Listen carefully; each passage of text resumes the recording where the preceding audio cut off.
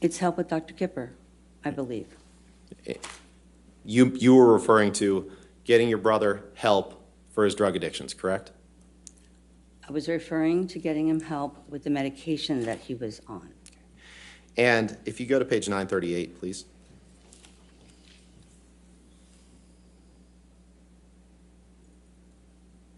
When you told Amber at the bottom of that page at 10:26 p.m., I think you need to tell him you were scared and you can't deal. What did you mean by that? I think you need to tell him you are scared and you can't deal. What did you mean by that? I'm asking her what she meant with one of her statements. It's no different from the statement I just asked her about. I'm just not sure what the prior inconsistent statement would be for this, which was, Well, that she's testified that all of Amber's concerns were overblown. okay.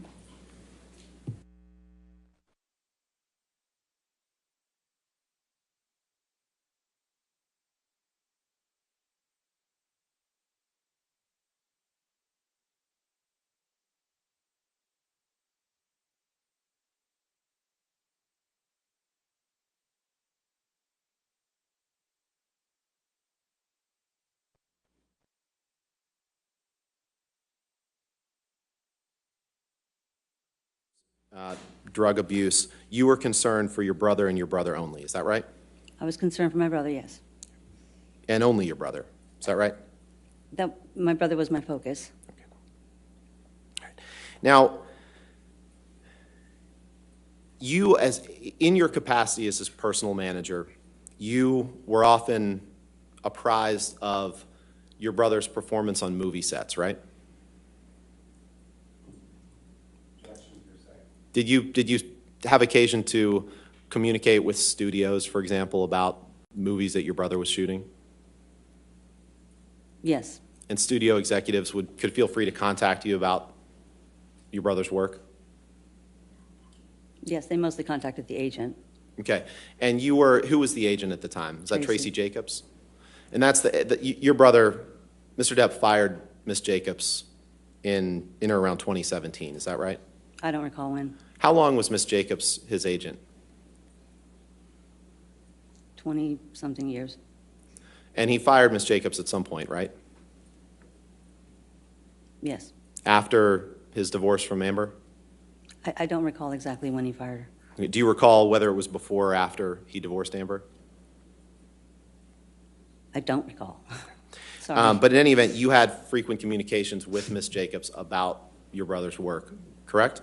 Excuse me. Yeah. And you, in the course, in your capacity as his manager, it came to your attention that he was late to movie sets, correct? Objection, lack of foundation, hearsay. You testified that you had frequent contact with Ms. Jacobs, his agent, right? Yes. And that contact included when he was shooting movies? Yes. And that contact included communications relating to his conduct on set? Objection, lack of foundation. I'm laying the foundation.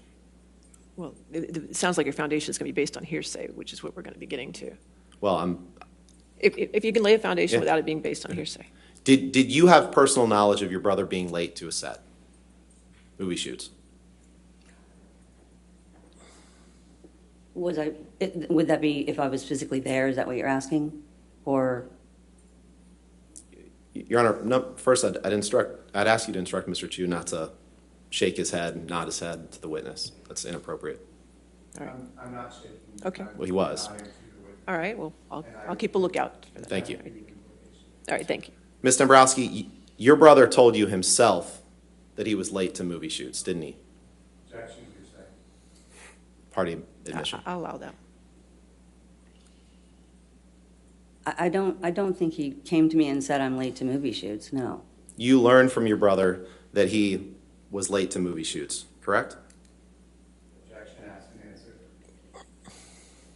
I don't think he would have come to me to talk about it, I'll allow no. it. You learned, so you never had any communications with your brother about issues that he had being on time to movie sets? Is that your testimony? No, what I'm saying is I worked with him for years. You know, there was never really a continuous topic of whether he was late to a movie set, him and I having a conversation. He told you he had been late to movie sets, correct? Objection, asked and answered. I'll sustain the objection. Next question, Can you pull up please. 348, please? 348.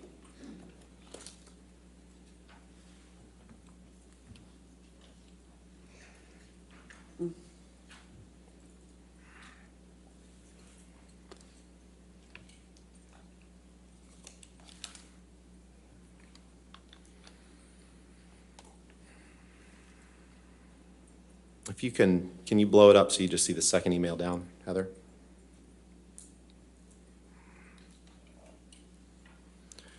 And that second email down is an email from you to Tracy Jacobs on February 27th, 2015, right? Objection, hearsay. I allowed that question. We'll see where we go. The second, all the way down in here? The second one down from the top. Sent at 12:50. Oh, sorry.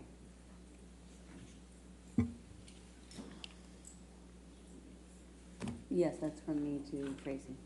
Okay.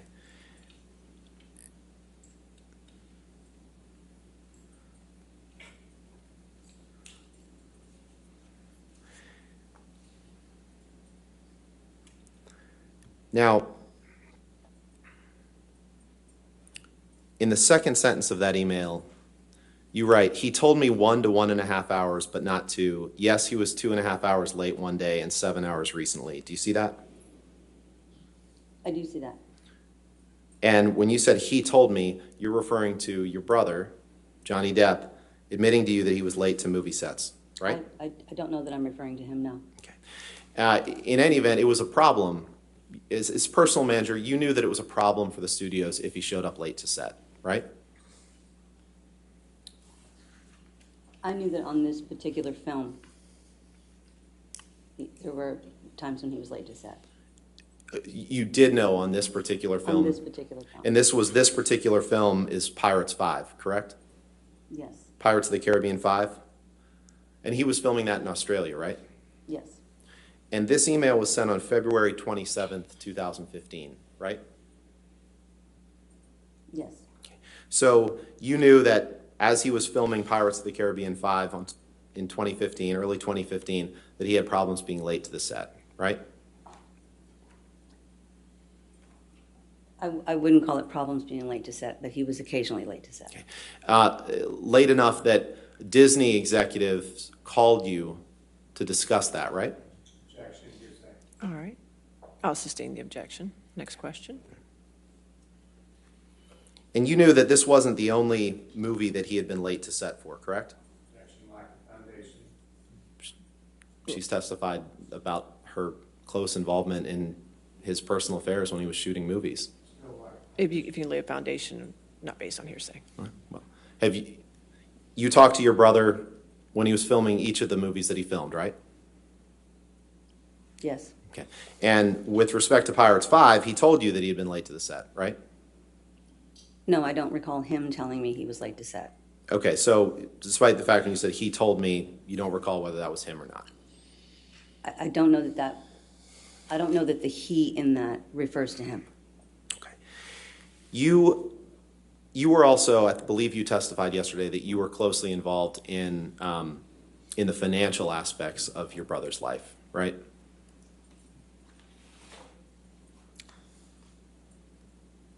I was closely involved in speaking with the representatives, but I wasn't really closely involved in, his financial world. That wasn't my thing.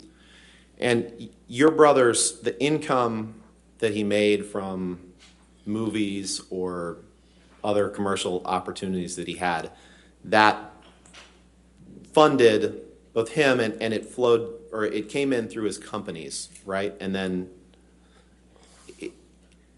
the money that your brother made came in through his companies, correct? I don't really understand your question. Well, you're the president of one of those companies, Infinitum Nile, right?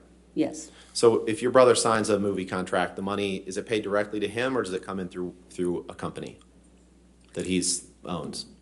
Infinitum now is completely a separate entity, so how he gets paid that's the business manager's. Okay. You were involved with discussions of opportunities that he had to shoot movies, correct?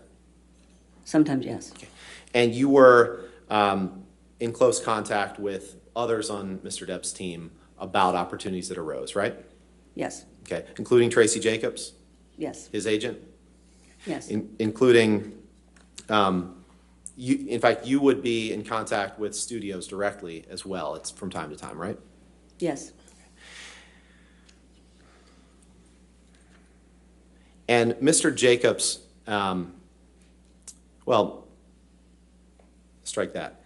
In your capacity as his personal manager, you became aware of financial distress that your brother was in, correct? Because you were familiar with his financial affairs, right? I was somewhat familiar. That was the other representative's area. Okay. Did you have occasion to become familiar with whether he was undergoing financial distress such that he needed to get movies, a certain number of movies a year? Tracy had a certain number of movies per year that she wanted him to do.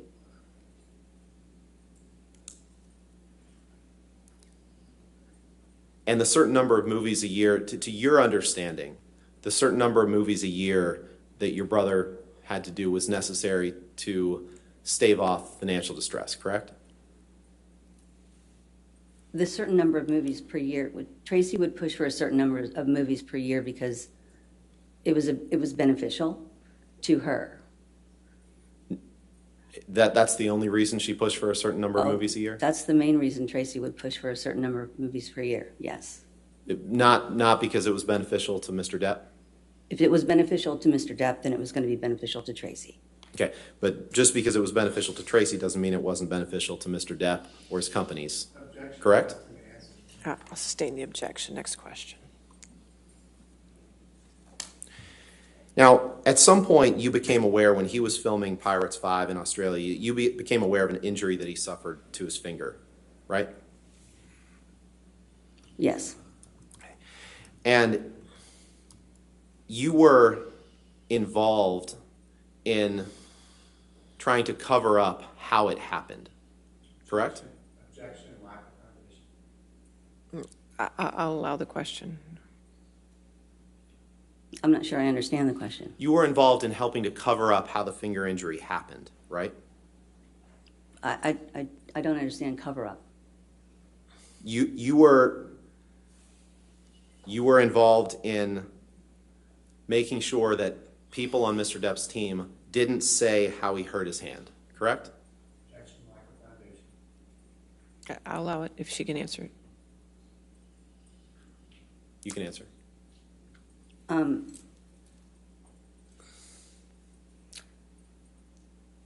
We certainly didn't want any press to know about it, so that's, to keep it from that. And because you didn't want any press to know about his finger injury, you told Mr. Depp's personal assistant to make sure that to say that he wasn't sure how Mr. Depp hurt his hand, correct? You instructed him to say that. If it was someone that I would be concerned that the word would get out to the press, I would have done that. So it was okay to you to tell people to lie to protect your brother, right? It wasn't necessarily a lie. I didn't know how he hurt his finger myself at the time, because I'm pretty sure I know the time frame you're talking about is when it first happened. And you have no personal knowledge to this day of how he hurt his finger, correct? Because you weren't there. I wasn't there.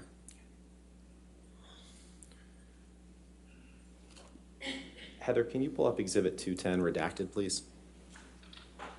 Your Honor, this is the exhibit we discussed yesterday. If the court and Mr. Chu agrees with the redactions, I'd just like to publish it to the jury and admit it into evidence. Well, if it's 210, it's already in evidence. That's the one you gave me this morning, correct? No, that's a different, Yeah, I think that was 214. that was 214. I'm sorry, I got them backwards. This is 210. And I believe that this, Follows. it's just one page? Or it's two pages, I'm sorry. Yeah, it's these 2 pages that we talked about yesterday. Right. Reserving your objections, are the redactions correct? The redactions are correct, we reserve our redactions. Okay, that's fine. Say, I will enter 214 into evidence over objections. Permission to publish, Your All Honor? right, yes, sir. Thank you.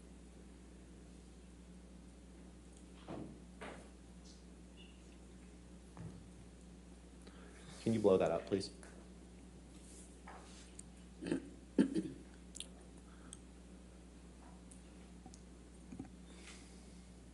So, Ms. Dombrowski, we discussed this a little bit yesterday. This is the text exchange between you and Ms. Hurd on February 3rd, 2014, where Ms. Hurd says JD is on a bender, and your response is, where are the kids, correct? Yes. And just scroll down, please. Let's go to the next page, please.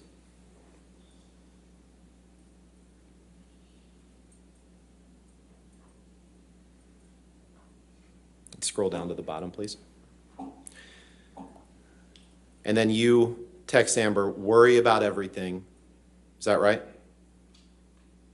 I wrote the words, worry about everything. It was myself. I was speaking about myself. And you tell her, I don't love any of it, correct? Right. And, All right, sustained. We did go through this yesterday, but go ahead. and 2 days later is when you sent your brother the text messages that said, stop booze, stop coke, stop pills, correct? I'm not looking at it. I don't recall the timing of it. Nothing further. Thank you. All right, redirect. Yes, yes, Your Honor. Okay, thank you.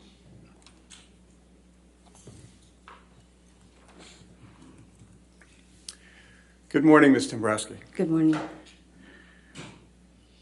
During Mr. Rottenborn's examination yesterday and again this morning, he spent a lot of time talking to you about your brother's alleged drug and alcohol abuse. Do you remember that? Yes. You're not denying that Mr. Depp ever used alcohol or drugs, are you?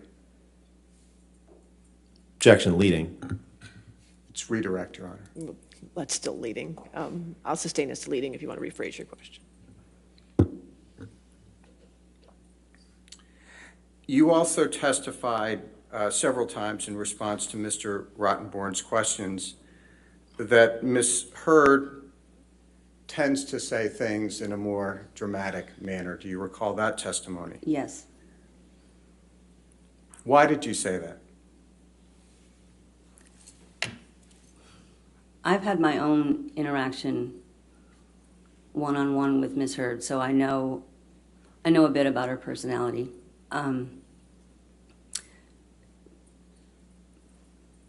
She would present information to me that was not necessarily information that was supported by everybody else that was around. And I've spent a lot of years working with my brother. We have a close team. It's many years of trusted people helping, make sure that everything in life, it works out and goes smoothly. But all those people where I would have a daily contact, whether it's about scheduling or just how the day's going for all the years, those people never said the same thing. Objection hearsay, Your Honor. I think it was responsive to the question. Well, I'll sustain the last sentence. Yeah, but, Just Your Honor, the last sentence of it, that's all. understood, Your Okay. Honor. Strike as well. I think it goes to state of mind rather than the But truth. I just did the last sentence. I'll sustain just the last sentence. Thank you, Strike Honor. the last sentence, okay? And do you recall your testimony yesterday when you stated that after the phenomenal success of Pirates One, one of the changes to Mr. Depp's, your brother's, personal life was that there were a lot more people around him after that. Do you recall Yes. that? Yes. When Johnny and Miss Heard became involved in a relationship several years later, were there still a lot of people around them, your brother, on a regular basis? Yes. Who were those people? He had assistants, he had security, he had, property managers, people that helped at the house. He had quite a few people that were around all the time. How often did you communicate with those people? I communicated daily, not necessarily with each one of those people, but I communicated pretty much daily with people within the world, the circle. Did any of those people ever raise the same concerns that Ms. Heard did? Objection, hearsay. All right. Again, it goes to state of mind. I'll sustain the objection as to hearsay. Next question. What, if any, concerns were expressed about Johnny's behavior when using alcohol? Objection, hearsay. All right. Again, it goes to state of mind. I'll sustain the objection. Next question. Thank you, Your Honor. That's all I have. All right. Is this witness subject to recall? I do not believe so, Your Honor. She's subject to recall? No? No, Your Honor. All right, Mr. Brodsky, you're free to go, or you can stay in the courtroom. It's up to you, okay? Thank you. All right, thank you, ma'am. Thank you very much, Mr. Dombrowski. All right, your next witness. Good morning, ma'am. Plaintiff calls Isaac Baruch.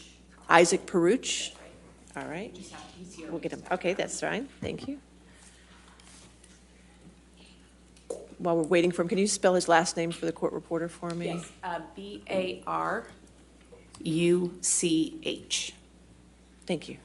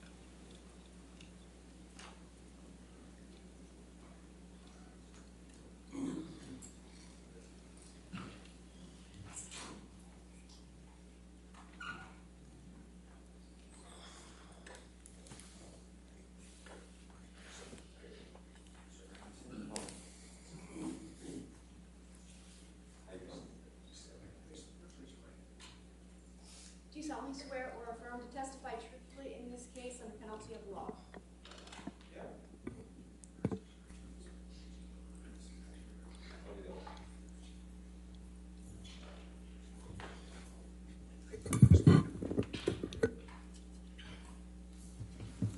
Hey, there's a thing here, transcript thing. You can just keep it there, sir. Have a seat. Okay. Put the microphone close to you, please. Thank you. Good morning. Morning. Would you state your name for the record, please? My name's Isaac Baruch, Isaac Baruch. Mr. Baruch, where do you currently live? I live in Los Angeles. Do you know the plaintiff in this case, Johnny Depp? Yes. How do you know Mr. Depp? I know him since teenagers. We met in Florida. And could you tell the jury a little bit about your experience meeting Mr. Depp when you were teenagers in Florida? Yeah, we were both playing in bands. We had mutual friends, and that we met in probably 1980. And yeah, we hit it off. We got along with each other, and yeah. How often did you see Mr. Depp when you were teenagers together in Florida?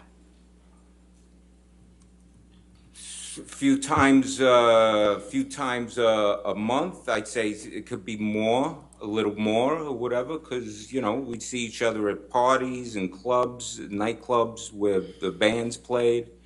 Yeah, like that. And for how long were you both living in Florida and seeing each other somewhat regularly? Well, we met in like 1980, so, and then we both moved away. He moved to California, I moved to New York. What was that, 80, from 80 to 83? That, what's that, like 4 years? What were your impressions of Mr. Depp while you were both living in Florida at the same time? Oh, he's a sweet kid. A sweet guy. Sir, wait, there's an objection. Oh. Thank you. What his impressions were back then? Or what's the relevance? Just establishing the background and the relationship, Your Honor. I'll sustain the objection. Next question, please. Mr. Bruch, did there come a time when Mr. Depp moved away from Florida? Yeah, yeah. And where did he move to, if you know? Like I said before, he moved to California.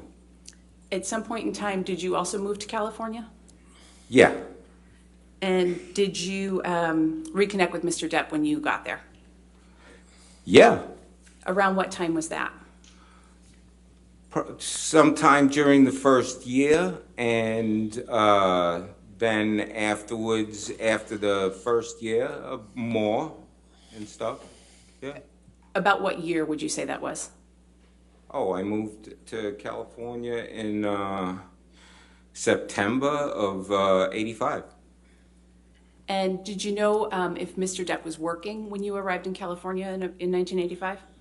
Well, I knew he was pursuing acting at that time. Yeah, he's looking for work because he's pursuing acting. How often did you see Mr. Depp when you first moved to California? Well, like I said, the first year, a few times. Afterwards, I had a friend whose girlfriend lived in the same building as Johnny. And so then hanging out over there, I ended up seeing Johnny more often.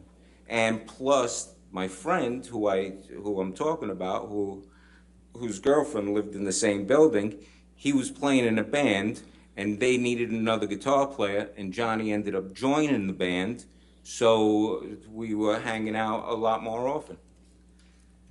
What were you doing when you moved out to California? I was pursuing music also. Working retail jobs and trying to get a band, make a band, you know? Did there come a time when you began working for Mr. Depp? Oh, yeah. When was that? Oh, that's later on. That's like in 1993. What were you doing for Mr. Depp when you started working for him in 1993? Well, he owned a place called the Viper Room, and which is a music venue, nightclub, bar, and bands play. And it was already open for 6 months.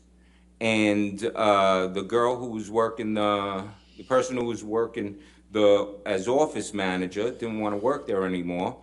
So the guy who was running the place for Johnny, who was a friend named Sal Jenko, another Florida friend from back in 1980, when we all first meet, he calls me up and he says, "Hey, Isaac, do you want to work this job?"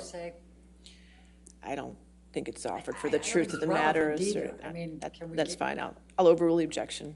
Go ahead. At some point in time, did you stop working at the Viper Room for Mr. Depp? Oh, yeah. When was that? Well, I worked from 93 to 98. In 98, I moved away. Did you return to LA again at some point? Yes, I did. When was that? I moved back December of 2002.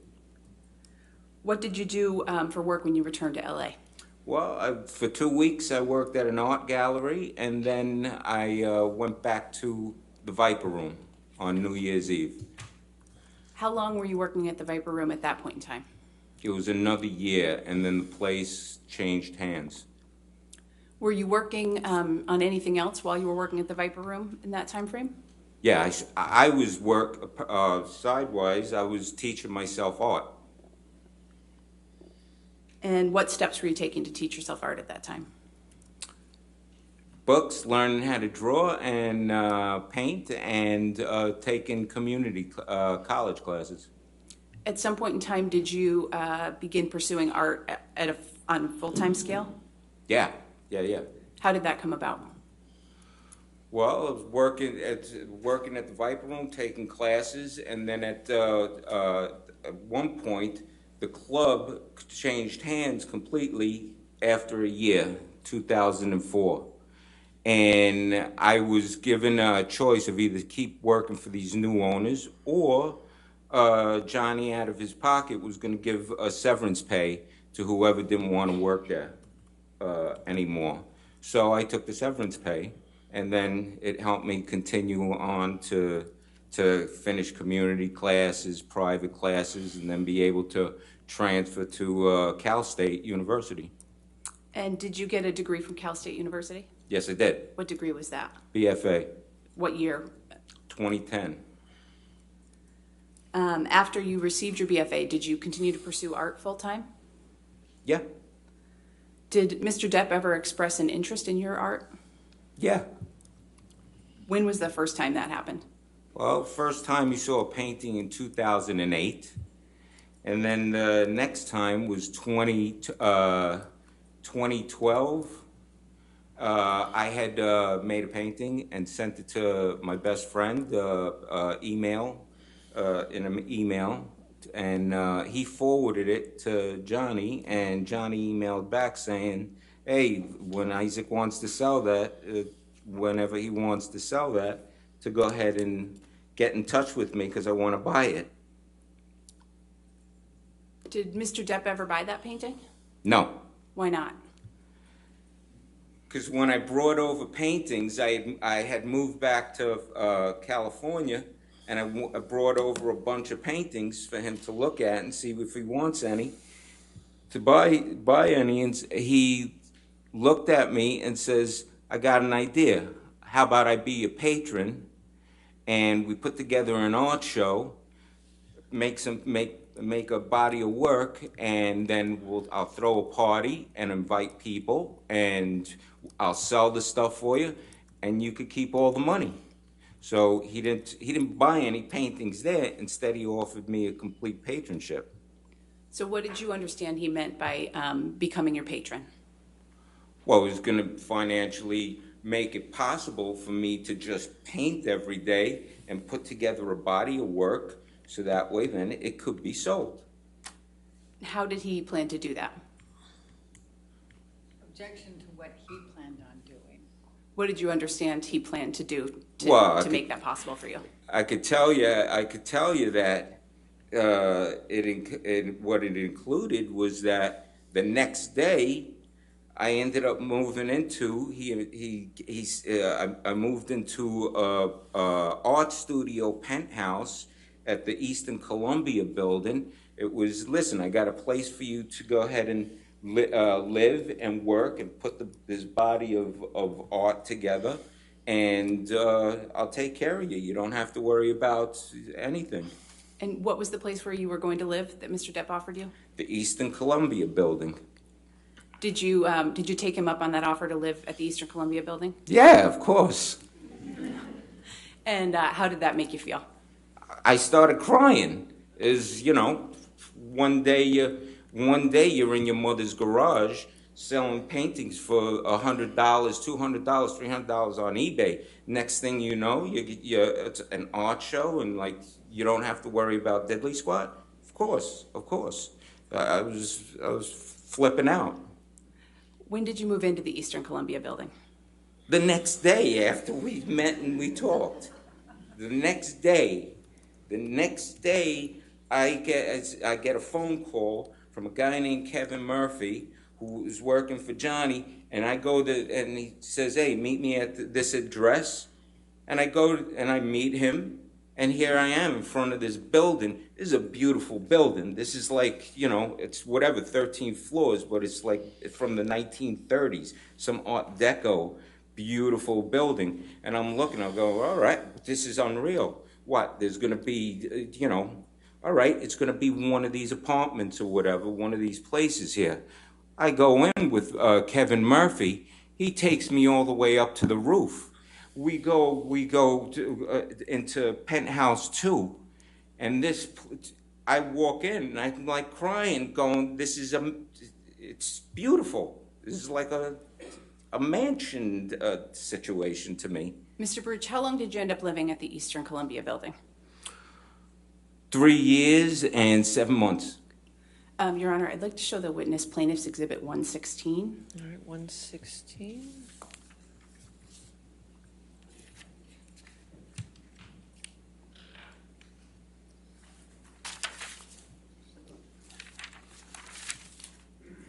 Am I looking at something? You will in a second, sir.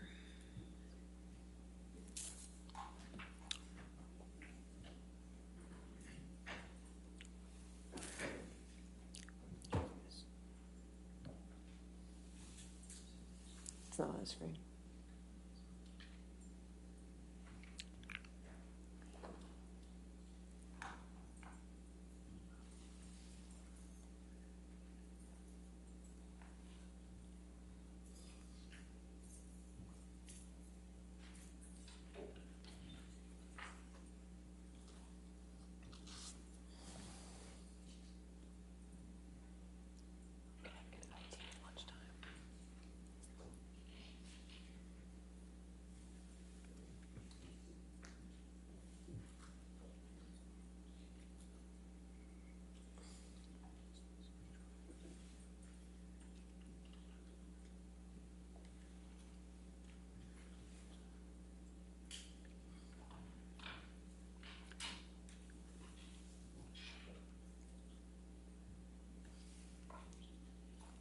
Paper copy. Paper copy.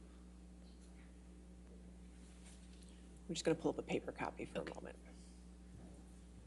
We can see it, but he can't see it.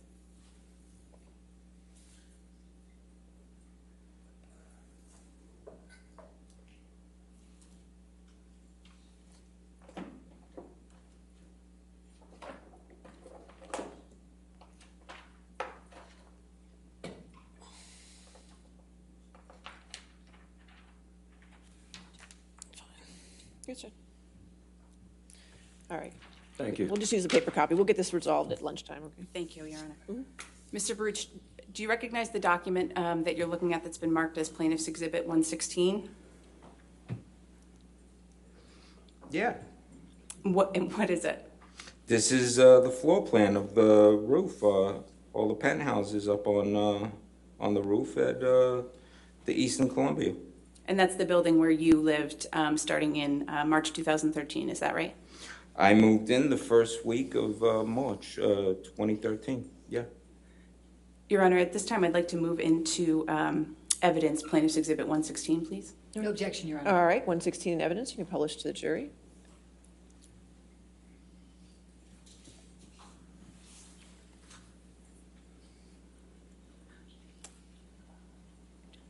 Is it, I'm sorry, Your Honor, I just want to be sure that. Yeah, they can see it in the gallery, see it. We'll just have to work on All that right, screen. great, thank you, Your Honor. Mr. Baruch, can you describe for the jury what is depicted here in Exhibit 116?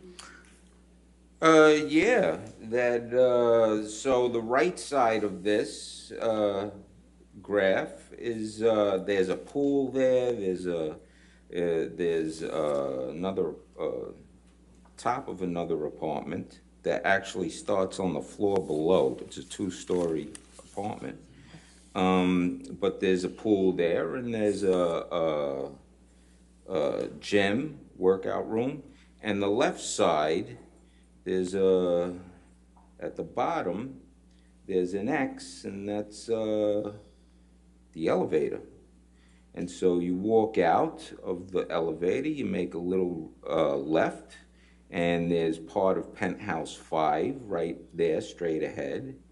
And then you keep walking straight, and then you make a left, a sharp left, and the actual Penthouse 5 is straight ahead. And then you hang a right, and you start walking up that way. On your right is going to be Penthouse 1. On your left is going to be Penthouse 4. When you get to the end of that corridor is the door for Penthouse 3. And if you hang a right, oh look, there it is, it came up on the screen. And if you hang a right and you go down to the end is the door to Penthouse 2. That's the apartment that I lived in. And who did you understand owned these penthouses? Oh, Johnny owned them all. Which one did you live in? Penthouse 2. Was anyone else living in the penthouses at the time that you moved in March 2013?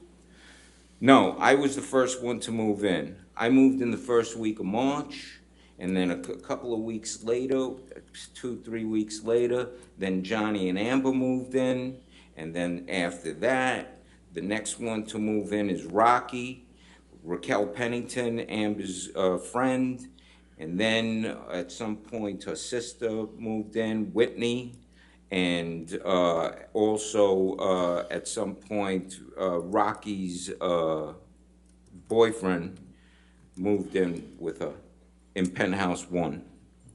So I believe you just testified that Mr. Depp and Ms. Heard moved in shortly after you moved in, is that right? Yes. And which penthouse did they move into? Penthouse 3. And then you testified, I believe, that someone named Rocky Pennington moved in? Yes. Who was Rocky Pennington? Amber Heard's friend from Texas, and I think they made, I don't know, I'm not sure if they told me that they moved out there together or something like that, but yeah, her friend. And later you said that her boyfriend moved in with her. What was his name? Josh Drew. And which unit did they live in? Penthouse 1. And I believe you also testified that Whitney moved in. Who was Whitney? Whitney Heard. She's married, so she's got a different last name. I'm not sure what it is. But Amber's sister, Whitney. And which of the units did Ms. Heard's sister live in? 4.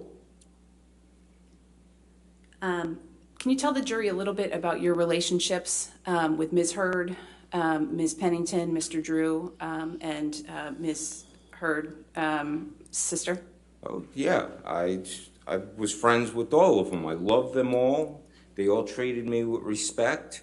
It was great. You know, I'm an old-time friend of Johnny's, living there, and we were looking out for each other. We became great friends. I fell in love with all of them. When you moved in to Penthouse 2, you were working on an art show with Mr. Depp, right? Yeah, that's the entire reason that I'm there, is to work and put together this art show. Did you have a time frame that you expected to be able to put on that art show? At first, when we first powwowed this idea, when, you know, we talked about, all right, what do we do? You know, what's this show going to be? How many paintings is it going to be? And we came up with a number. Okay, so there's going to be a certain body of work. I'm not a known person. I'm just some schnook painter. If I was a famous painter, I could make 5 paintings, and the room will fill up.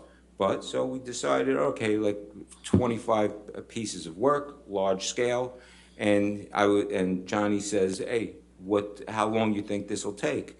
I said, I've never done it before. I don't know, maybe a few months. And were you able to complete the paintings in a few months? No, it took me in order to make 2 large scale paintings. It took me like almost 2 months. And I'm start freaking out, going, I'm only got 2 paintings, and all right, I got to do 25. I said a few months. So I ended up going to Johnny's place and saying, hey, look, dude, this is going to take a lot longer than a few months. I could only make 2 paintings. And how did Mr. Depp react? He looks at me, and he starts laughing, and he says, Ike, don't worry, I do not care. I just want you to paint, however long it takes. I want you to paint every day. During the course of the time that you were living at the Eastern Columbia building, did Mr. Depp ever give you any money? Yeah. How much did he give you? Over a period of 4 years of the patronship, I ballpark calculated probably around 100,000. And how did you come up with that amount? Well, from the first get-go, when I said, hey, look, I need dough, you know, to buy stuff and to, you know, do this, I ended up getting an envelope the next day with $5,000 in it. And then I budgeted it and stretched it out, and and so every few months I'd get an envelope. It could have that I didn't know if it was going to be the same amount, but it ended up being the same amount, which was wow. So basically around $5,000 every few months. So in a year, it's 20 grand. But then also there was a period, maybe a year or two, might have been that it was 5 times I had to ask for dough, or it was 4. And then on top of it, so right there, could be 80 grand or 90 grand. And then on top of that, I ended up getting a herniated disc. He sent me to the doctors to get an MRI and see the doctor, get an MRI, and there was 10 weeks of therapy that he covered. So I throw that in there too, and I ended up coming up with the figure of 100 grand. Could be a little less, could be a little more. What was your understanding of whether Mr. Depp intended to be paid back for that Oh. money that he provided to you? There's no, that's not even the thought of being paid back. This is something that he wanted to see happen. This is something he invested in. He knew he was going to spend money to make it happen, for me to survive and paint and create this thing that he wanted to see because he liked the art. And so there was no payback, and the whole thing was about him selling the art, so that way I keep all the money. He didn't expect anything. He was doing this as a friend, as he's done with many other friends. Objection, Your Honor, hearsay, and move to strike. All right. I'll sustain the last sentence of his And statement. if you could explain to the jury that striking means that. All right, we've done that, but that's fine, thank you. Thank you, Your Honor. Mr. Baruch, did there come a time when you decided that you planned to pay Mr. Depp back? Oh yeah, that for me, when he's told me he had money situation going on. For me, it was like this guy just changed. He's been making it possible for me to live and work and make product, and I'm by that expense, I'm part of the problem. It's like, how do I help him? How can I help him? I mean, he's sharing his sandwich with me, you know? It's like, how do I share that my sandwich with him? Give him that half to make something up. You don't not do anything, and so the only thing I got is paintings.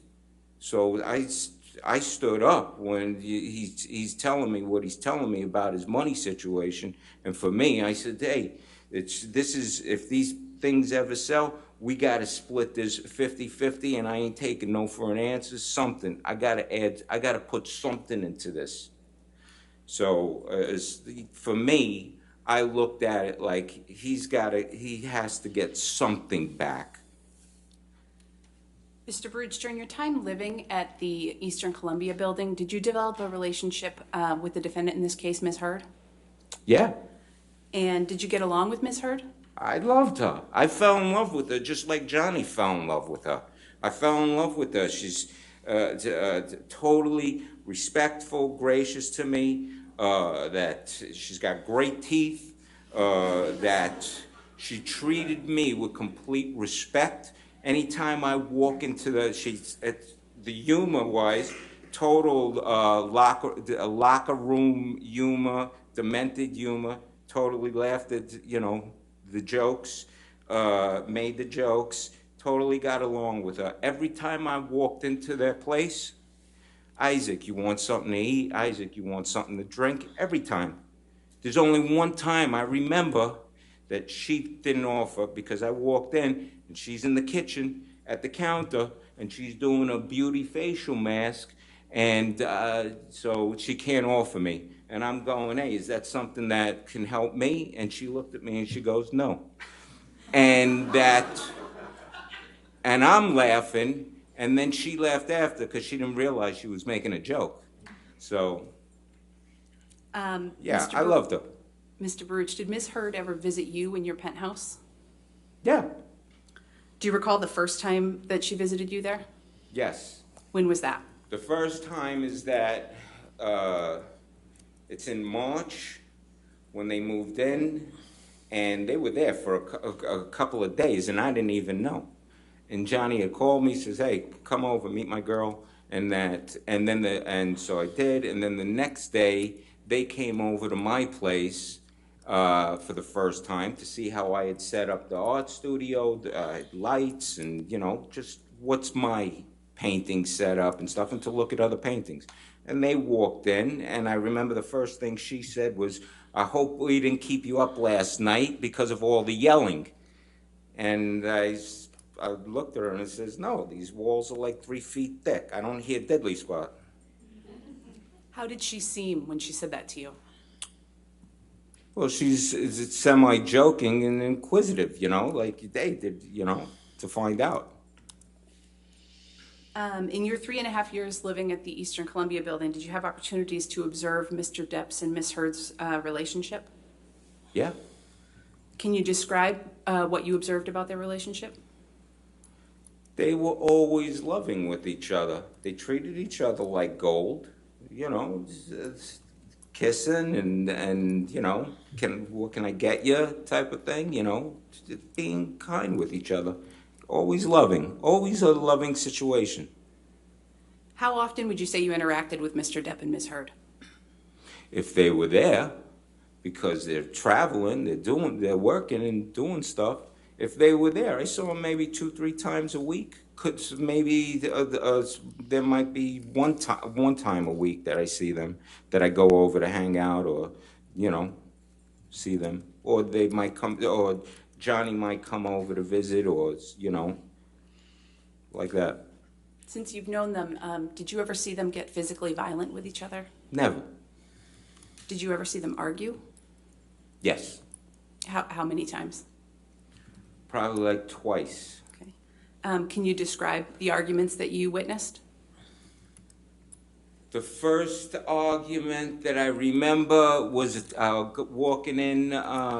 It was a telephone argument. Johnny's at the kitchen table and he's screaming about something, and on the other line, because it's on speaker, and he's talking with the phone at the phone. The other person is Amber, and that she's in New York, and he's at the kitchen table, and they're arguing, and he's going, "Who is it? Who is it?" And she's saying, "Oh, baby, come on, please don't. What are you doing, baby? Why are you being like this, baby?" And this went on for a little while, and I'm listening, and then he hangs up. She calls back again, and it's the same thing. "Who is it? What's going on? Who is it?" And she's saying, "Oh, come on, baby, don't be. What are you doing, baby?"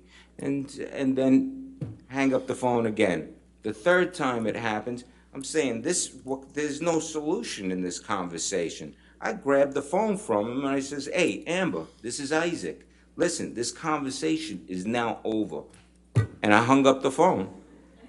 And she didn't call back again, and he went to the couch and went to bed. I believe you said you saw them argue twice. Was there another time that you saw them argue? I ended up going over, and there's at the kitchen table is Johnny, is Amber, is Rocky, and Josh. And and I'm going, "What are you guys doing?" And they're hanging out, and they're trying to plot to figure out a way how to get rid of Whitney to not live there anymore. And I felt bad. I like Whitney. Says, "Oh, well, that's going to be a drag." And what are you plotting? How do you figure out? Hey, lend your sister some dough. and let her move out. But, they're trying to figure something out, something differently or whatever. At so there was a point, Johnny got completely, flustered and frustrated, and he got up and he walks away. And as he's walking away, he says, "Figure it out." And that was it. That was the whole thing. I don't know if you want to call it, I don't think you might call that an argument, but. Your Honor, I'm about to switch gears a little bit. It might be a Okay. good time for a mid-morning break. Perfect, thank you. All right, ladies and gentlemen, we'll go ahead and have you take your morning recess for 15 minutes, okay? Just remember to not talk to anybody and do not do any outside research, okay? And we'll see you back here in 15 minutes.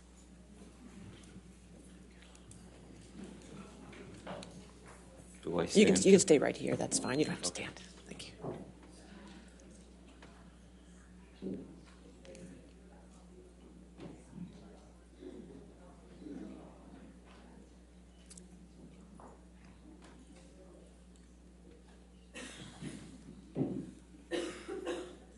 All right. Sir, I just want to remind you, since you're still on the stand under oath, you can't talk to any of the attorneys or Mr. Hurd at this time until your testimony is done, okay? Okay. All right, and we'll be back at 11:45, okay? All I right. gotta stay here the whole time? Yeah, you have to stay there the whole time. You can do it. Oh, okay. Oh, okay.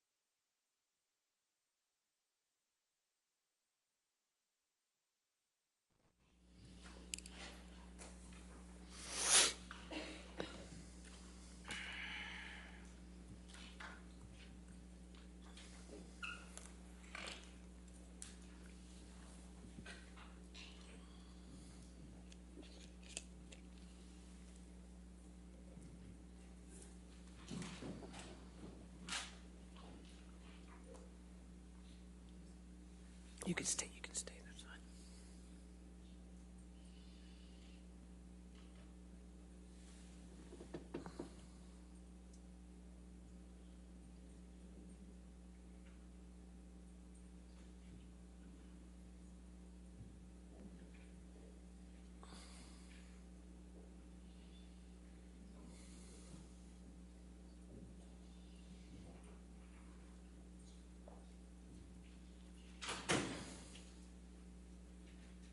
All right.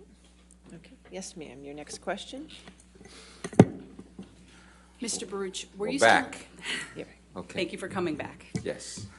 Were you still living in Penthouse 2 of the Eastern Columbia Building on May 21st, Yes. 2016? Yes. Do you recall what you were doing that evening? Yes. What were you doing? I was out, it was evening time, I'm out in the neighborhood, and I'm on my way home. I get a phone call from my friend who wants to know if I want to go out and eat. I said I just ate, but I'm 5 minutes away from the Eastern Columbia building home, and go across the street, get something to eat, and bring it up for takeout, and we'll go upstairs to my joint and we'll eat and yap. Did you meet your friend back at the Eastern Columbia Building? Yeah, Around what time was that? 9:30. What happened after you met your friend? We went upstairs. Can we pull up Plaintiff's Exhibit 116 again, please?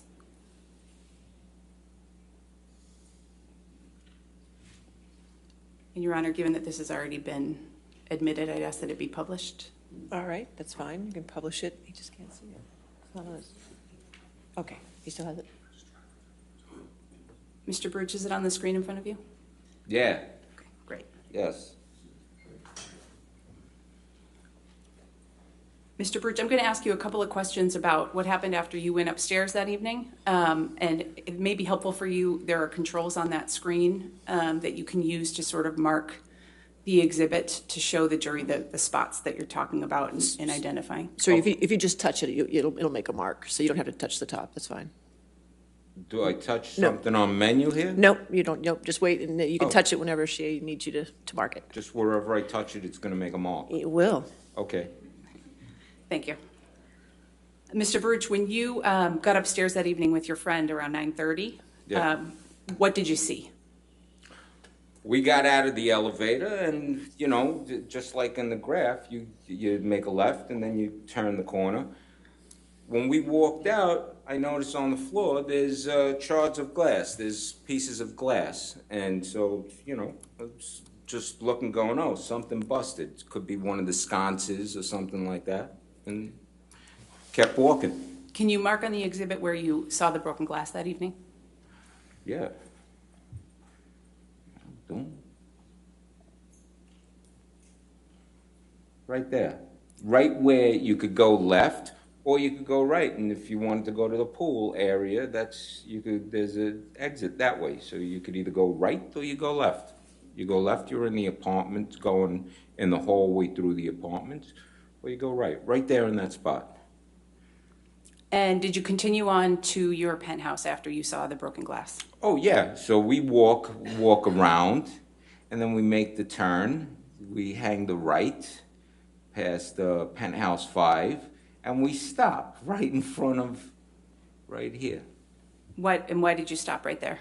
Oh, stopped in front of here, Penthouse 1, which is it's more right there, because there's this puddle of wine, huge puddle of wine on the floor that's in front of the door, and there's wine, the splashed wine that's dripping down the wall. And so we stopped, and I'm looking at it and going, look at this. Someone must have got hammered. These guys probably had a party. And at that point, right then, as soon as I said that, the door opens up, and it's Josh Drew, who pokes his head out the door, only enough for his head to come out, and he's pretty bug-eyed and looks distraught. And I look at him and I go, what's up with the spilt wine?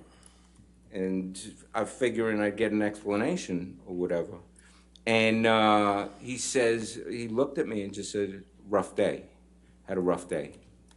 And at that point, I got concerned and said to him, because I'm friends with him, you know, I got concerned. I said, hey, you okay? You want me to help you with something? Do you need help? He said, no, it's okay. We got it. And I said, okay.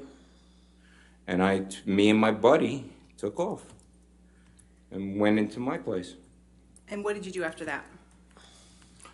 My buddy ate. I believe he had pizza from across the street, and we talked. We yapped for a while, and you know, could be I could yap, so it could, you know, it could take. We were there probably an hour and change or something like that, and then you know, we're done. So I walked him out and walked down, went to the elevator, walked out, went to the elevator. We went downstairs. I walked him out the door, finished the conversation that we were having. And I said, all right, see ya. And then I went back in. I went upstairs and I went to bed. Around what time was that you went back into the Eastern Columbia building? You know something, if we got there at like around 9:30 and we're talking, I don't know, an hour, an hour and a half, 2 hours, you know, somewhere around 11 o'clock, I would think. We can go ahead and take Exhibit 116 down.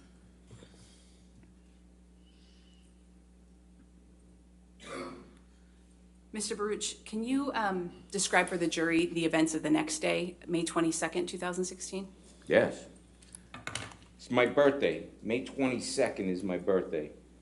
I wake up, I end up texting Johnny and saying, hey, I'm gonna be in town, because he's not staying at the Eastern Columbia building. He's staying in a house in town, okay? And so I texted him, it's my birthday. I said, listen, I'm gonna be in town. I'm gonna come by and to have a birthday drink. Okay. I didn't hear from him, you know, I didn't get an answer back, but I said, that's what I'm doing. If that happens, that happens. But, so it was around noon time, so I left. I walked out of my apartment, and I go through the hallway, as you see the graph.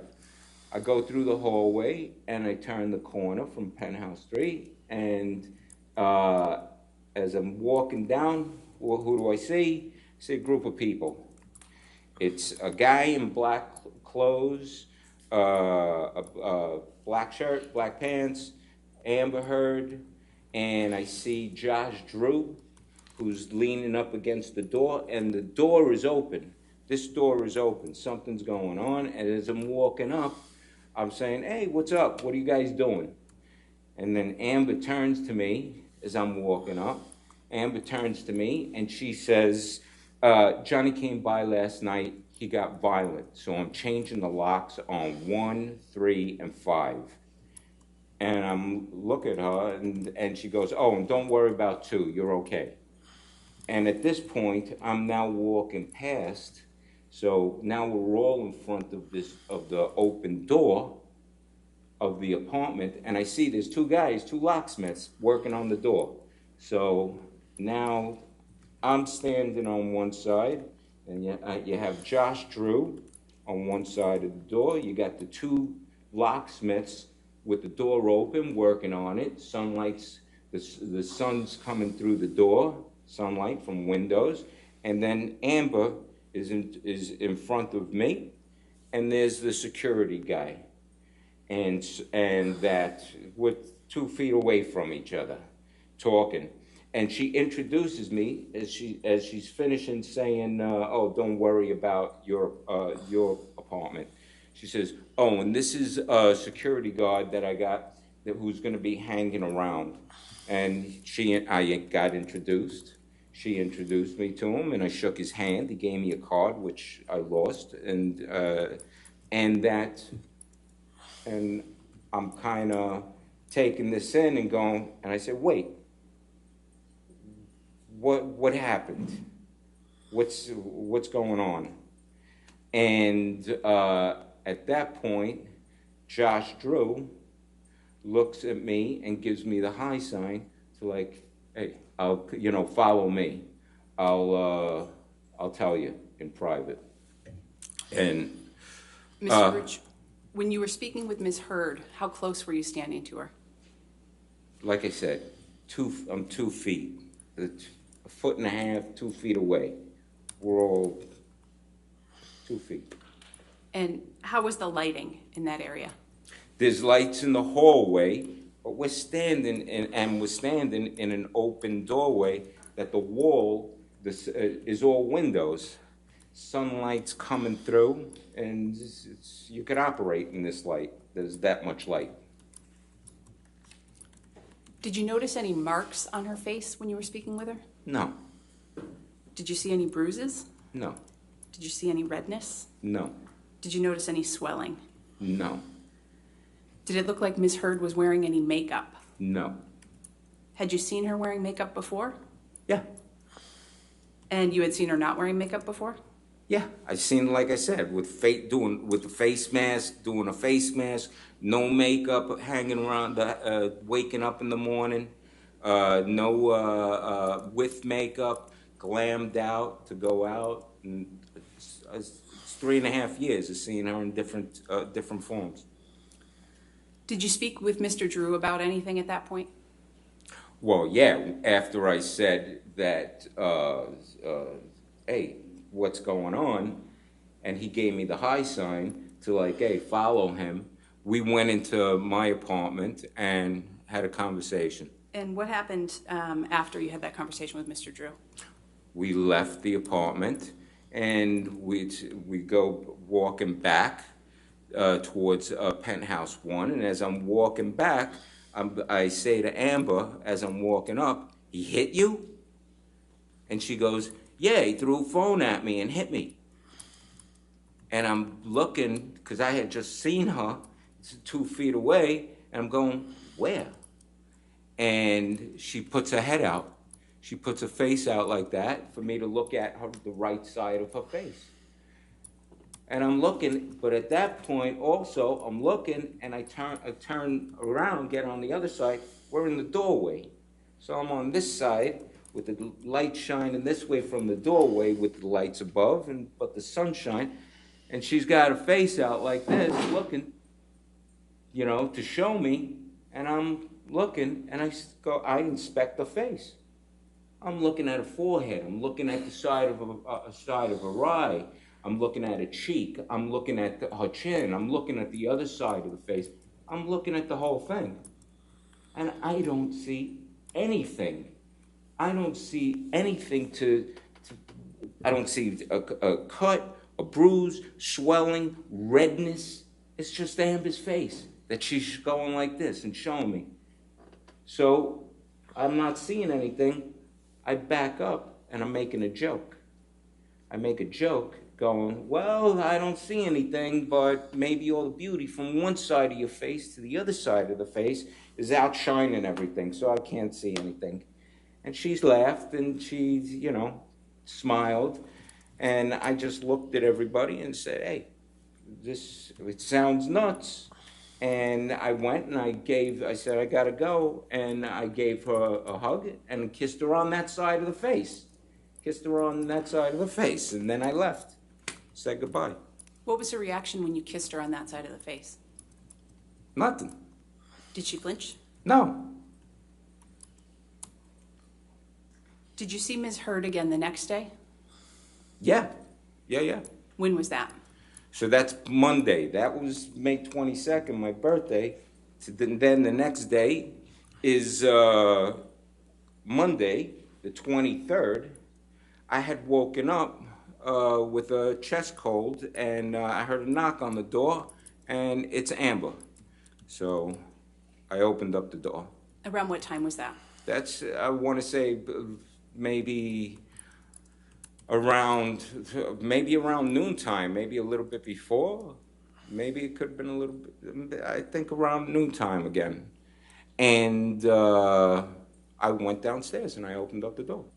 And when you opened the door, did you have a good view of Ms. Heard? Absolutely, yeah. How was the lighting? Lighting's fine. Lighting from outside, and there's light from my place. Yeah, so the lighting was great.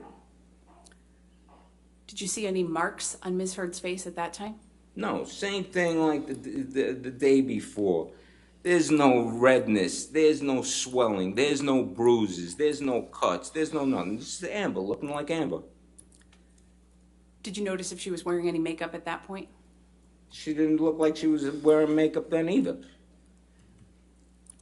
What did Ms. Heard say to you during that encounter?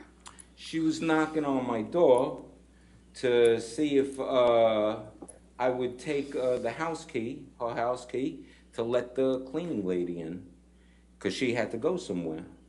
And I woke up that day, and I had some kind of chest cold thing. I was upstairs laying down, and so I looked at her, and I said, "Hey, listen, I'm feeling sick. I'm going to be upstairs laying down this entire time for the day or whatever, and that so I can't do it." And then she stood there and is like, "Well, I got to figure out what to do." Like maybe if she was only dependent upon me to give the housekeeper the key. It's the same. The housekeeper cleans both of our places, and so I said, "Hey, listen, why don't you go ahead and take the key and put it in an envelope and bring it downstairs to the concierge, and that's where the key will be, and tell Hilda, who is the housekeeper, that that's where the key is, and that's it, and you're set." And she was like, "Yeah, okay, I guess I could do that." And I'm 3 feet away from her, 2.5, 3 feet away from her, talking with her. And how long did that conversation last? 3 minutes. Did you see Ms. Heard again the next day? Yes, I did. Where did you see her? All right. I go down. I'm leaving my apartment on Tuesday to go downstairs to the cafe to go get something hot to drink. I still haven't shopped or did anything for what's a chest cold. And so I wanted something hot to drink. I go downstairs, and as I'm locking my door, that all of a sudden a group of women come up to Penthouse 3, because in the corridor on the graph you could see we share the same corridor. So I'm locking my door, and a group of women show up. Did you recognize who the women were? 3 of them, yeah. Who were they? It was, something, I'm unsure if it was 4 or 5 women, but it's Amber, it's her sister Whitney, and it's Melanie Iglesias, who's a makeup artist for Johnny and Amber, and then there's 2 other women I didn't recognize, but not sure. Did you interact with the women at all? Well, after closing the door, Whitney, who calls me her spirit animal, came running down the hallway, going, "Isaac, spirit animal," and I'm going, "Hey, listen, I'm not feeling so hot. I'm not feeling so good," and I duck under her arms, stop, and I love you, but stop, and I duck under her arms and I go past, and I'm passing the other ladies, Amber and her, who she's with, and I'm looking at them. They're laughing of this whole scene, and then that was it. And then I went past and went down and got some hot tea. Did you see Ms. Heard's face during that encounter? It was a quick glance, but nothing shot out to me to notice anything. Did you see Ms. Heard again the day after that? Well, I saw her again that day. Oh, can you describe that, please? Yeah, that on the way back from me being outside at the cafe, having a tea, I come walking back in, and now all her and the women that she was with are coming back out, and we're in the lobby, and the doors of the lobby, it's all windows, is great light shining through the entire lobby. And the women there's a table in the middle of the lobby, and her friends, or I don't know if they're friends or not. I know three. One's a sister, and the other one's a friend. They're walking on one side of the table, and then she's on the other side of the table where I'm walking, and now we're walking past each other, and she's, of course, we're gonna acknowledge each other and looking at each other, and now she's the sun shining right in our face.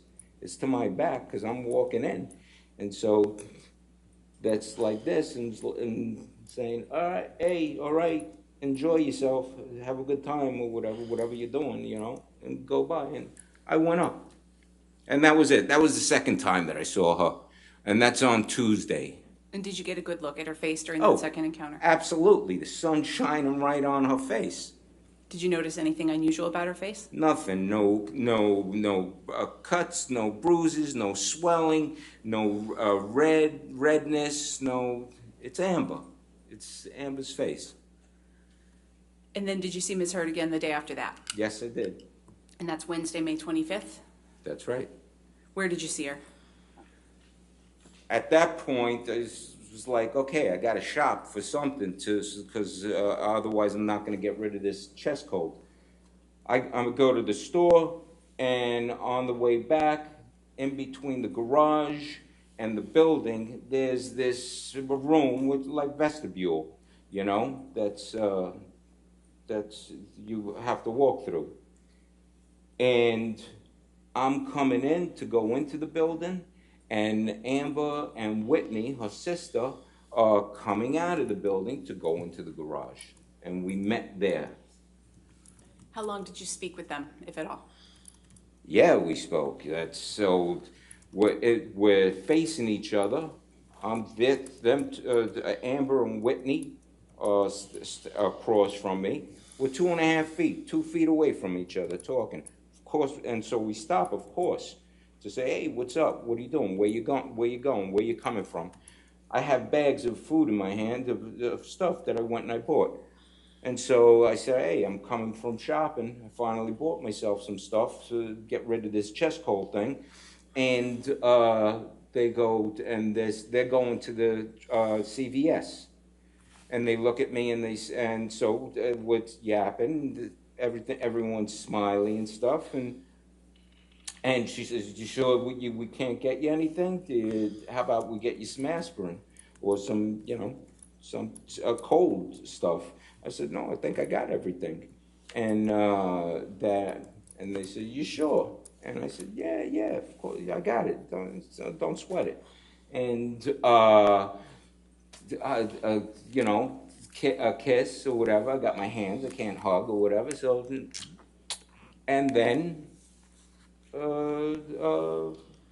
I said to see you, and I went up, and they went through the garage. That was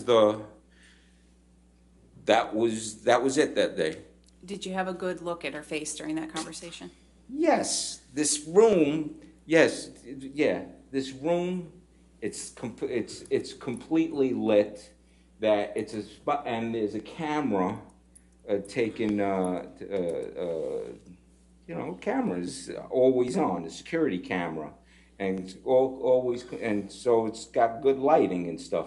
Because this is a spot where if you use your fob key to go into the building, well, the door takes a long time to, it's one of those things with the pressure thing that the door just doesn't close shut. It takes a while for it to close. Someone could be in the garage who's not supposed to be in the garage, run and hold the door open. And that then they get into the apartment building, and then who knows, maybe somebody gets ripped off. But so it's well lit for security reasons, and that there's a camera there. It's taking pictures, doing what the camera does. Was Ms. Heard wearing makeup during that discussion? Neither of them looked like they were wearing makeup at all. Whitney had this hat on that it was a fun hat or whatever, and that no makeup. I don't even know Whitney to be a makeup person, and that Amber, no, she looked like she was, just natural Amber. It's all, just as always, no makeup. Did you notice any marks on Miss Heard's face? No. Did you notice any swelling? No swelling. No, there's no nothing. There's no swelling, no bruising, no redness, no cuts, no, I don't even, nothing. Turning back to May 21st for a second, when you first heard that Ms. Heard told you Mr. Depp had hit her, do you recall that? Say that again? When Ms. Heard told you that Mr. Depp had hit her on May 22nd, Yeah, my birthday. how did you feel hearing her say that? Objection, All right. it's irrelevant. What's the relevance to how he felt? I mean, it's a present sense impression of how he perceived that in that moment. I'll sustain the objection. Mr. Birch, did you see Ms. Heard at all the rest of that week of May 23rd? No. Did you learn at some point in time that Ms. Heard had filed for divorce from Mr. Depp? Say that again? Did you learn at some point in time that Ms. Heard had filed for divorce from Mr. Depp? Yeah. How did you learn that? I learned it from the internet.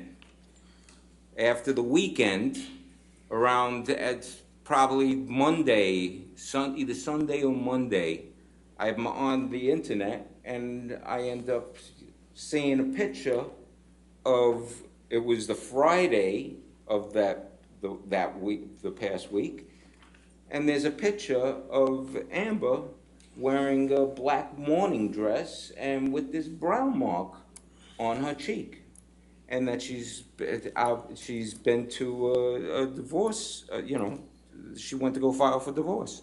That's how I found out. Were you surprised when you saw that? Surprised is not the word. It's like, what the hell is this? What's going on? At any point when you had seen her during that prior week, had she told you that she intended to file for divorce? Objection, leading. I'll allow it. Go ahead. You can answer the question, sir. What's the question again? At any point when you had seen her during that week, had Ms. Heard told you that she intended to file for divorce? No. She never once. Sunday, Monday, Tuesday, Wednesday, and Thursday or Friday, not even see it? No. There's no, I'm clueless. She did not say anything about divorce. So what did you think when you saw those pictures and read the articles and learned that she was filing for divorce? Okay. All right. I'm sorry, objection, relevance to what he thought. I mean, the it builds on relevance? all of the testimony he's given previously, Your Honor. I'll sustain the objection. When did you see Ms. Heard next after that? She knocks on my door June 3rd, Friday, a Friday night, June 3rd. She knocks on my door around 11 o'clock. Is the next time that I see her. And what happened when she knocked on your door on June 3rd? I opened up the door, and naturally, something I'll say is, hey, how you doing? To say hello. So I open up the door, say, hey, how you doing? And she looks at me and she says, I'm not feeling so hot that I made some food. Would you like to come over and eat with me? And at that point, after, everything I've seen, I looked at her, I said, listen, me and you, we're not gonna talk anymore. After everything that I've just seen all week long, from the past week and change, listen, I'm confused, I'm angry, and I'm frustrated by everything that I've seen. And that I think the best thing is for me and you that we don't talk anymore. Did she say anything in response? Yes, in response to that, she looks at me and she says, I told Johnny I don't want anything. The lawyers are making me do all of this. And that's what she said. Did you respond to Ms. Heard? No, what I was thinking was to me, when after saying that, after she said that to me, I'm thinking to myself, gay cock'em yum, hey, how, you know, Objection to what he's thinking to himself. All Your right, Honor. I'll Move sustain that distracted. objection. Next question. Did you see any injuries on Ms. Heard's face on June 3rd when you spoke with her? no. Did you ever speak with Ms. Heard again after that? Well, she said to me, after that, the lawyers are making me do all of this.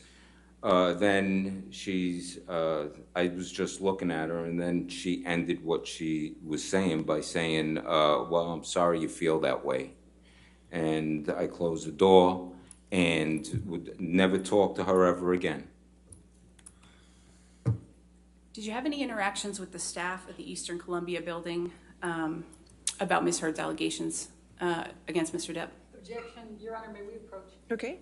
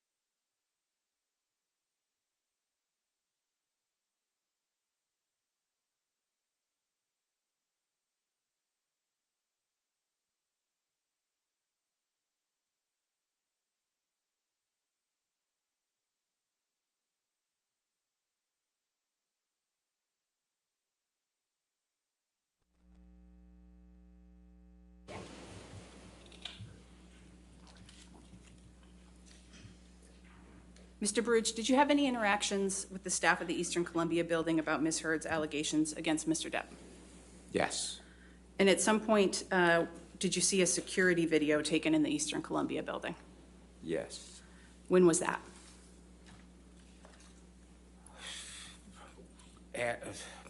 Sometime in June, maybe 2 weeks in or something like that. It's 2-3 weeks in.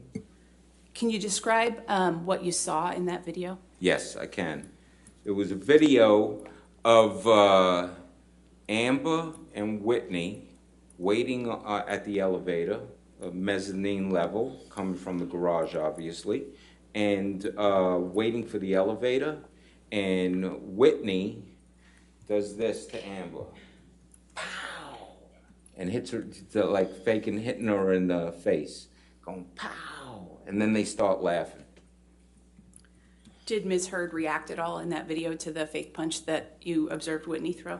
Yeah, she's laughing. After doing it, they both, laughing at with each other. Mr. Baruch, do you know who Elon Musk is? Sure. Have you ever seen Mr. Musk in person? Yeah. Where did you see him in person? First time was I'm getting into the elevator on the rooftop, penthouse level. I'm going into the elevator, and he's coming out of the elevator, going past me. And when did that take place? This is after May. This is sometime June, it could be July, but after May. In that same year, 2016? Yeah. And when was the second time that you saw Mr. Musk?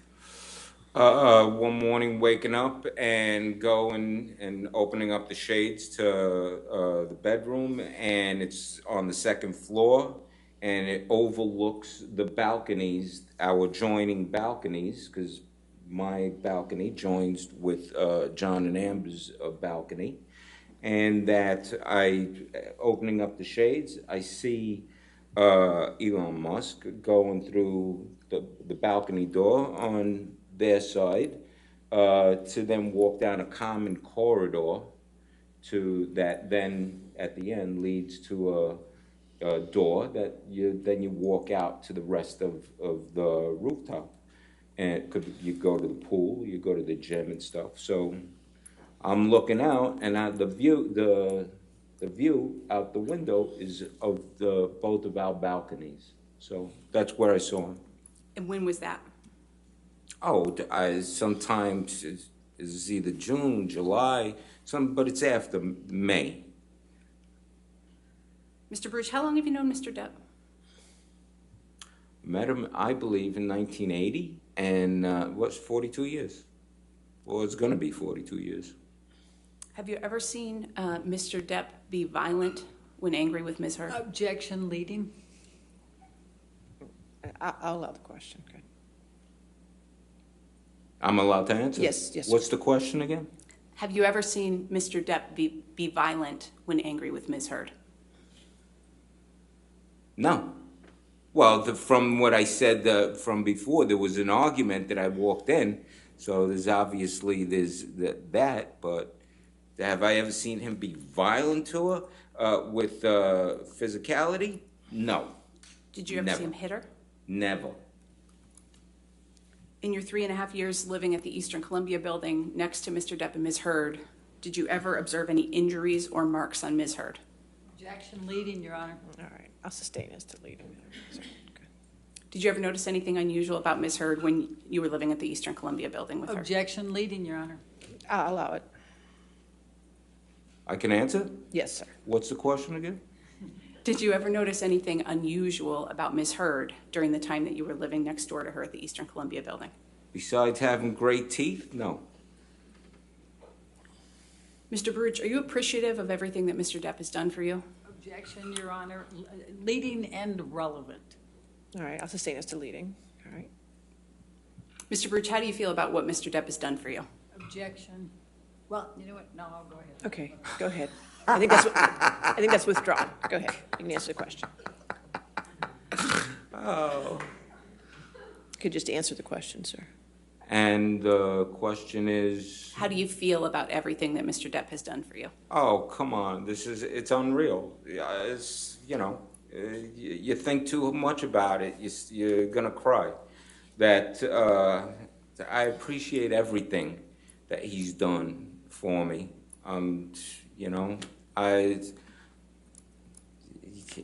It's like stuff you can't pay back.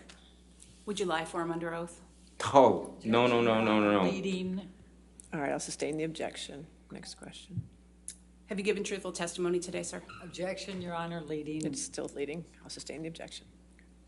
That's all I have. Okay, thank you. All right. Cross-examination. Let's start with the makeup. Now, you know that Ms. Heard was... Excuse me. I I'm didn't sorry? hear the beginning of what you started saying. I said, let's start with the makeup. Okay. Okay. You're aware that Ms. Heard has both modeled and been an actor and had been for many years before you met her, correct? I knew she acted. I didn't know she was a model. Okay. Were you aware that she had a commercial agreement with L'Oreal, for example? When, now or back then? What's your knowledge? I don't know any of that. Okay. Have you ever been with Ms. Heard when she has put makeup on? I've been in the room, yeah, when makeup was getting put on her, yeah. When makeup was being put on her, was this for some acting role or something like that? It was an event that they were going to. So that was somebody else applying makeup to Ms. Yeah. Heard, who was going to have some gala event that she was going to. Yeah. Okay. Have you ever been with Ms. Heard in her bathroom or anything when she's applying her makeup in the morning? No. Okay. Are you familiar with Amica cream? What is it? Amica? Amica? Yes. No. Okay. Do you know what type of foundation Ms. Heard uses? No. Do you know what type of concealer Ms. Heard uses? No. Do you know what type of tint Ms. Heard uses? I have no clue. Do you know what types of powders Ms. Heard uses? No.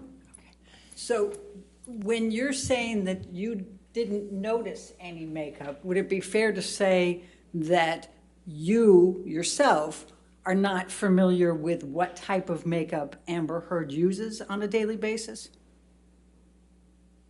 I don't know what she uses on a daily basis. That's my point. Now, the first time that you saw her, which was May 22nd, Yeah. Ms. Heard was there. Were you aware she was on her way to somebody else's birthday party, not yours, but somebody else's that day? No. Okay. Can you tell me what her hairstyle was that day? It's just down.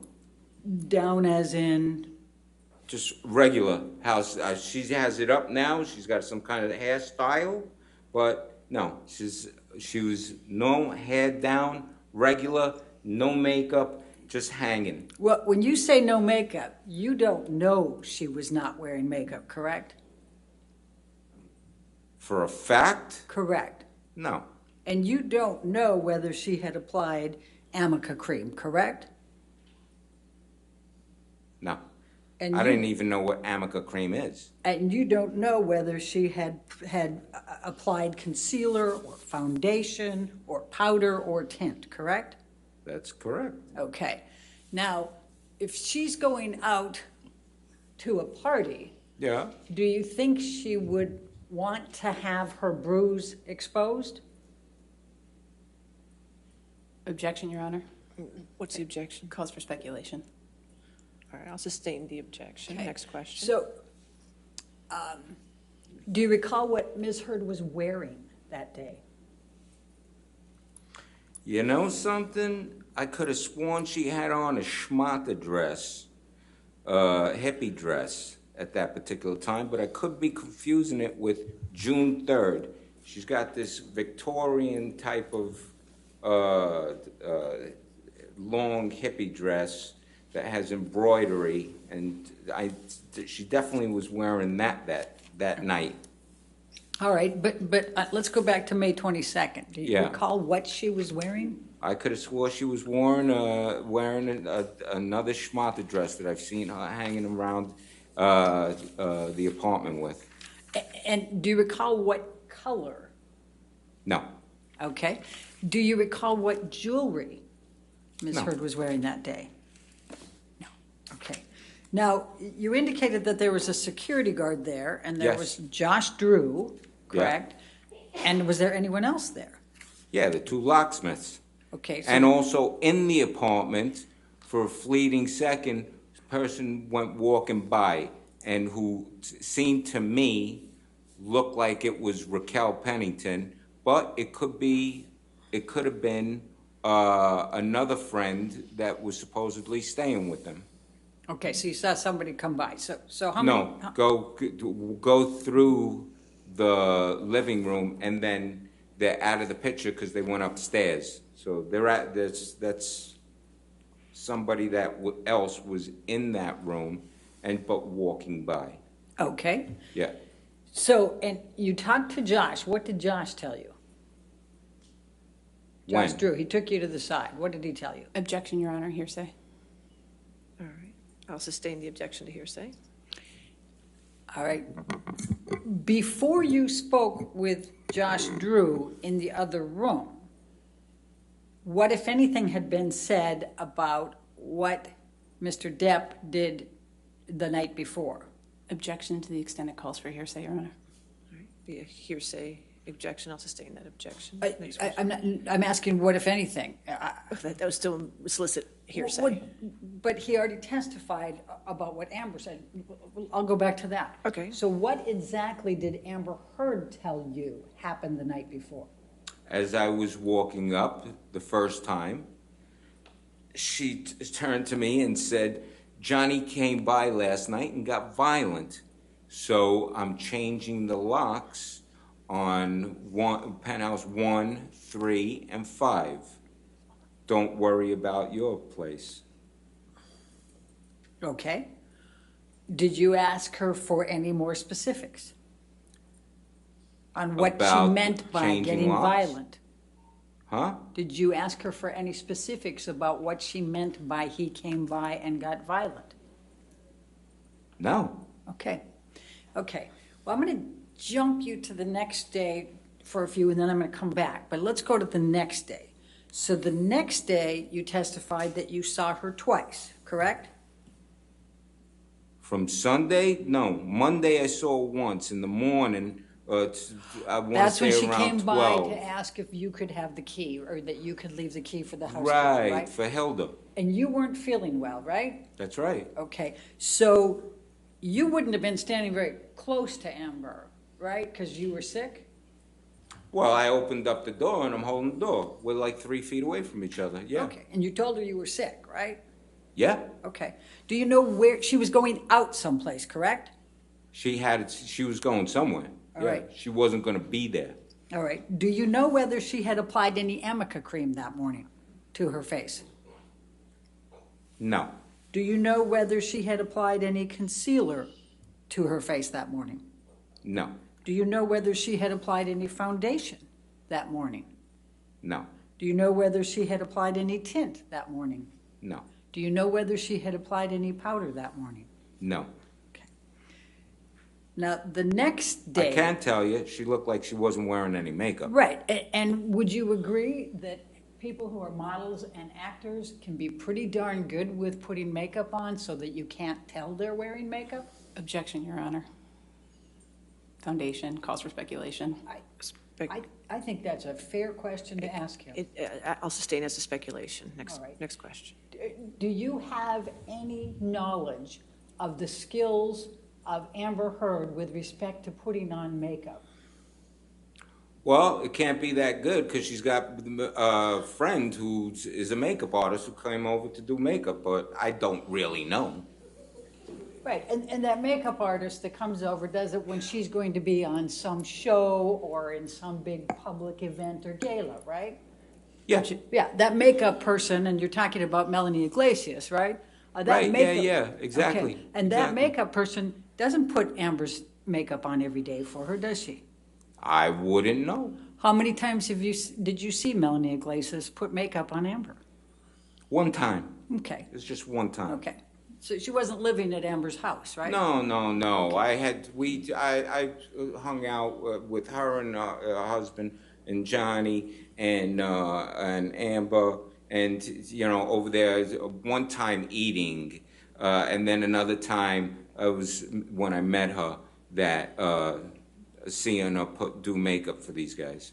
Okay, so you're not saying that Amber doesn't know how to put makeup on herself, correct?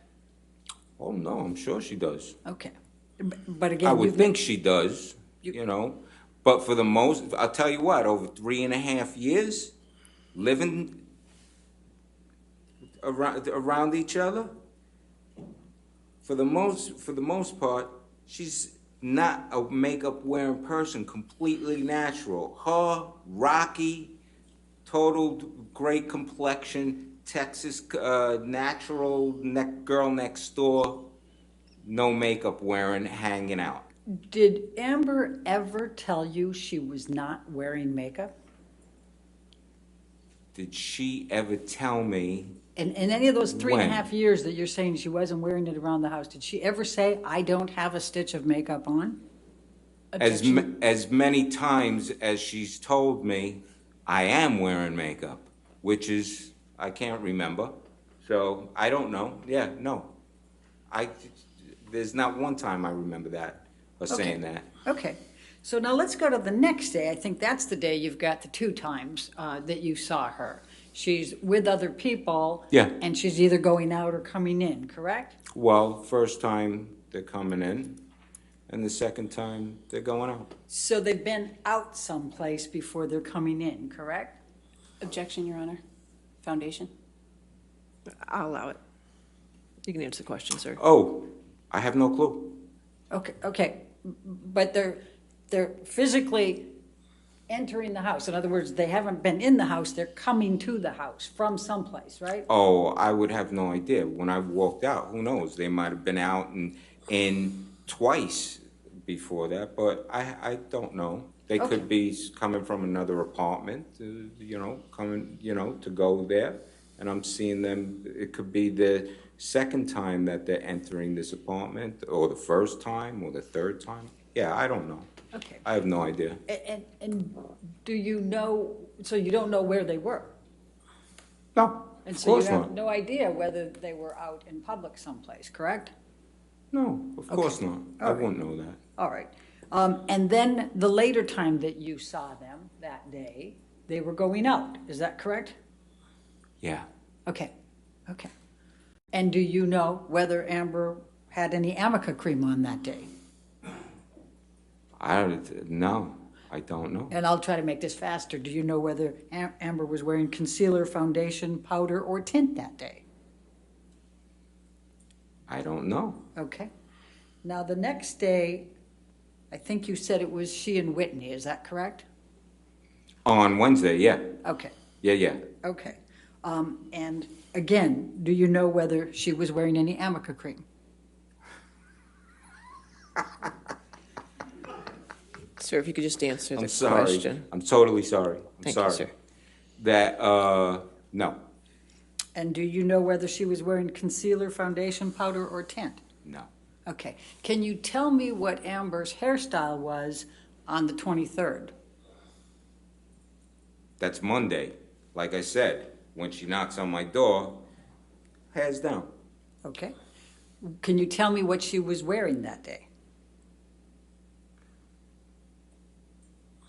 Not exactly, but if best of my recollection, pair of dungarees and a t-shirt. Okay. At the time when she knocked on my door to give me the key. If she went home to go change or something like that, I got no clue. Okay. Do you remember what color the t-shirt was? I think it might have been white, best of my recollection. Do you remember what jewelry Amber had on? Oh. Okay, let's go to the next day, the Wednesday, and you've got all these people here. Next day is Tuesday. Okay, next day, Tuesday, is when you had the bunch of people coming together to her house the first time, right? Right. What was she wearing then? You want to know something? I do remember a women's beige long coat, kind of like a woman's, not a raincoat, but it could be similar to that. It was a beige, long, kind of looking like a business coat type of thing, a female version of a Columbo jacket. Okay, and what was she wearing under it? Oh, I have no clue. Okay, and do you remember what jewelry she was wearing? No. Okay. Now, you said that on the 22nd that you kissed her on the cheek. What day? The 22nd, your birthday? 22nd, Sunday, yes. Okay, so when you showed it the first time, you went like this, right? And then the next time when you said you did the kisses, you went like this. What's your typical way of kissing women when you greet them or say goodbye? I'm not understanding any of what you just did. Okay, so when you, well, I'll just leave it at Amber. When you, I take it that you would regularly kiss Amber on the cheek when you used to say hello and to say goodbye? Yeah, Okay. absolutely. And tell us how you did that. Objection, Could you Your just Honor. show us how you did that? Which time, regularly? Oh, Did you have a different way of kissing her on the cheek different times? Or did you have a general way that you would greet or say goodbye to Amber with kisses? It's a regular, you give a peck on the cheek, or, like you just touch cheeks and Okay. that's that. So it's a pretty soft, it's kind of like almost a superficial one, or is it a really hard one on the cheek? No, it's, you kiss someone on the side of the cheek. I don't know, pressure-wise, what kind of talk is there? I mean, is lip it just talk? one of these little pecks, or is it much harder? No, it's a regular, you touch, you touch and boink, and that's that. So you think it was pretty hard? You peck her on the cheek pretty hard every time?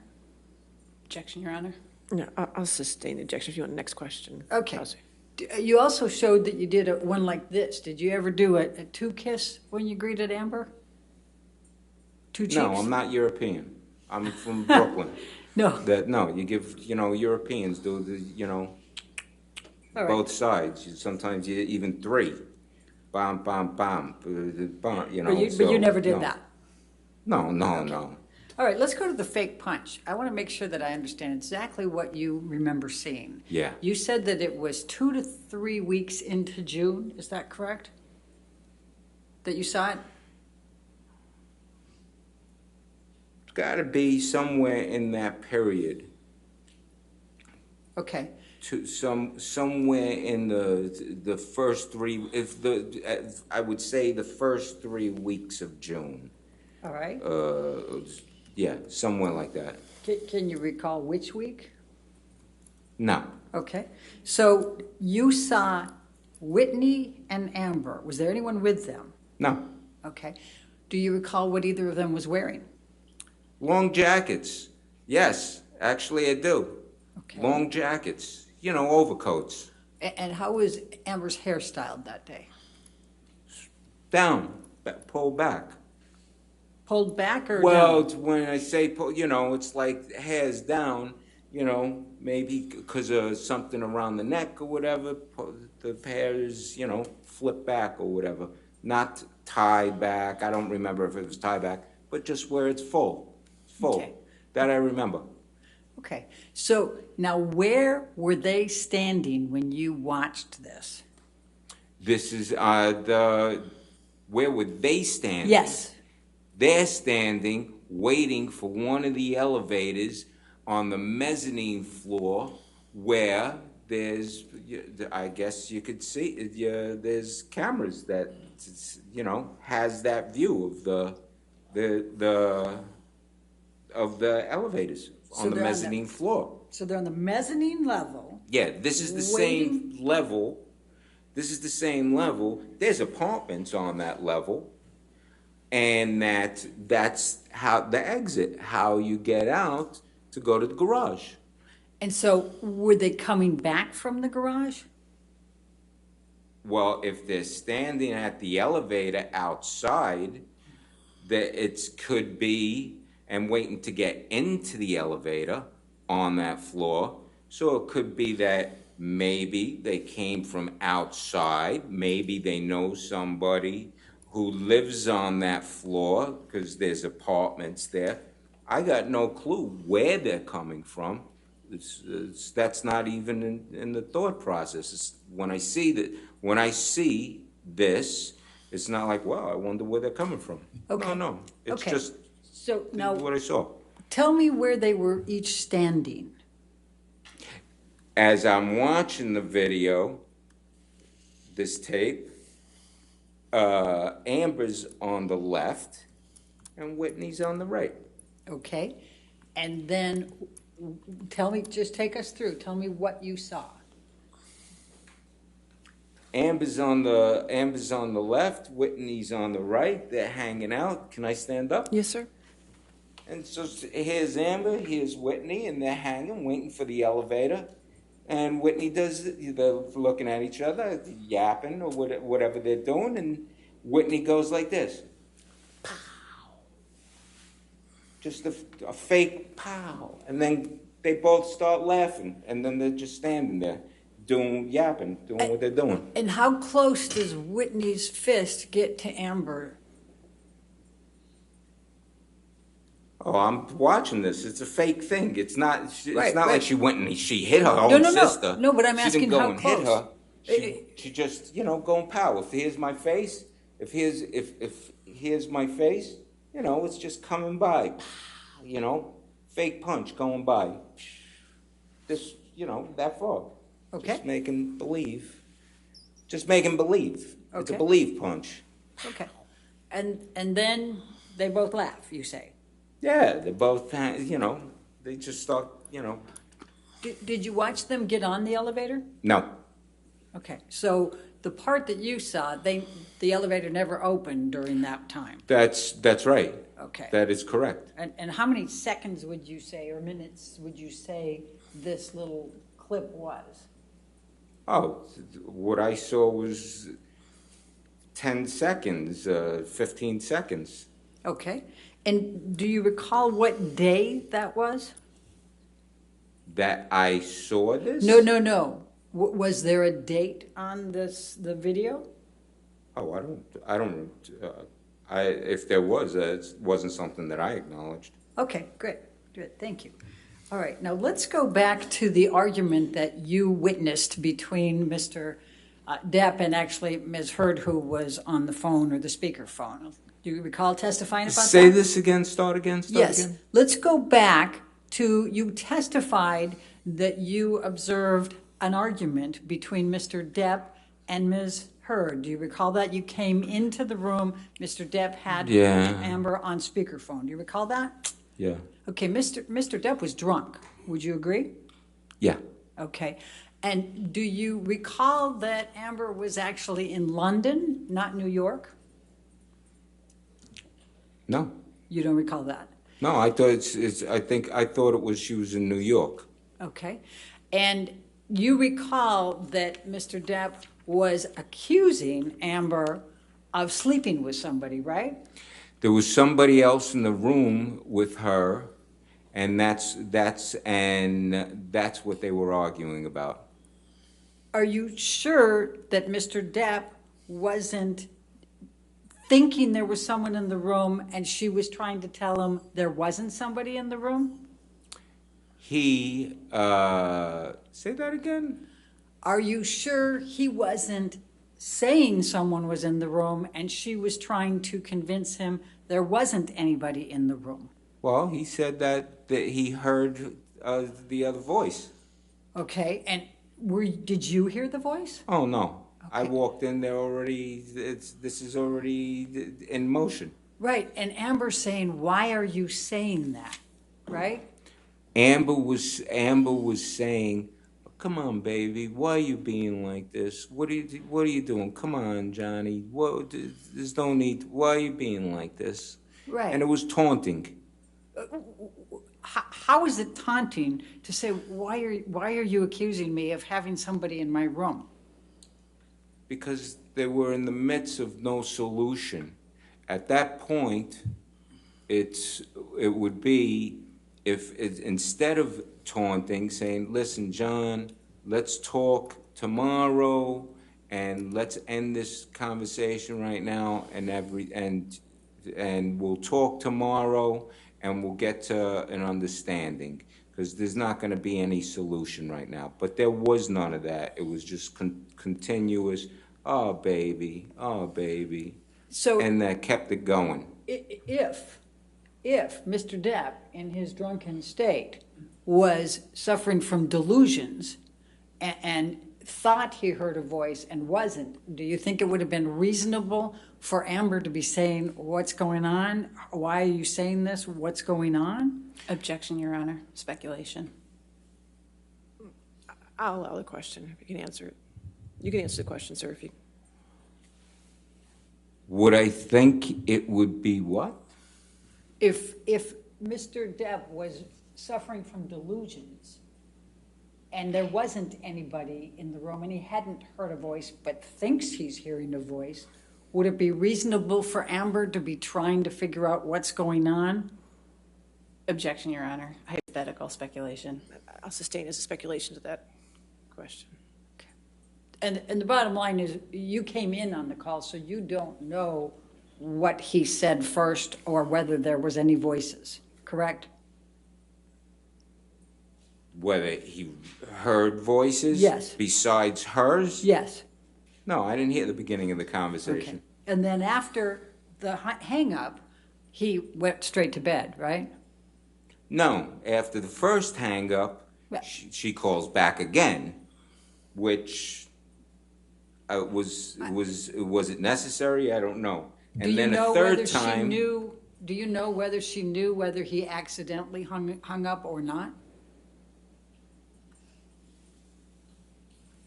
That he accidentally hung up? Right. Do you know whether she knew whether he hung up intentionally or accidentally? No, the same way that I wouldn't know if, like, she didn't know that the telephone line got cut. Right. Yeah. Okay. So after the 3 calls that you testified about, he went straight to bed, right? Went to the couch and laid down. Right. Yeah. And he was drunk. Yeah, and he went to sleep. Yeah, he went out. Do you know whether he'd taken any drugs that night? No. Now, you have known, you've already testified, you've known him for 42 years. Yeah. You didn't pay rent at the Penthouse, correct? No, no one did. Right, okay. And then after you finished at the Penthouse, you went over and lived with him in Sweetser, correct? I live in one of his house that he owns on Sweetser. And you still live there? Yes. And rent-free, correct? Yes. Okay. And has, other than the 100,000, you never paid that back, right? The 100,000 that he's given you? No, that's a thing that's a thing for me when how I look at it and stuff. At some point, I would love to pay back some that money, but that's not something that is expected. He's expecting. Would you say So- you're kind of beholden to Mr. Depp? No, I'm not beholden at all. He's given you $100,000, he's put you Over in a that period of- nice... I'm sorry, I didn't hear the whole question. Can you say it again? You were rent-free in penthouses for a number of years, and now you've been rent-free ever since in Sweetser? That's a nice friend. Yeah, okay. And I think you testified already, you're pretty angry with Ms. Heard, right? When? I wrote it down that you Oh, were... about the phony pictures that were taken and put in tabloids, and about the fake narrative, and about and the way she's trying to got a fraudulent DV claim to extort and blackmail a man. Yeah, that kind of got me Pretty angry with it. frustrated, confused, angry, upset. Yes, which is why I said the best thing for us to do is not to talk to each other. Okay. Yes. And was it fair to say you're still angry with her? Oh, you know something? It's 6 years. But It's we just heard you 6 give your years. version. Am I angry anymore? I'm not, what I am is tired, and I want this all to end. Her to go heal, him to go heal. So many people have been affected by this malicious lie that she started and she created, and it's gone out the door and around the world. And so I can't even paint anymore. I've stopped painting for the last who knows how many years, and that's affected by stuff. I'm not angry at anybody. I want the best for her to take her responsibility, heal, and move on. And for Johnny, his family has been completely wrecked by all of this stuff, and it's not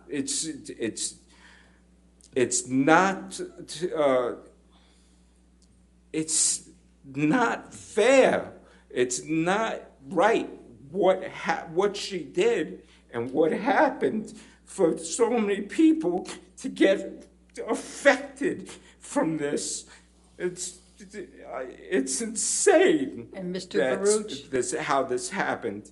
And Mr. Baruch, if in fact she's telling the truth, and if in fact Mr. Depp, who has engaged in enormous rage and domestic abuse and violence of Amber over a period of time that you wouldn't know about, then maybe it's time for him to take responsibility, don't you think? Objection, Your Honor. What's the objection? Speculation, lack of foundation, relevance. Speculation. He just went off on this rant and rave about assuming that she's... You asked questions. I didn't ask a question that launched that. I'm going to sustain the objection. Okay, All right, next you don't, question. I'll ask this. Okay. Mr. Baruch, you don't know whether Mr. Depp has committed domestic violence of Amber Heard, do you?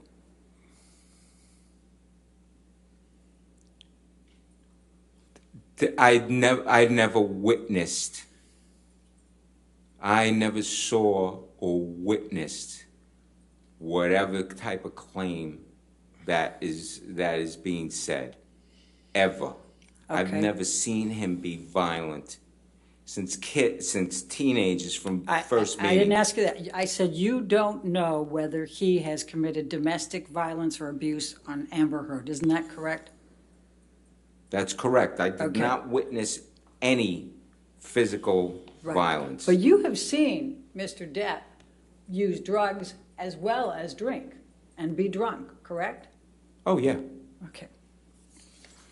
Now, I've how, partaken. I'm going to ask you to take a look. Let's pick up Depp Exhibit number 116 again. It's already in, if we can have that published to the jury. Ms. Birdhoff, how much more do you think you have? I think I can finish it up if you give Okay, me sure, 5 or sure. 10 more No, minutes, that's well. maybe less. Okay, all right. I'll Thank hold you. you to that. Okay. Okay. So, Mr. Bruce, I just want to make sure that I understand. This is the Penthouse thing, and you Ms. said... Birdhoff, if you could go to the microphone, it's just hard to hear you. Yep, I just realized that. Thank you. I Thank you. appreciate it. So on this diagram, when you got out of the, you said 9:30 today, but in fact, it was between 9:30 and 10 that you came back with your friend, correct? No, it was around 9:30. Could be 5 minutes one way, 5 minutes the other way. Could have been. Do you recall saying it was between 9 and 9, or between 9:30 and 10 earlier? Today? No. Did I said that? Do you recall, are you sure it was 9:30, give or take 5 minutes, or could it have been between 9:30 and 10? It was 9:30, give or take 5 minutes, 5 to 10 minutes, either way. And you saw a broken sconce. No, Correct. I did not see a broken sconce. What did you see? I saw a broken glass on the floor, shards of glass, pieces of glass, which I figured could have been a broken sconce, or possibly maybe something from the fire department stuff that's around the walls. So it could be something broken from that. But maybe one of the sconces broke. I didn't see a broken sconce. I just saw the glass. Okay, was there typically a sconce right there as you come off the elevator? Yeah, from my memory, there was sconces on the walls, certain places. Do you remember looking that night and saying, where did this glass come from? There's a broken one. Did you tie it together? No, it wasn't. It was an assumption. It had to come from some of those places because what the glass looked like to me looked like it might have come from one of those places. Could have been, maybe the sconce. Okay, when you said from the fire thing, were you talking about the fire extinguisher? and the No, glass from that? not the fire extinguisher. There was in the hallway, that first hallway that you go through, the doors that you walk through after you get out of the elevator, those doors, they're fire doors that you close. All right, hopefully no one gets burned to death. That would be, crazy. But then along the wall, I believe, by the staircase, because there's a door that's next to Penthouse 5, then there's the doorway, the stairwell door. And I believe there's a thing that's by the floor there that's got a glass plastic thing around it. So it could have been something from that. Your Honor, may I approach? All right, yes, ma'am. Counsel.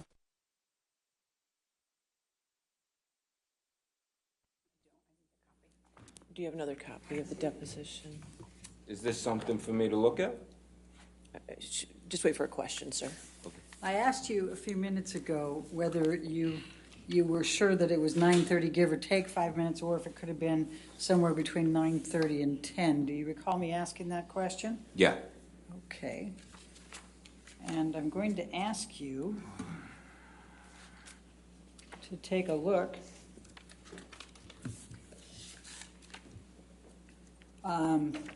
at page 39, do you recall giving your deposition on November 20, 2019? Oh, from down in Anaheim? Yes. Yeah, I remember that. And were you under deposition. That's oath the at that first- time? Well, that's, yeah, I Okay, and think that- that's, I believe so, It yeah. was about 2.5 years ago, wasn't it? 2, 3, yeah, like between 2 and 3 years, yeah, sure. All right, so if you could take a look, starting on page 39. Hang on a second.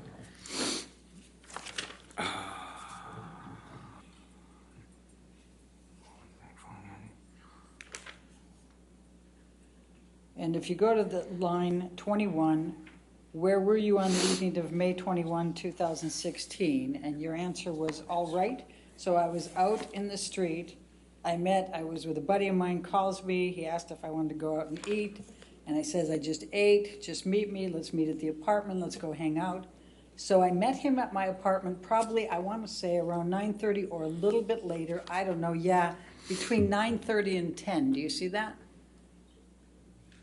So I met him at my apartment, probably I want to say around 9:30 or a little bit later. I don't know, yeah, between 9:30 and 10. Okay. And that ends up, So does that I mean, refresh your recollection that it could have been a little bit, somewhere between 9:30 and 10? I go more with 9:30, give or take 5 minutes, because it could have been 9:20. Okay, It could but, have been 9:25. But- It could have been 9:35, but I go with 9:30. okay. And did you see any police officers? No, Okay. Did you ever hear any police officers? no. Okay. So let's go back to this 116 for a second. And you said that you saw a lot of wine right outside of Wait a Penthouse. second, it's line 115? Sorry. The exhibit that's in front of you on the screen. Oh. So you go by Penthouse, now I have to hurry up to make my promise to Your Honor. So you see Penthouse 1 there, and you said that the wine was in that area, right? It's in front of the door. Okay. It's a little, it's gonna be 1.5 feet, 2 feet up further north. North, closer on the way to PH3? No, it's right in front of the doorway. You have it past the doorway, the blue dot.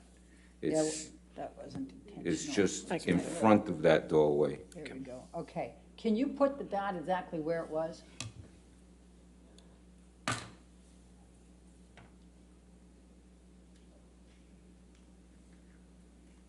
Okay. Can I move that dot? And how much wine was there? It's a puddle It was a puddle. of wine. Could you walk past it without seeing it? No.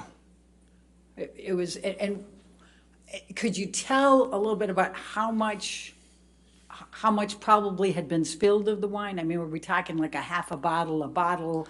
Looked like, a couple of glasses of wine, making a puddle. Okay. Wasn't like a full bottle. That's Okay. That's a bit more. Okay, thank you. Your Honor, I do have another exhibit I need to put in, and Okay. I think that might take a little bit longer than a couple of minutes. Well, how So- much time are you talking? Well, I mean, I can do it as fast as I can, You but. can try. Okay, go ahead. then can we Heather, can you pick up, well, it's going to be Plaintiffs Exhibit 548. Now, do you have a recollection of Mr. Depp having a volatile relationship with his earlier partner, Vanessa Paradis? No, but then again, I wasn't. I met her a couple of times. I wasn't. We weren't.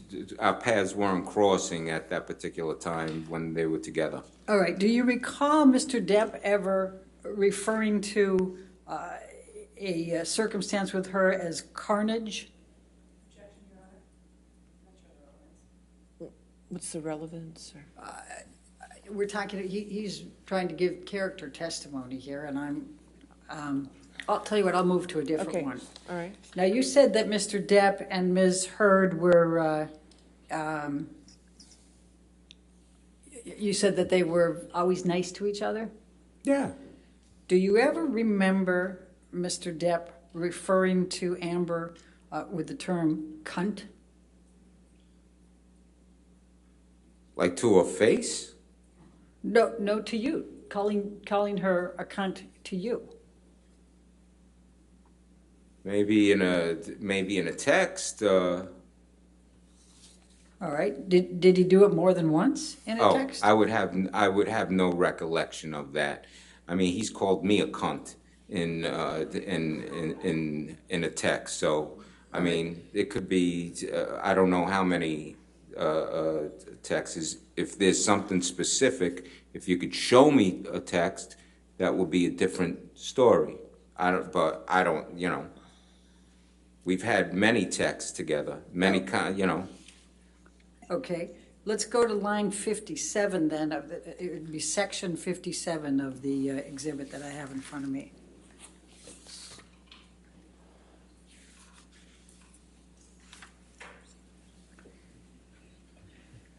Now, this is a text message between you and Mr. Depp. Do you see that? Well, there's 80 million texts on If you there. go down to 50, go to the one that's number 57. 57 from. Objection, Your Honor. This is from me to him? I'm sorry. May I approach? Okay, sure.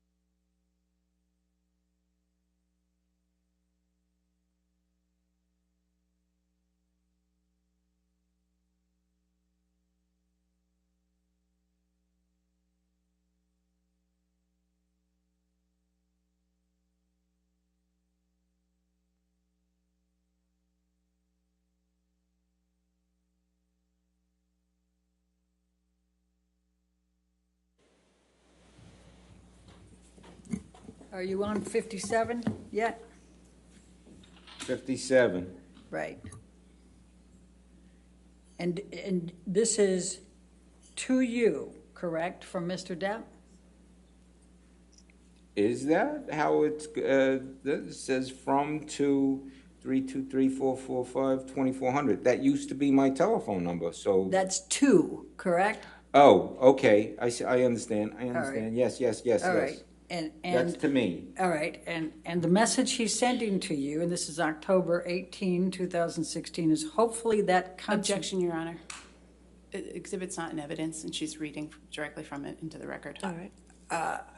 All right, does this refresh your recollection that Mr. Depp referred to Amber Heard as a cunt, and in fact, cunt's rotting corpse is decomposing? Objection, Your Honor. Sustain the objection if you could rephrase. I'll ask it differently. Do you recall Mr. Depp ever telling you that he, in base terms, hoped that Amber's rotting corpse is decomposing Objection, in Your the Honor. trunk of a Honda Civic? I'll allow it. I'm not understanding the question. Say it again? Do you recall Mr. Depp ever telling you that he hoped that Amber Heard's rotting corpse is decomposing in the fucking trunk of a Honda Civic? Objection. I'll allow it. Yeah. You can answer the question, sir. Yeah, I say yeah. I'm seeing it here, so obviously, yeah, it was said. Okay. It was written. And then go to 59, please.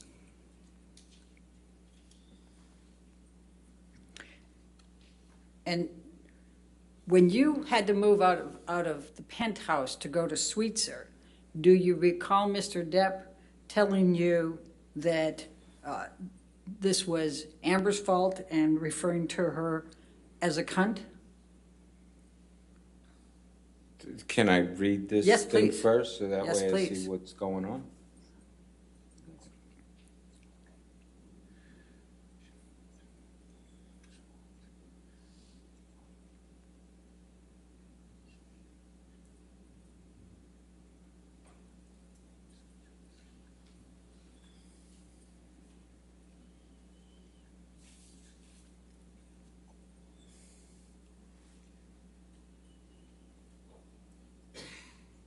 So now, I've just read this, and I understand, I remember this exactly, because this is the period of time, I'm moving, and he's selling the apartments, and there's people who are coming over, I'm still living there, and it would have been better off if I moved out, so that way then the real estate people can look at it and not come in and look at the kind of paintings that I make and all that kind of crap. But my And question so- to you is, do you recall Mr. Depp calling Amber Heard a cunt and saying that it was her fault?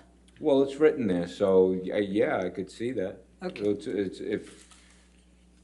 Well, I don't, that's not what he says. He says that cunt ruined such a fucking cool life we had for a while. I don't know, that's not. And he says, I can't even look at the building anymore, correct? Right, I can't even Right. look at the And building he's anymore. selling it, right? Exactly. Okay, thank you. I'd like to move the admission of those two limited. Oh, excuse me, one moment. Objection, Your Honor. There are some, it's a significant exhibit. There's definitely some hearsay in there. I think I'll reserve on that, on the entry of that, okay, and we can discuss it later time, okay? Are you done? I don't know. My cookouts was saying I should go with that. Or, I'm not going to I'm reserving on whether, so are we done with cross? Yes. Okay, and redirect briefly? We're going to be done with this witness before lunch. Okay. There we go. Understood, Your Honor. Okay.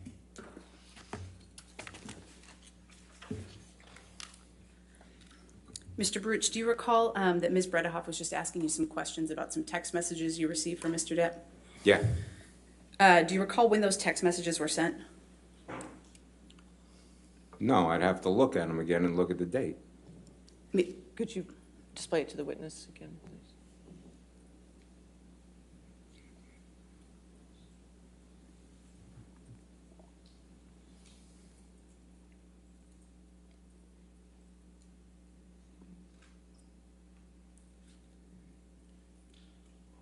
And I believe we looked at lines 59.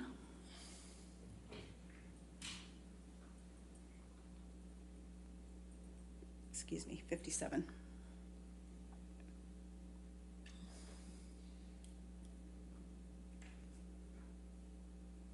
you see the date of when you received that text message? All right, hang on. October, November.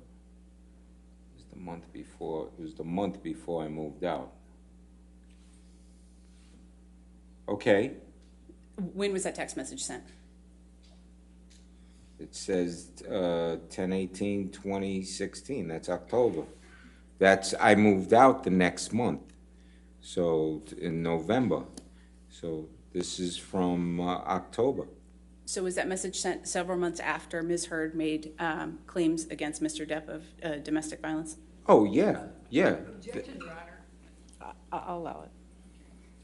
Yes, of course. This is after this whole fiasco that she started. And if we look at line 61, What am I looking, 60?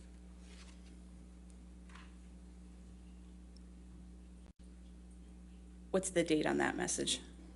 It's 10/28, October.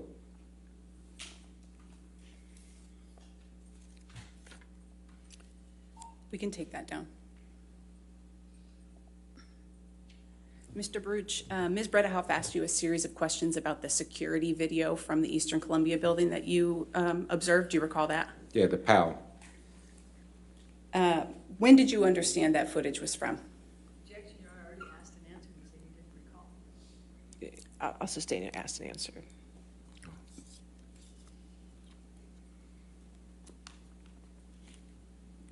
Did you have an understanding at the time that you saw that video of when it was from?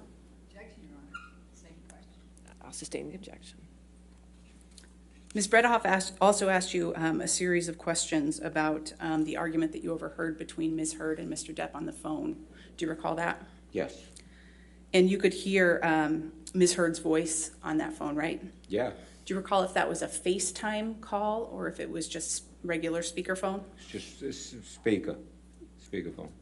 And what did you understand her tone to be on that call that you overheard? Objection, Your Honor. What would he understand her tone to be? I'll allow it if you can answer. It's fine.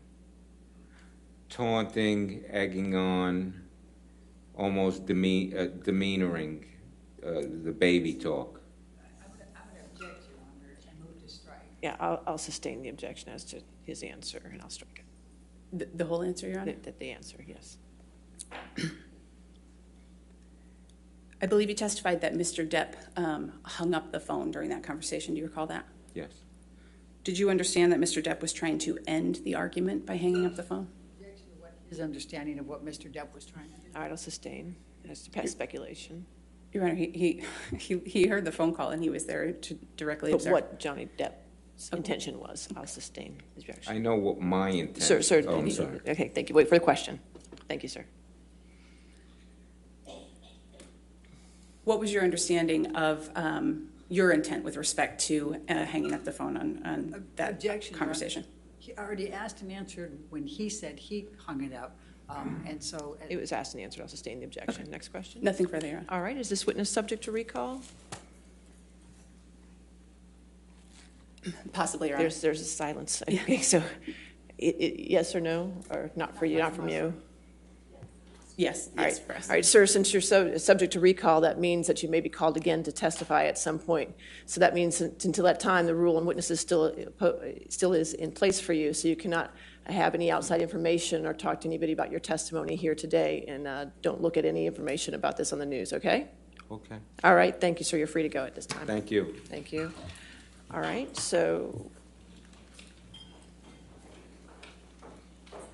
All right, ladies and gentlemen, we'll go ahead and take our afternoon lunch. We'll give you till 2:30 to take care of lunch. Again, no outside information, and please don't discuss this case, okay? All right, thank you. Have a good lunch.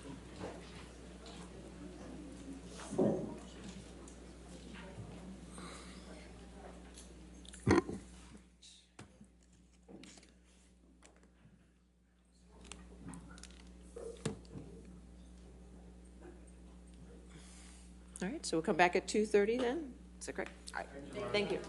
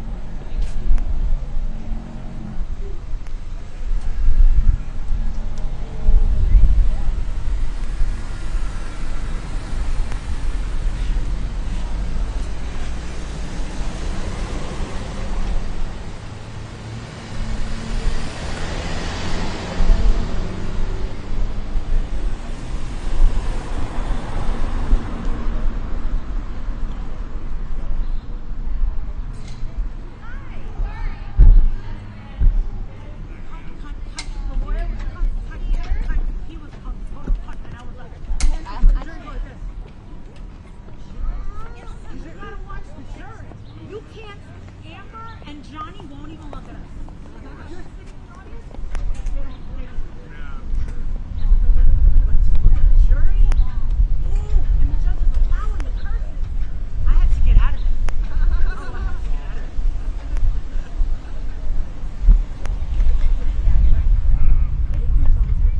Oh, I had to get out of it. If they didn't reach it, yeah, I got here and I was like, if all you have to do is go and say, I found this in a dumpster. You can go in later, I didn't know that. yeah. What time did you get here today?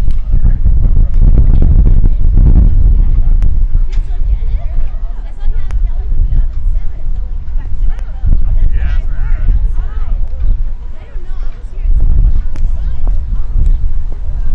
Well,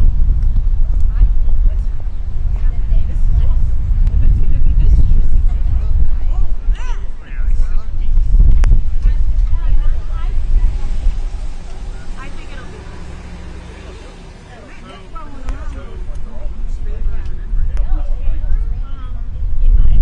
my opinion, Is that thing too from what I can see, they're citing the car. that's like It's fire. all green here, and I can see Just it. by the shirt. I'll tell it right now.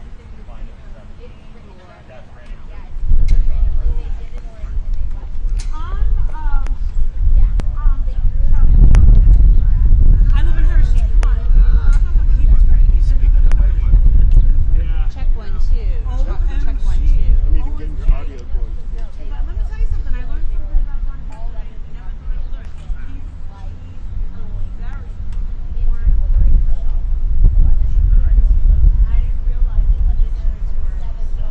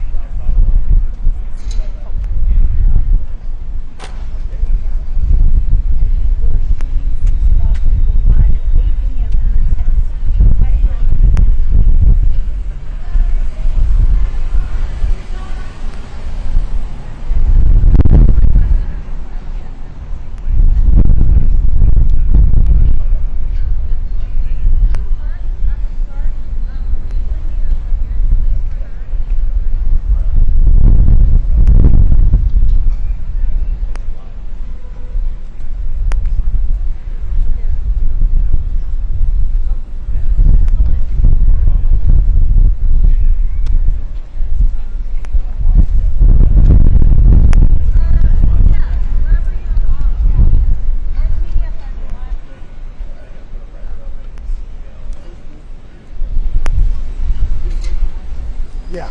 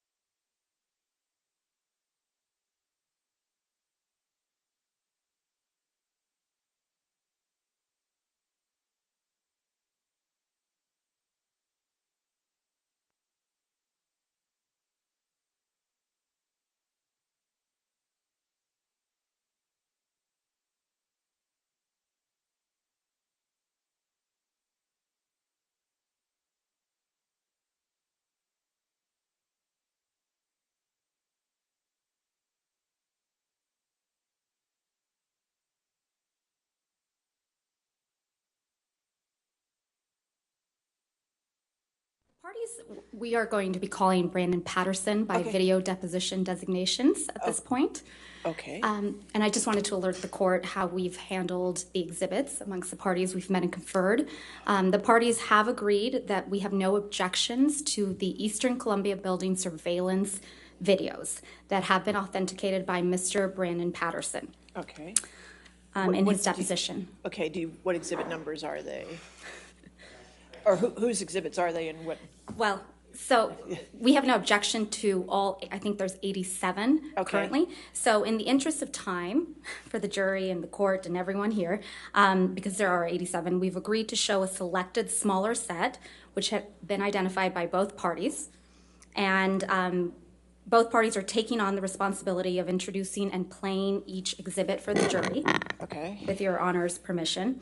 So since Mr. Depp is up now in his case in chief, we are going to be playing the video deposition of Mr. Patterson.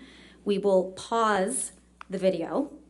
And then when one of Ms. Heard's exhibits comes up. No, I'm sorry, the deposition, the person, just one time, when that deposition, we're just testimonies once. We understand that. Oh, you're doing, then you're gonna pause right now and then you're gonna do it? I'm just confused. I'm sorry, Your Honor, let me be a little bit more clear. We're going to pause the video deposition of Mr. Patterson Okay. to allow Ms. Heard's counsel to publish Okay. the exhibit, which is also Okay. a video, All right. surveillance video. I know, it's confusing. Okay, it's gonna be a little difficult, okay. Right, so we ask that the court perhaps remove the publishing from Mr. Depp's counsel's table and allow Ms. Heard's counsel to publish that exhibit, which is a surveillance video, and play that. Okay. Each side has taken responsibility Okay. of the clips that We they can do would that. like to play, Yeah. if that But makes sense. how many times is this gonna happen? How many do you have, Adam? We have 6, Your Honor. You have And there's 6 clips, which probably the longest is less than 2 minutes long. Okay, And they have like 10, and again, they're all relatively short. And what happened in the deposition was that the witness saw the video and then testified. to so it. you'll pause it when the witness is watching the video, we're gonna watch the video? Your Honor. Okay, all right, and how long is this video? I believe the entire deposition is about 1 hour and 48 minutes. 1 hour and 48 minutes? And Okay. with the exhibits, I anticipate it might take us till the end of the day. Okay. But no promises about that. That's fine. I still need the exhibit numbers. I can give you your, Okay, if we can. Would you like to read them into, I can read them. I can read That's fine, if you would precursor with whose exhibit it is. So I have 2 lists, so I just want to make sure I get Okay, it. sure. go ahead. All right. So I'll give you ours. Okay. It would be 670, 670, 671, 671, 672, 672, 673. 73. I'm sorry, I'm going out of order here now. 666, That's okay. 666, 680, 680, 681, 681, 682, 682, 683, 683. 684, Okay. 685, 686, 687, 688, 668, 690, 691, 692, 693, 669, 694, 695, 696, 729, 743, 745, 746, 744, 750, 751, 752, 753, 755, 780G, 780R, 780X, 789A, 789B, 789G, 789H, 789L, 789N, 789R, 974. And I believe we had 1041, which I think was what actually came in from your, today, the plans for the ECB. I think that's the same thing, but it was 1041, and I'm not sure if you're objecting to that. No, so 1041. Okay. Just want to All make right, sure. so you're entering all of those into evidence and there's no objection, correct? Well, Your Honor, I just want to confirm one thing with counsel. Sure. May I confirm? Sure, with him very that's quickly? fine. This doesn't include the covered meeting video Go ahead. in the kitchen, correct? So just to confirm. I'm confirmed. Okay. Yes. As long as they're all Eastern Columbia surveillance videos, Your Honor, we have no objections. Which they are. Which they are, so they're all entered into. Except for the plan, which was that one I just Right. talked about, yes. Okay, so those are all entered into evidence then. All right, and yes, ma'am, yours?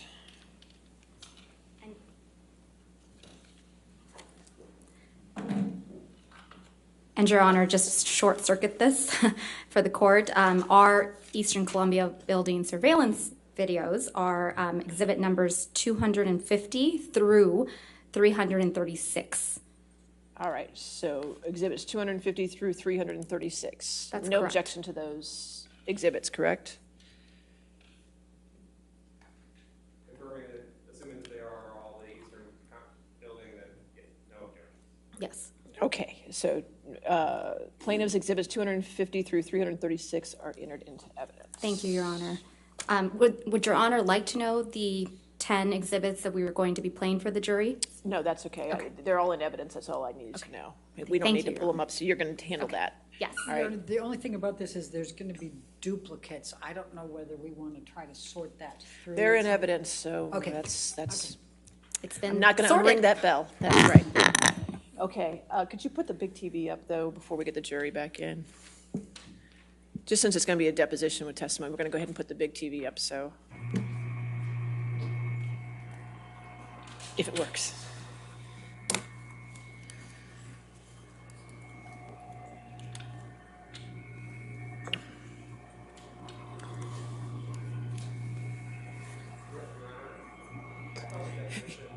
Could you speak a little louder? I'm sorry.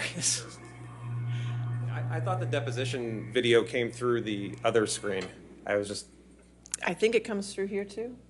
Yeah. oh, it does? Okay, great. Yeah, we'll, when you have a remote witness, the remote witness will stay up there. Right. And then you can use those screens as well, but when you're using deposition, we can still see it over Okay, here. fantastic, thank We'll you. just publish it to the big screen. If you want to set up before the jury comes out, just to make sure you have the person. Let's just make sure it's all working before we get the jury.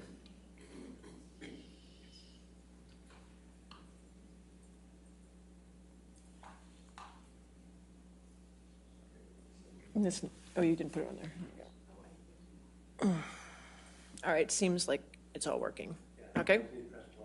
No, that's fine. All right, are we ready for the jury then? Okay?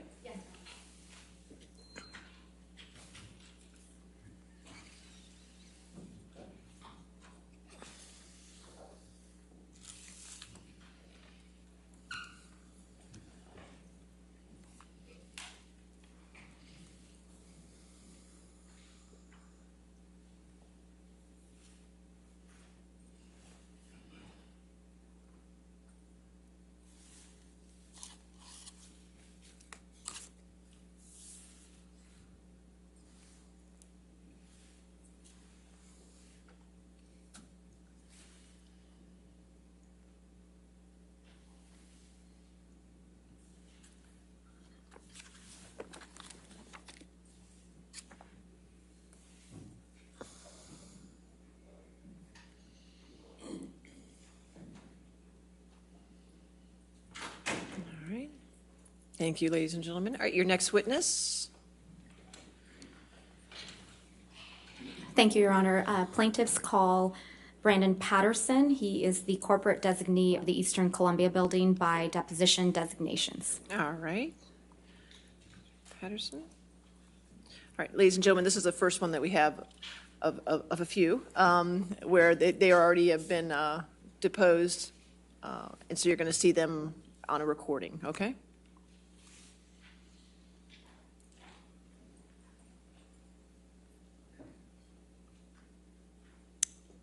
volume.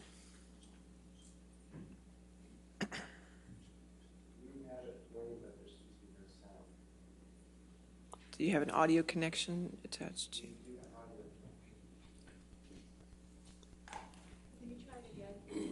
Try it one more time. Could you push play one more time? General manager. Can you turn it up? For what? If you could please state your name and address for the record.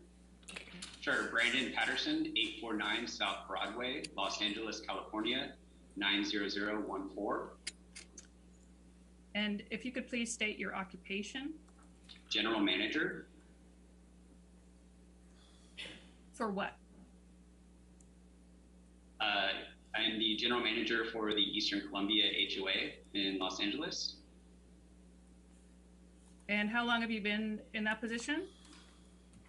I've been here at the building 6 years. Okay, were you there in 2016? Yes. And are you here under a subpoena as the corporate designee for Action Property Management? Yes.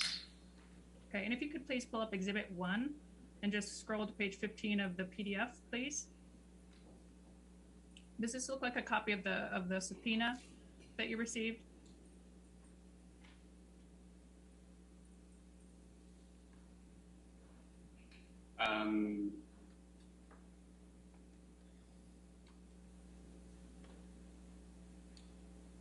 Yes. Is it okay if I call your building ECB? Yes. Is it your understanding that ECB has produced these 3 categories of documents and films? Yes. Please go to Exhibit 2 and scroll to page 8. And does this look like the topics of the deposition of the subpoena for testimony? Okay. Is it your understanding that you're the most knowledgeable person on these topics? I am the most knowledgeable within Action Property Management as it relates to these items. Are you responsible for managing any of the records or preserving any of the records and videos at Action Property Management? Specifically as it relates to Eastern Columbia, this is the only property and building for Action that I manage. So Action as a whole, I can't speak for that, but as for ECB, yes. Thanks. And this whole deposition will be just referring to ECB related to Action Property Management. What was your role in locating the videos responsive to the subpoena? The videos had been saved from the original case. I don't recall the exact year that was. I think this is number 4 now. So I provided the video that was requested, that had been saved as the only videos that were requested and saved. And who saved them? Was that you or someone at Action Property Management? I had initially worked on saving them when I received the first list. And I guess I don't know if you're referring to the first set of videos that was ever requested or subsequent subpoenas, I guess, as this refers to, that were already saved, and I just transferred the already saved documents. So we'll get into more details. But when was the first time you saved security footage relating to ECB in response to a subpoena? Like I said, I don't recall the exact year. It was the first case between Depp and Heard as a response to subpoenas that we had received from both parties. And what was your role in preserving those videos from that first time until now?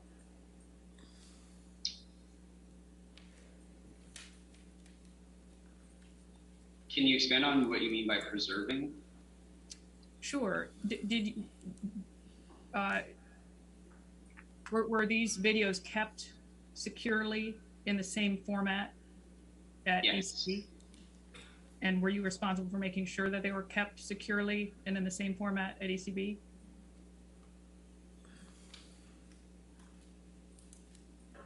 Yes. How many cameras are there at ECB in 2016?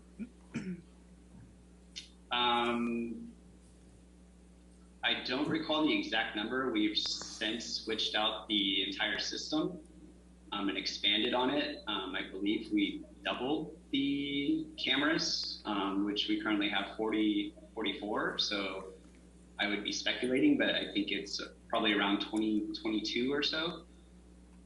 Originally. And where in 2016 were the cameras positioned? Throughout the common areas. And did ECB take them as a matter of course, sort of all day, 24 hours a day? The recordings were 24/7. The concierge staff periodically does review them, just as part of their daily duties. But the video footage is recorded onto a DVR back then, I believe it was like a 20-day period before it was written over. Is it correct that you're not represented by an attorney? I am not. Did you review any documents or videos before the deposition?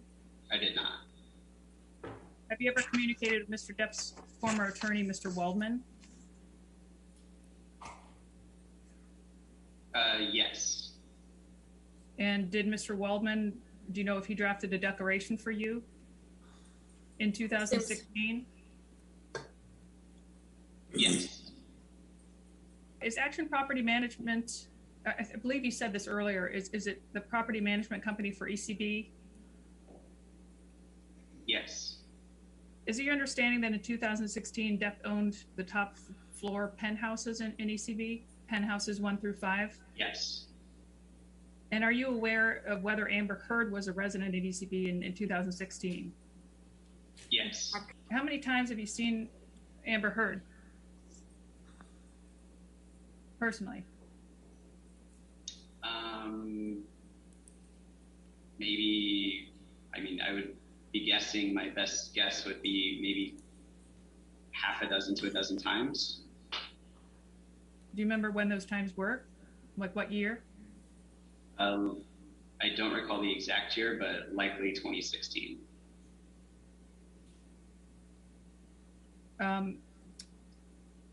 So moving to May 21st of 2016, are you aware that officers were called to the penthouse of ECB on that day? Yes, I am aware.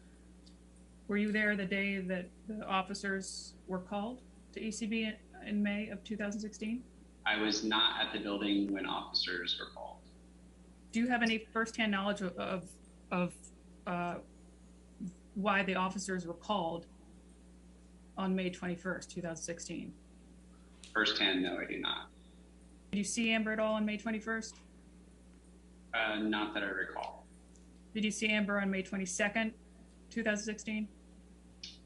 Not that I recall. Did you see Amber on May 23rd, 2016? The timeline is 2016. I don't recall the specifics of those dates specifically. Can you testify to whether you saw Amber Heard at all the week of May 21st, 2016 personally? I don't recall the dates now. Did you personally interact with Mr. Depp at ECB in 2016? No, I never did. Have you seen Mr. Depp on video footage in 2016? Yes. You could please bring up Exhibit 3, please. How would you describe Mr. Depp's behavior in that video? I would describe it as animated. And do you have any, in the times that you've seen Mr. Depp at ECB, did you ever observe Mr. Depp in an animated manner like you saw in the video? I do recall a video of Mr. Depp in the elevator, I guess in an animated state. And was that in 2016? Yes. And do you have any familiarity with, have you ever seen Mr. Depp appear angry in the times you've seen him at ECB? I wouldn't say angry, I use the term animated. And what does the term animated mean to you? What I saw in the video. When were you first, Mr. Patterson, when were you first contacted for video footage after the May 21st police call to the building? I don't recall the exact time frame. Do you remember who contacted you about the May 2016 video footage? Who first contacted you? I do not recall. You know who selected what copy to preserve and what to preserve? The attorneys from both sides submitted a list of video times and dates to be preserved. And do you remember what times and dates those were, roughly? I don't have a time frame now.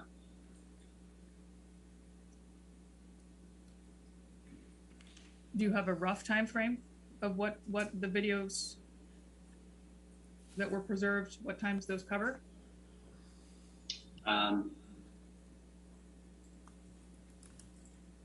My rough recollection is that May 2016 timeframe. Was it after the May 21st incident, that time frame? Yes. And do you know what role Mr. Depp's lawyers played in the selection process? The attorneys came to the office here, set up a viewing area, reviewed video footage, took notes based on that review, and those dates and times were provided to retrieve the video and save.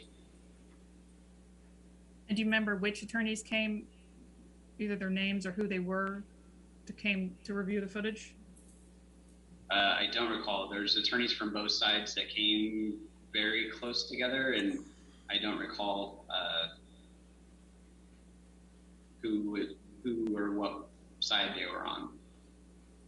And was all of the footage that they selected preserved? Yes. And were all of those videos that were preserved taken in the ordinary course of ECB's business operations? Can you rephrase that? Sure, it's ordinary, is it not, for ECB to have these cameras rolling, and the videos that were preserved were from those cameras that were rolling in the ordinary course of business? Yes, correct. And do you know how many video clips ECB preserved pursuant to the requests from attorneys? I don't recall the exact number. It was whatever was on the subpoena. We provided exactly what was on there. Does the number 87 ring a bell? Or how many videos? Yes. And do you know where the videos were maintained from 2016 until today? They were on a portable drive here in my office. At ECB? Yes. And how are they maintained? It was on a portable hard drive.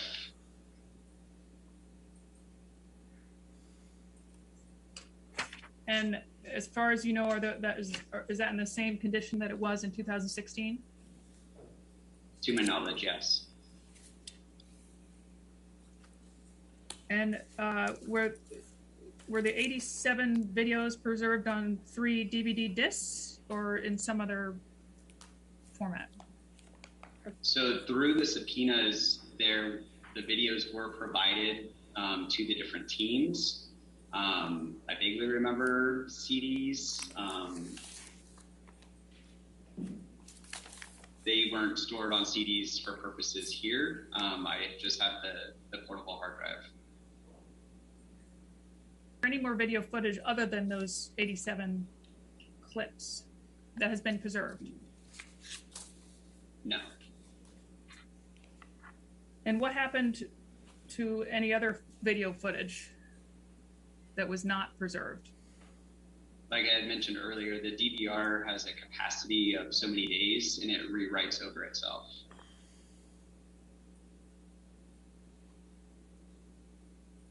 And just for clarity, I just want to make it clear, how did you decide what May 2016 video to preserve? The only videos that were preserved were the ones called out via the subpoena by the various law firms, or the two law firms. And do you know why there's no footage from May 23rd, 2016?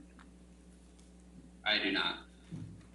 And you mentioned that both sides requested preservation of the video footage. Is that right? Yes, correct.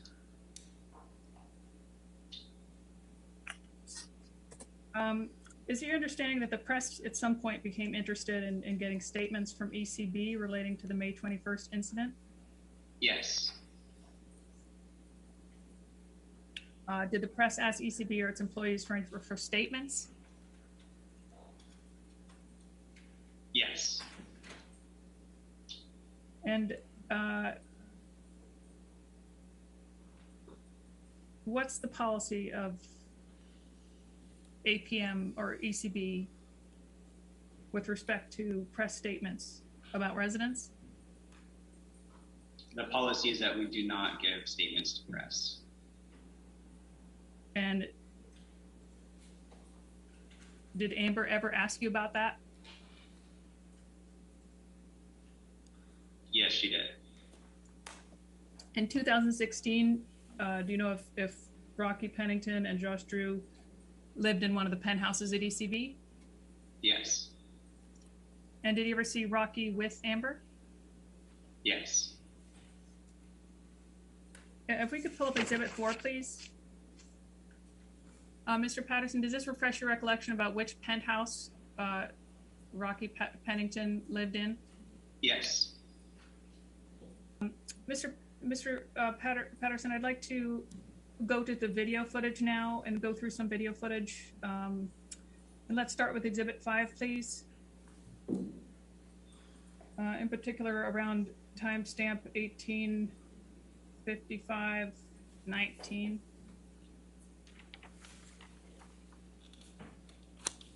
Now, Your Honor, I think we need to switch it. Okay. All right, we'll do that.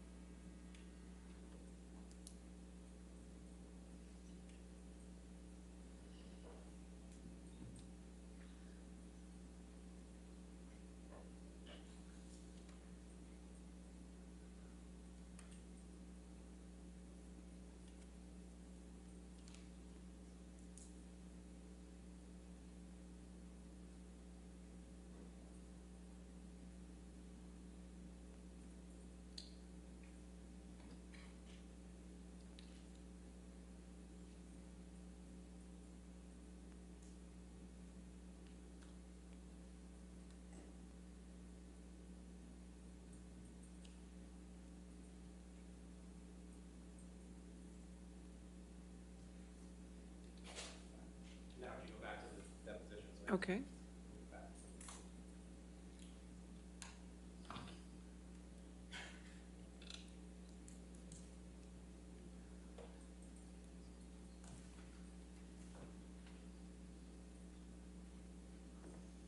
Mr. Patterson, do you recognize this area?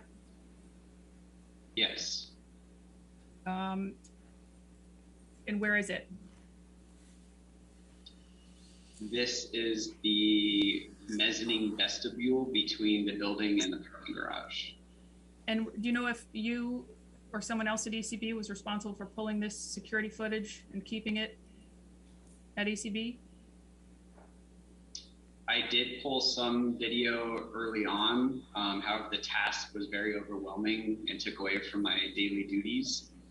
So the task was sent off to an outside party to pull all the videos based on the subpoena list.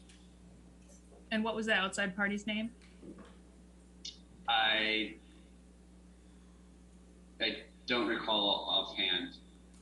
But was it at the direction of you or ECB Yes. to assist you with time, or is that why? Yes, I did not have the time to go through all of the video footage to record it. Sure. Do the ECB video cameras have time and date stamps as a matter of course? Yes. And in your experience, are those time and date stamps relatively accurate? Relatively accurate, yes. And did you recognize the men in that exhibit? Can you replay it, please? Sure.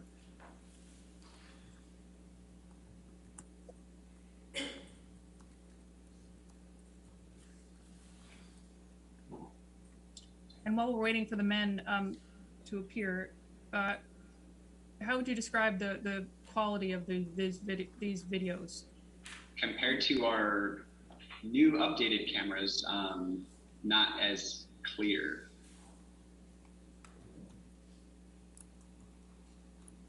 And can you be more specific about not clear? Would you consider these to be grainy? I would say this video here in the pause state does appear to be somewhat grainy. And does it appear to be just a little bit blurry? Yes, this video as I see it now looks a little blurry. And did you recognize the men in this video clip? Yes, I do recognize Mr. Depp. The first gentleman looks familiar. I can't place him at the moment. And do you have any reason to believe that the date and timestamp are not accurate? It does seem consistent with the time stamping of the video. So unless it was somehow altered, I would say it appears to be accurate. And the video camera that you preserved in your office at ECB since 2016 has not been altered. Is that correct? Correct. Let's move to Exhibit 6, please. You recognize where this is?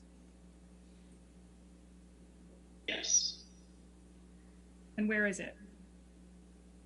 This is the mezzanine level again. Vestibule, the mail room is directly behind it, leading to the elevator vestibule. And does that look like it accurately portrays the scene? This shot accurately depicts the area, correct? And do you recognize those men? As I previously stated, I do recognize Mr. Depp. The other ones I do not. And did the date and timestamp look accurate? Yes. If we could please go to Exhibit 7.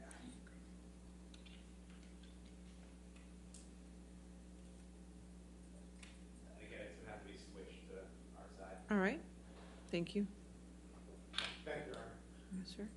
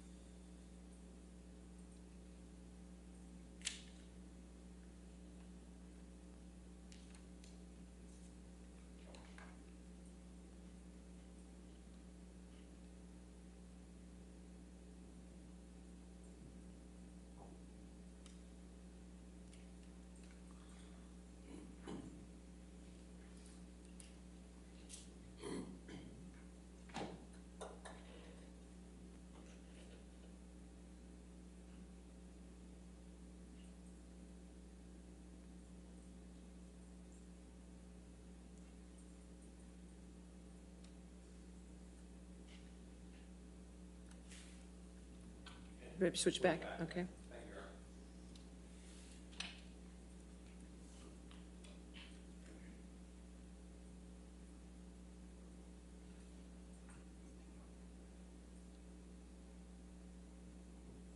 And do you recognize where this is, Mr. Patterson? Yes, I do. Okay, and does that look like a clip from the surveillance video in the elevator at ECB? Yes. And does it accurately portray the scene? I don't know what you mean by scene. Does it look like ECB, like the elevator at ECB? Yes. And is the quality of this a little bit grainy as well? As it's displayed right now, yes. And do the date and timestamps look accurate, like ECB keeps in the regular course of business? Yes. And could we please play the video so we can see who's getting on? And do you recognize those people getting on the elevator, Mr. Patterson? Yes, I do recognize Mr. Depp. And is smoking permitted on elevators at ECB? No, it's not. Let's move to Exhibit 8, please. Do you recognize this as ECB video footage? Yes. And do you recognize the men on the elevator? As I previously mentioned, Mr. Depp only. And do those date and timestamps look accurate? Yes. How would you describe Mr. Depp's movements on this elevator? I'll use the description animated again. Is he also swaying from side to side? Does this footage generally look like the footage that you preserved from 2016? Yes. Let's move to exhibit.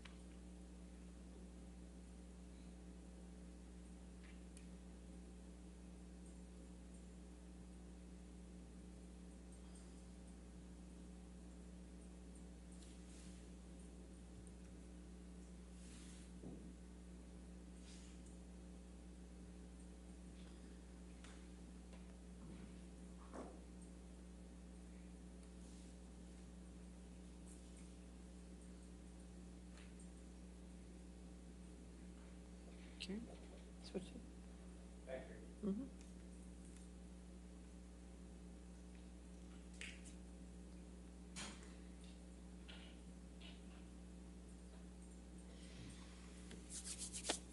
And do you recognize this area? Yes. What is it? This is the same shot that was previously shown, the mezzanine vestibule. And is it shot from one of the ECB surveillance cameras? Yes. And does this look like one of the ones that was preserved since 2016? Yes. And do the date and time stamps look accurate as far as you know? Yes.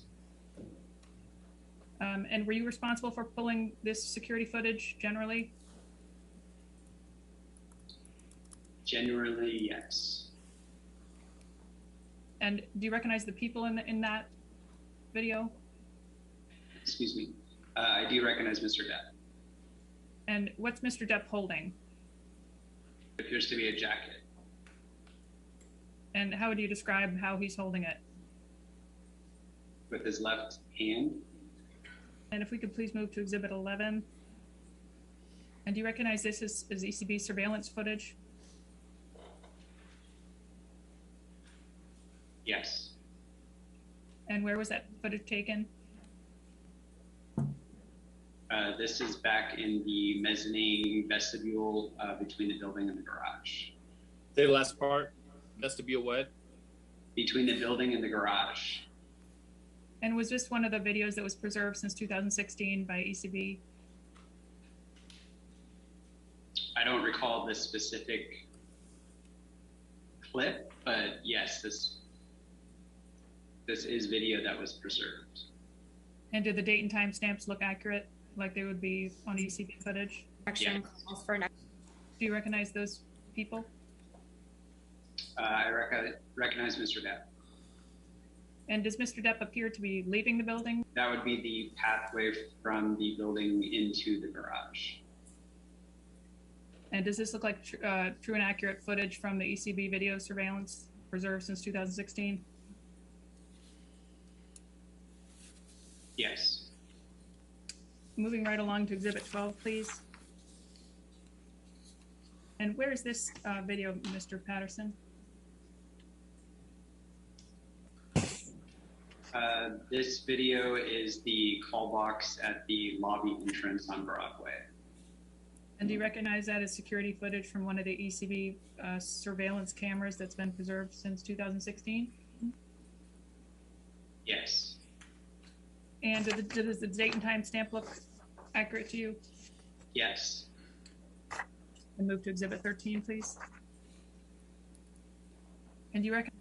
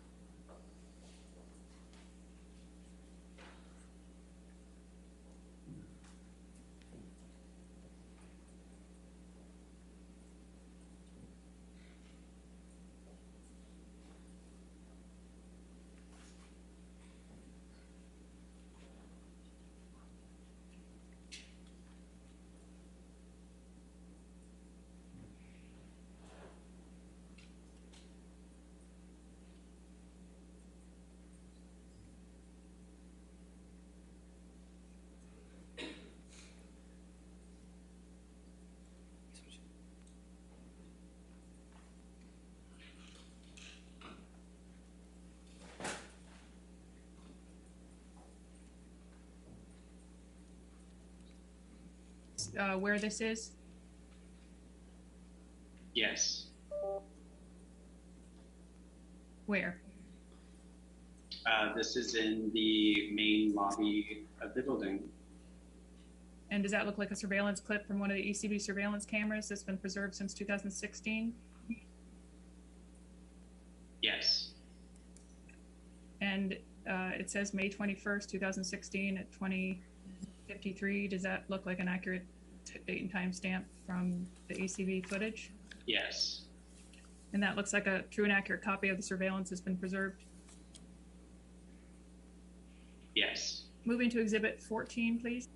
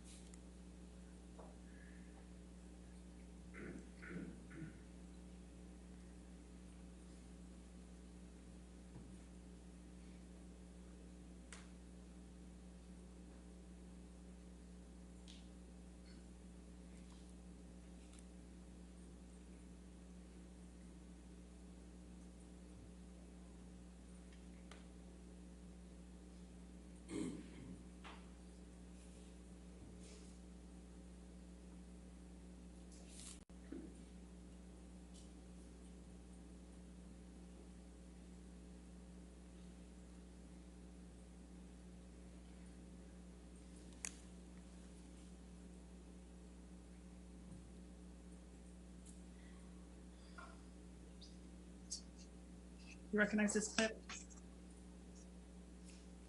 Yes.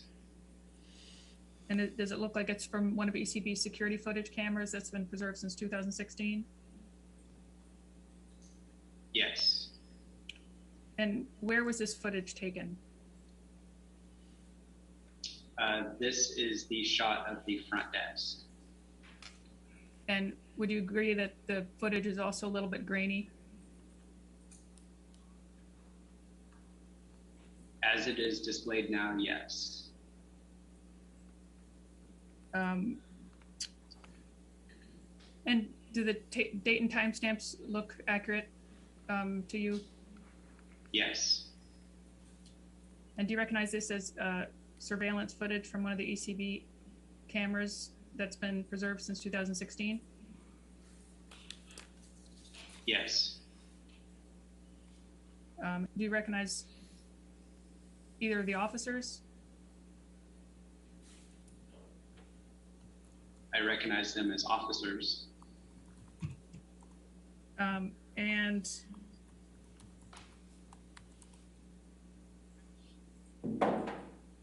does the date and timestamp look accurate as far as you know? Yes. Move to Exhibit 16, please. Does this also appear to be a ECB surveillance camera footage? Yes. And do you recognize that person who just left the elevator? I do not. And does this generally appear to be one of the ones that have been preserved since 2016 at ECB? Yes. And as far as you know, does the date and timestamp look accurate? Yes. And for all of these clips that you've seen, do they appear to you to be true and accurate copies of the footage that have been preserved? These seem very grainy and slow to me, from what I remember. But these are taken from Eastern Columbia video cameras during this time. And preserved since that time at ECB? Correct. And they were preserved in the same condition? Yes. Could we please pull up Exhibit 17? And do you recognize this as a clip from one of the ECB surveillance cameras that's been preserved since 2016? Yes. And as far as you know, is the date and timestamp accurate? Yes. And does that accurately portray the elevator scene at ECB? Yes. And can we move to Exhibit 18, please? But do you recognize this as ECB security footage that's been preserved at ECB since 2016? Yes. And it looks like an accurate copy of what was preserved, as far as you know? As far as I know, yes. And the date and timestamp, as far as you know, look accurate? Yes. Please move to Exhibit 19. And Mr. Patterson, do you know whether or not any of these timestamps are a few seconds off here or there or not? I do believe there is a few second time discrepancy. And do you know why there would be a few second time discrepancy, or? I don't know the reason behind it now. Okay. And did you recognize that video clip as one of the videos that has been preserved at ECB since 2016? Yes. And does that appear to be an accurate copy of one of the surveillance copies that have been preserved? Yes. And as far as you know, that the date and timestamp is reasonably accurate, you know, with a couple seconds margin? Yes. And please move to Exhibit 20. And do you recognize this as one of the videos that have been taken at ECB, by a surveillance camera at ECB? Yes. And are these one of the videos that have been preserved by ECB since 2016? Yes. And as far as you know, within a few seconds? Is the date and time stamp accurate? As far as I know, yes. And does appear to be two officers leaving ECB? Yes. And move to Exhibit 21, please. Do you recognize where this is? Yes. And what does it look like to you? This is the same shot from the kiosk camera outside of the lobby on Broadway. Is it shot from one of the surveillance cameras at ECB? Yes. And does that appear to be one of the clips that has been preserved by ECB since 2016? Yes. And as far as you know, is the date and time stamp accurate as far as you know? Yes. Exhibit 22. Can we move to that, please? And does this appear to be, this clip appear to be taken from one of the ECB security cameras? Yes. And which camera? This is the lobby, one of the lobby cameras. And does this appear to be one of the clips that was preserved at ECB since 2016? Yes.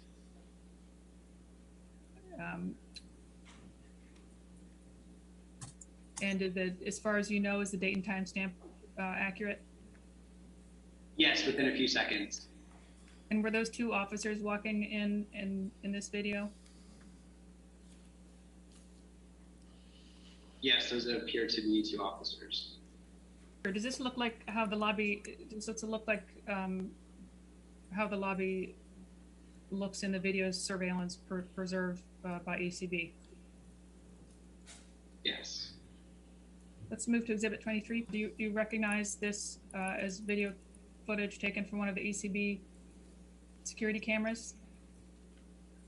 Yes. And does this appear to be one of the clips that's been preserved by ECB since 2016? Yes. And as far as you know, are the date and time stamps accurate within a few seconds? Yes. And do those appear to be officers talking to the concierge? Yes. And move to Exhibit 24, please. And do you recognize this as video footage taken by one of the ECB security cameras? Yes. And was this one of the clips that were taken by ECB and preserved since 2016? Yes. And as far as you know, within a few seconds, are the date and time stamps accurate? Yes. Can we please go to Exhibit 27? And do you recognize this video?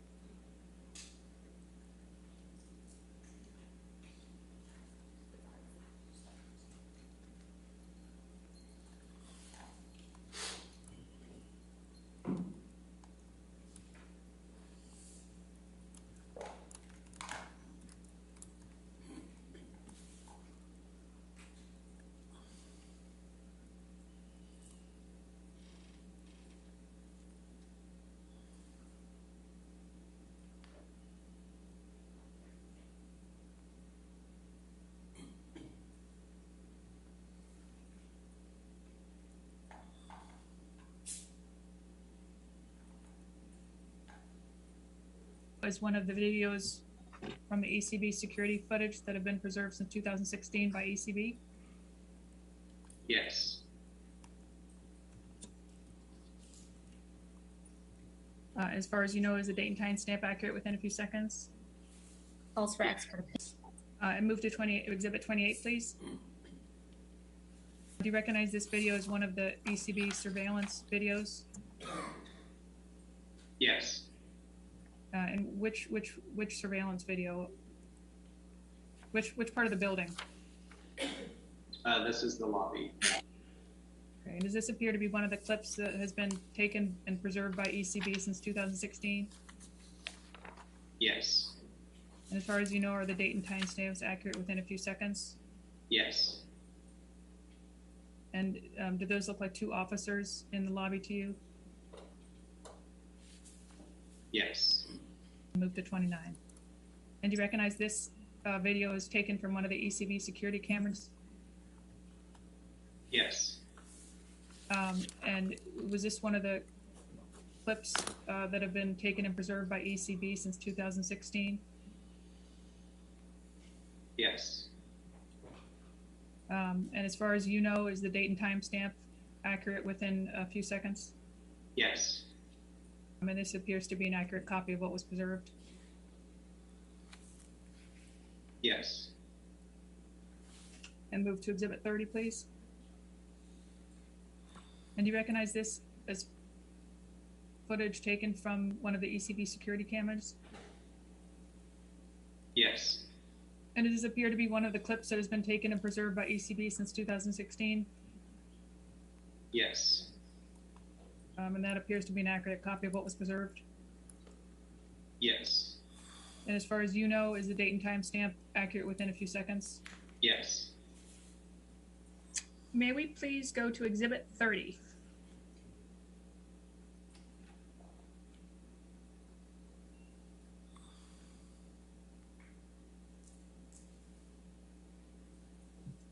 And do you recognize this as one of the video clips from ECB video surveillance? Yes. And is this the elevator camera? One of, yes. And do you recognize who's on the elevator? It appears to be Amber. And does this look like one of the video clips that have been taken and preserved by ECB since 2016? Yes. And as far as you know, within a few seconds, is the date and time stamp accurate? Yes. Can we please move to Exhibit 30?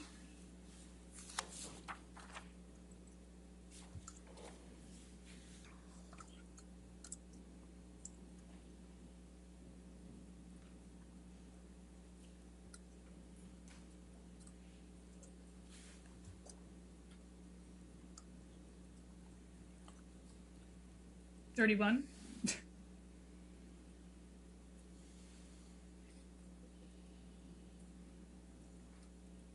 And does this appear to be one of the video clips taken from the ECB security footage? Yes. And does this appear to be one of the clips that was taken and preserved by ECB since 2016? Yes. And as far as you know, are the date and time stamps accurate within a few seconds? Yes. And while we're waiting for someone to appear, do you recognize the person at the front desk, if you can see him? And do you recognize who's walking into the video now?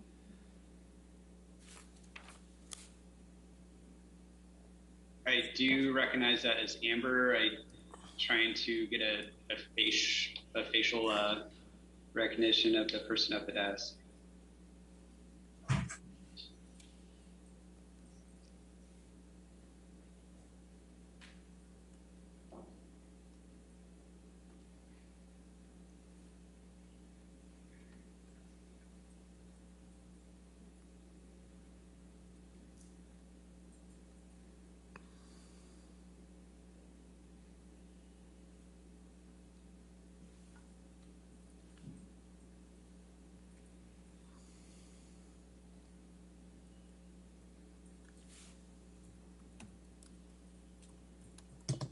Can you see him now? Yes. And who's that? His name is Cornelius. Do you know why Mr. Harrell and Amber would be going around that corner? The package room is around the corner.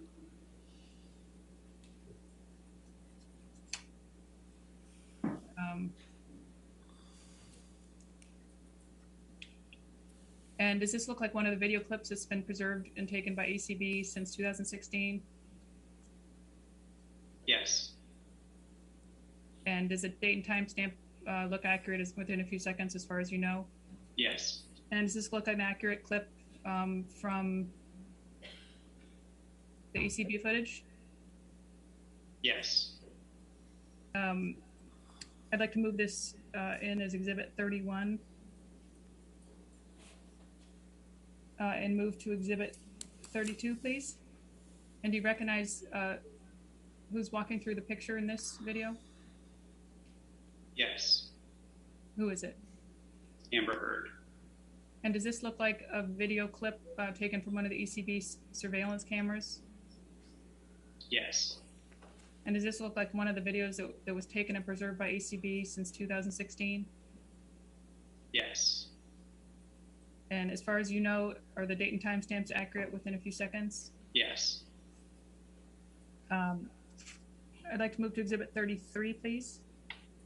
And does this look like video footage taken from one of the ECB surveillance cameras? Yes. And does this look like one of the clips taken and preserved by ECB since 2016? Yes. And as far as you know, are the date and time stamps accurate within a few seconds? Yes. I'd like to move to admit this as Exhibit 33. And do you recognize who's in this video right now? Yes. Who is it? Amber Heard. And where is she? This is the service corridor outside of the package room. Okay, and if we could please rewind the tape a little bit and see who Amber was with.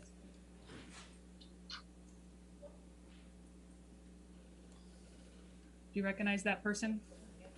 Yes, that's Cornelius. And what's his last name?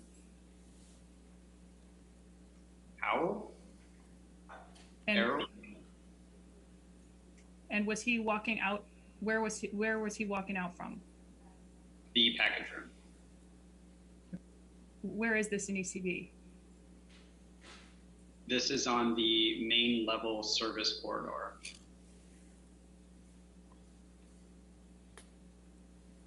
And would you agree with me that this footage is also a little bit grainy? Yes. If you could please, I'd like to move to admit Exhibit 33. And if we could please move to Exhibit 34. And do you recognize this as one of the ECB security camera footage clips? Yes. And this appear to be one of the video footage clips taken and preserved by ECB since 2016? Yes. As far as you know, is the date and time stamp accurate within a few seconds? Yes. And do you recognize who's in this video? It appears to be Amber Heard. And do you know where this video is? Can you expand on that? Sure. Is it in an elevator? In ECB? Yes. And can we go back to that exhibit, please? Just for a minute.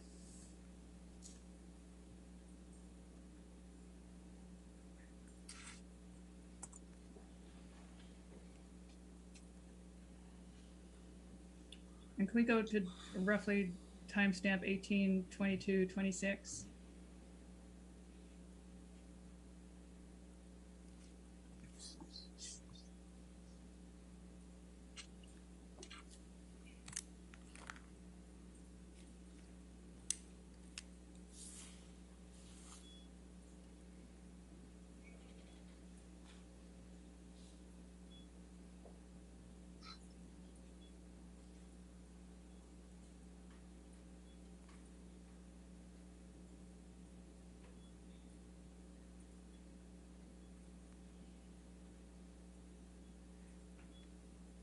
Would you agree with me that the video footage here is a little bit grainy? Yes. And does it look a little bit fuzzy to you? Yes. And can we please move to exhibit 35?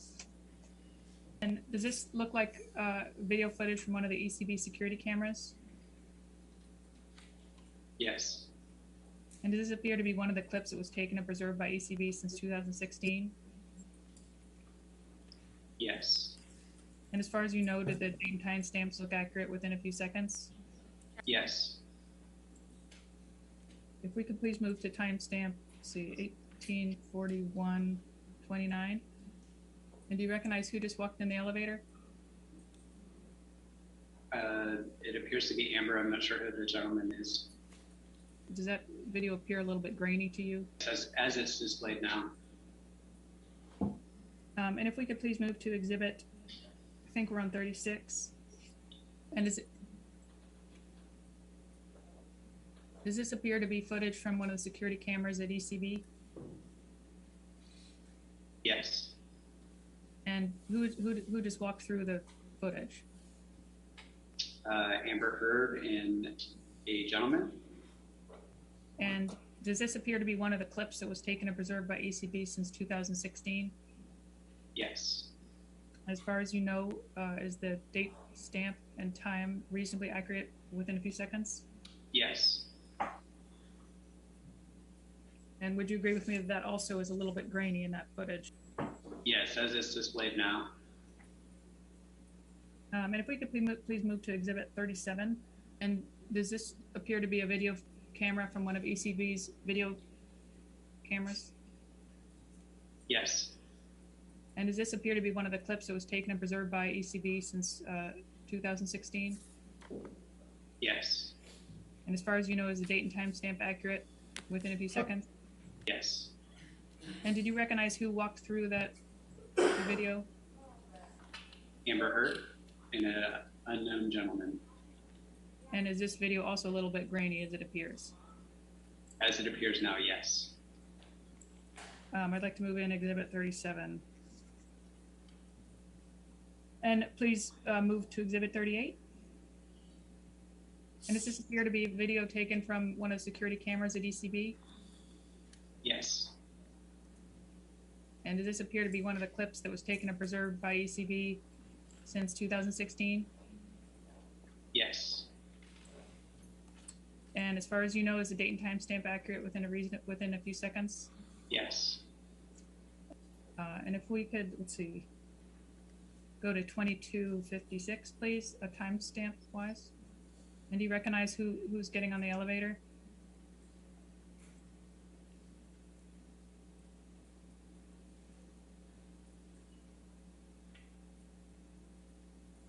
I cannot see her face, but it appears to be Amber Heard.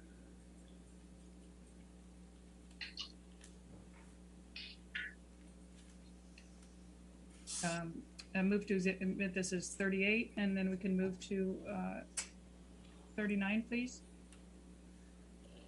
Does this look like a true and accurate copy of or surveillance footage from one of the ECB cameras? Yes. And does this look like one of the clips that was taken and preserved in 2016 by ECB? Yes.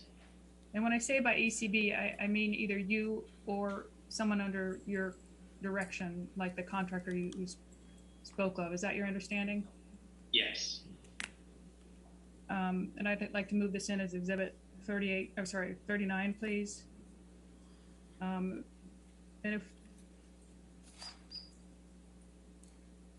do you know who is working behind the desk in this video? Yes. And who's that? Alex Romero. Okay, can we move to Exhibit 40, please? And does this appear to be a video from one of the ECB security cameras? Yes. And does this appear to be one of the clips that was taken and preserved by ECB since 2016? Yes. And as far as you know, is the date and time stamp accurate within a few seconds? Yes. I'd like to move this in as Exhibit 40, please. And if we could go to timestamp 21/17/33, please.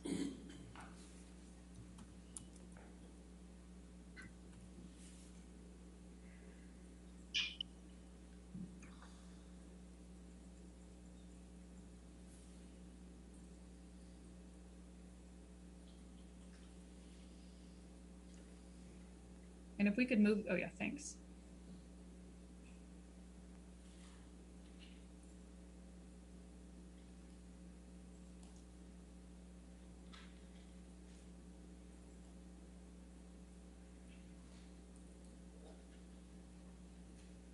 And do you recognize who's getting on the elevator?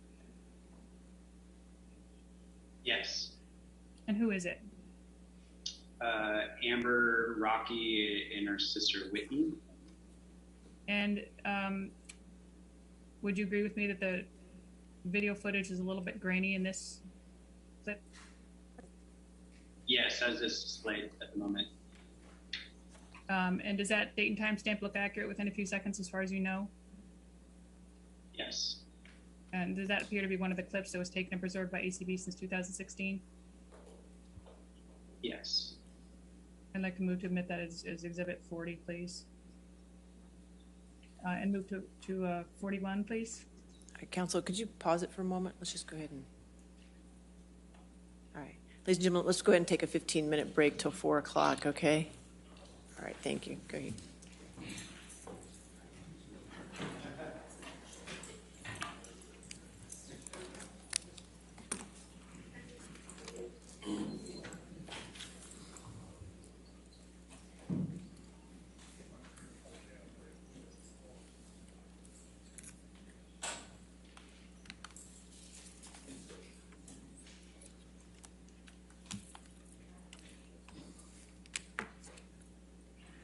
All right, we'll come back at 4 o'clock then, okay?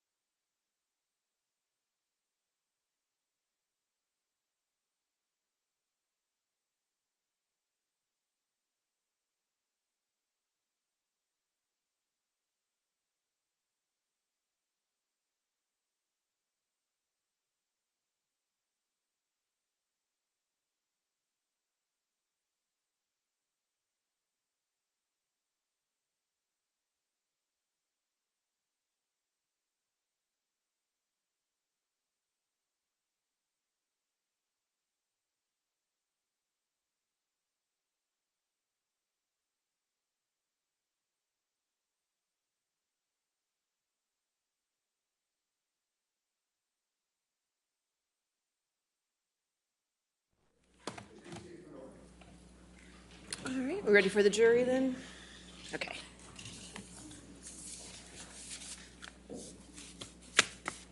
We're ready for the jury. Sorry.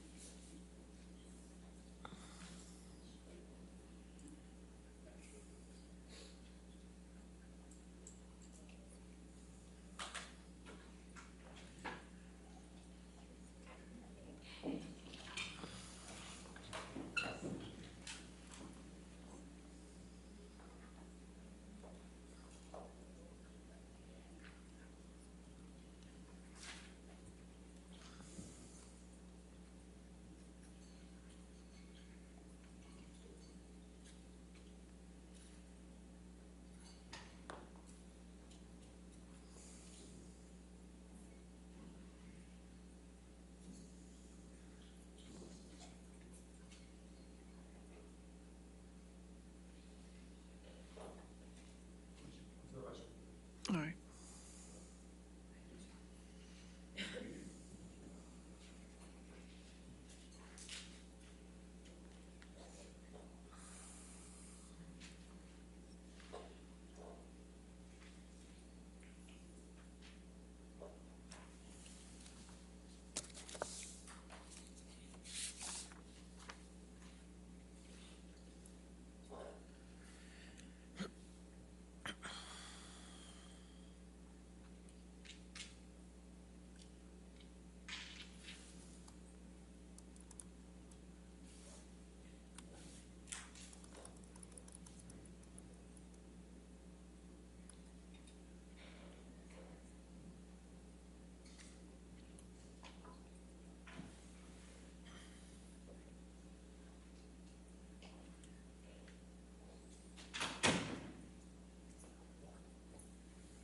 All right.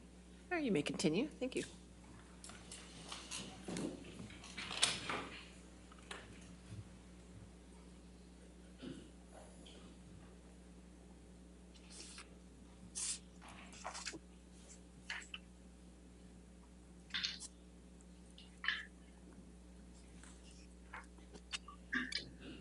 And does this also look like one of the clips taken from one of the ECB security cameras? Yes. And does this appear to be one of the clips that was taken and preserved by ECB since 2016? Yes. And would you agree with me that the quality is also grainy as it appears in this video? Yes. As far as you know, does the date and time stamp look accurate within a few seconds? Yes. And do you recognize the people in this video? Yes. And who are they? Amber, Rocky, and Whitney. And move to 42. And does this appear to be one of the video cameras from ECB security footage? Yes. And does this appear to be one of the videos taken and preserved by ECB since 2016? Yes. And as far as you know, is the date and time stamp accurate within a few seconds? Yes. And if we could please, let's see, go to 11:32 and 11:35. Do you recognize this as a clip from 2016? One of the ones that was taken and preserved by ECB? Yes. And as far as you know, the date and time stamp, is it accurate within a few seconds? Yes. Move to admit this as Exhibit 42, please, and let's move to Exhibit, 42, and move to Exhibit 43, please.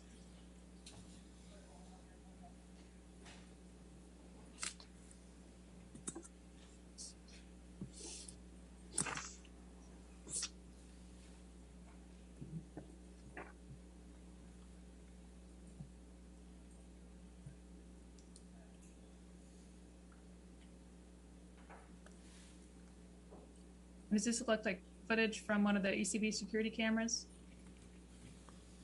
Yes. And does this appear to be one of the clips that was taken and preserved by ECB from since 2016? Yes. As far as you know, is the date and timestamp accurate within a few seconds? Yes. And can you tell me where this is? Or do you remember where that was in the building? That is the mezzanine vestibule between the building and the garage. Okay. And if we could move to exhibit 44, please.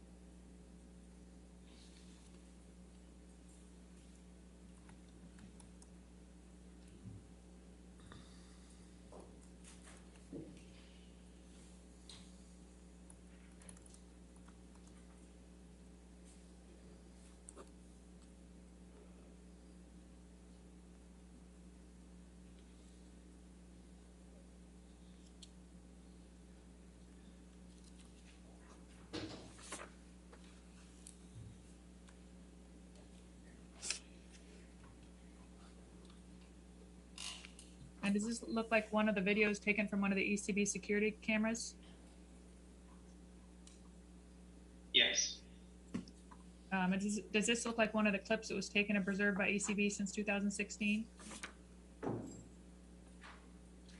Yes. And as far as you know, is the date and timestamp accurate within a few seconds? Yes. And do you recognize who's in the photo? I mean, who's in the video? It appears to be Amber and Trinity Esparza. Trinity what? Trinity Esparza.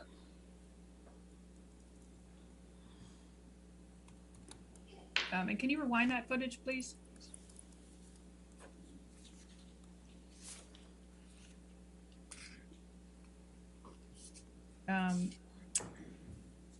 And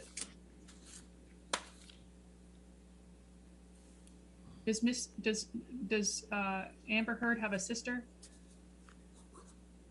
Yes. Do you know if that's Amber Heard's sister versus Amber Heard? Could you tell? In this video,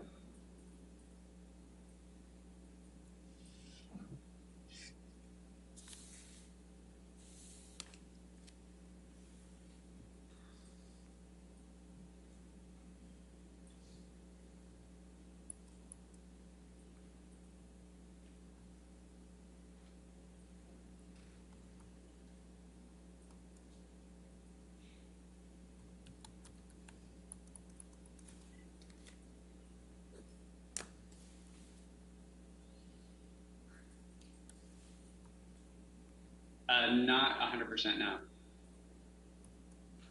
And would you agree that the video is also a little bit fuzzy in this clip? As it appears now, yeah, it's grainy. And does this look like an accurate clip taken and preserved by ECB since 2016? Yes. And if we could please move to Exhibit 46. As far as you know, did ECB preserve all the footage that Mr. Depp's attorneys and Amber's attorneys asked you to preserve? Yes.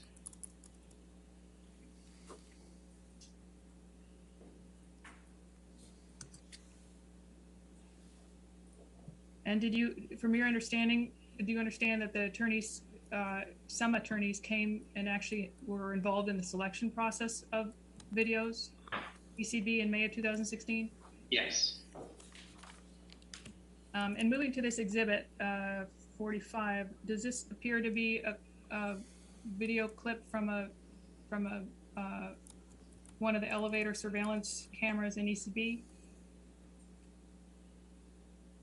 Yes. And does this appear to be one of the clips that was taken and preserved by ECB since 2016? Yes. And as far as you know, is the date and time stamps accurate within a few seconds? Yes. And I'd like to move to admit this as exhibit 45 or 46. And do you recognize the people in this? It appears to be Amber and Rocky. And would you agree that the footage is a little bit fuzzy? Yes, as it's displayed now. I'd like to move to admit that as exhibit 46 and move on to exhibit 47, please.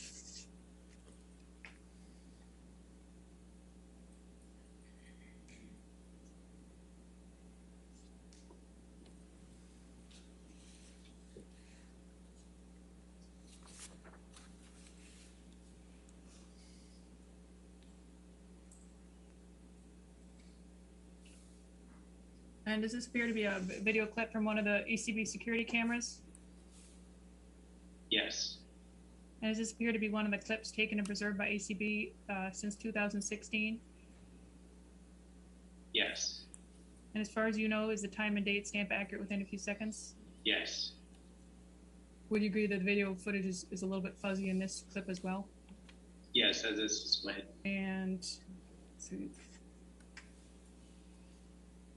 And this looks like one of the clips that was taken and preserved by ECB since 2016? Yes. And as far as you know, the date and time stamp look accurate within a few seconds? Yes. So I believe we're on exhibit 48. Does this appear to be a clip from one of the ECB video cameras? Yes. And does this appear to be one of the clips that was taken and preserved by ECB since 2016? Yes. And as far as you know, are the date and time stamps accurate within a few seconds? Yes. And do you recognize the woman who's about to get on the elevator, getting on?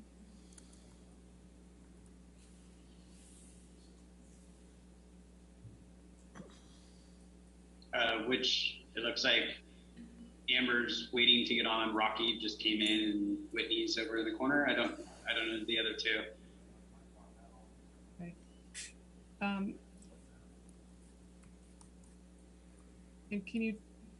would you agree that this footage is also a little bit fuzzy? Yes, as it's displayed now. And that looks like an accurate clip from one of the ones that was taken and preserved by ECB since 2016? Yes. If we could please pull up exhibit 49. Mr. Patterson, are you familiar with the layout at the penthouse level of Eastern Columbia building? Yes. And this is exhibit 49 that I'm showing you. And does this look like what you understand the layout to be of the Penthouse 3 first level? Does this look to you like what your understanding is of the layout of Penthouse 3, the first level? Yes. And if we could scroll down, please. Does that look like the layout of the second level of Penthouse 3? Yes. Move to admit exhibit 49, please. And can we please move to exhibit 50?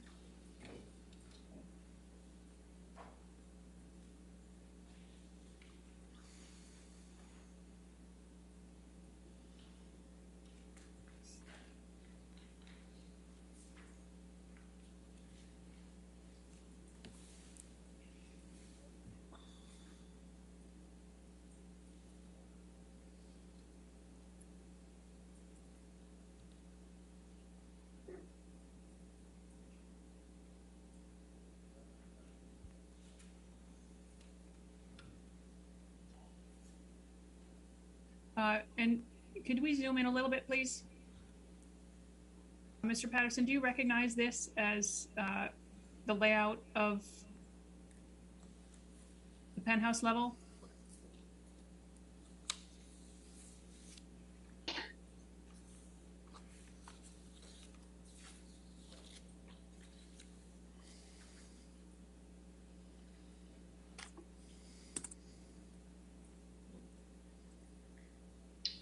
Nothing's labeled, generally, I guess. Does that look like the pool's in the right spot on that exhibit?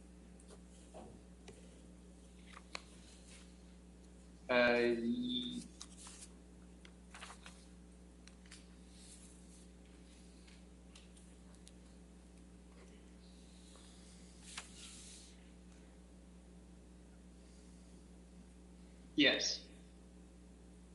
And does from what you can tell, does everything else look as you would expect the layout to be in your familiarity with the layout in your experience?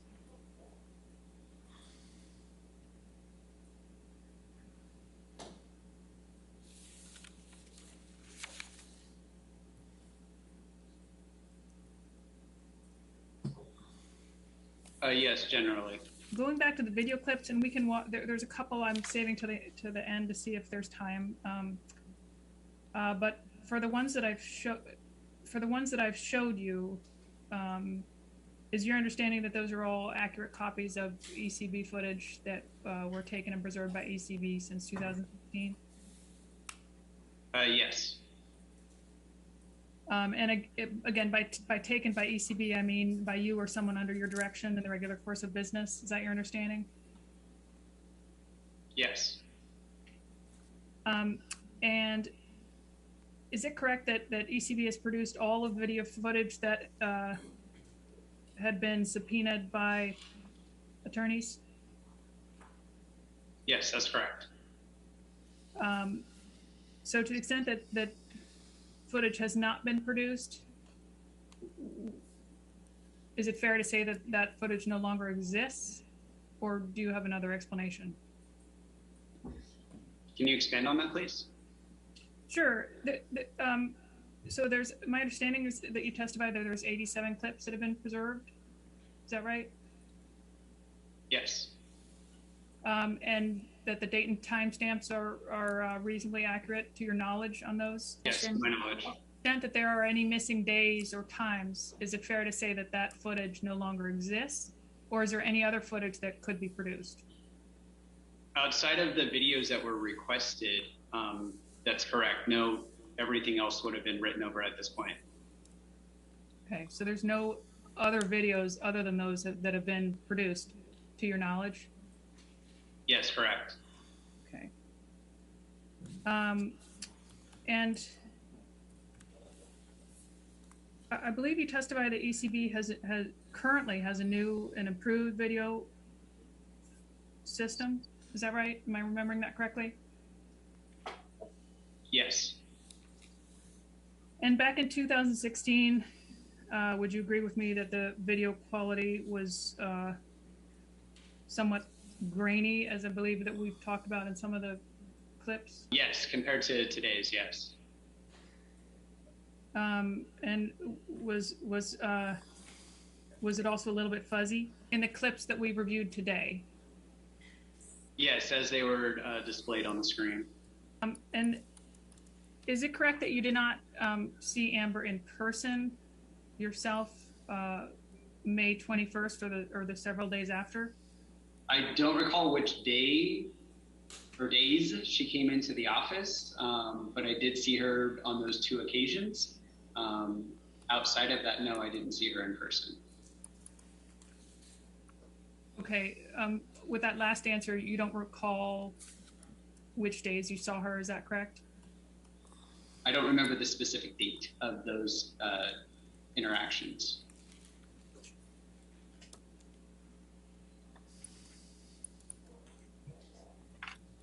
So would you be able to testify based on your knowledge whether Amber is wearing makeup the week of the 21st of 2016? Not that I recall. And if we could please go back, since we have a little bit of extra time, and watch the video that we couldn't hear the audio on. There's something wrong with it, but I believe the audio is fixed. So if we could please go back to Exhibit 3. Mr. Patterson, I believe you testified when we first saw this video without audio, that you described Mr. Depp's behavior as animated. Is that right? Yes. Now that the audio is back, would you still describe Mr. Depp's behavior as animated?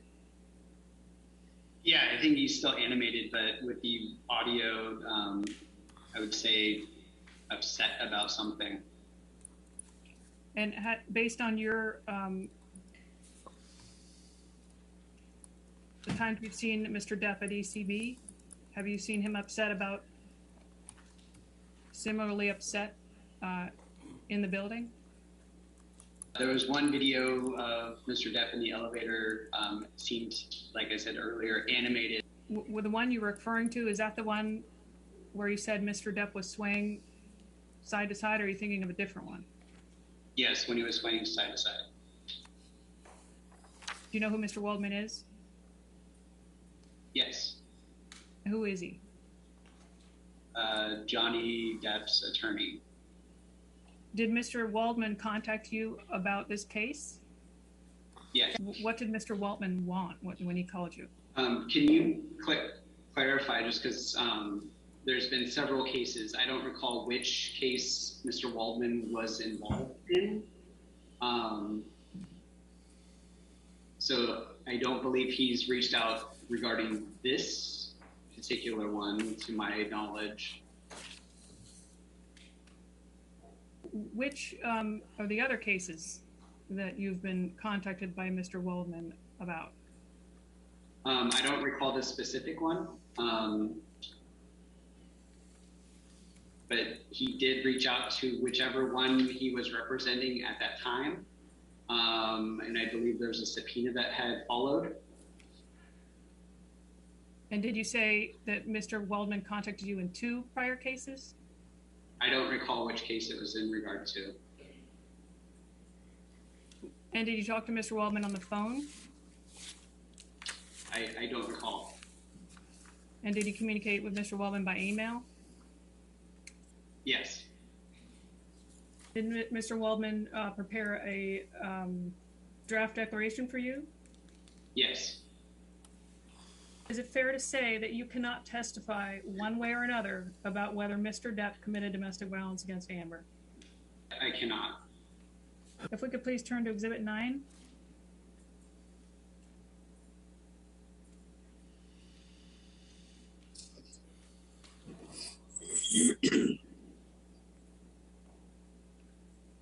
And does this look like a video camera from the ECB video footage? This is where you want to stop? Yeah, we're just gonna play it. We played it once before, just showing it. Okay. Yeah. Thank you.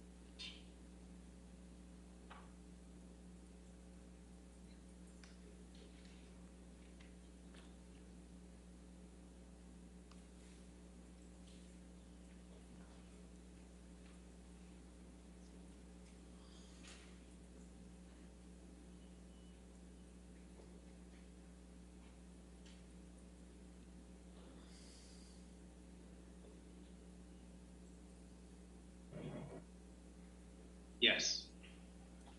And does this look like one taken and preserved by ECB since 2016? Yes.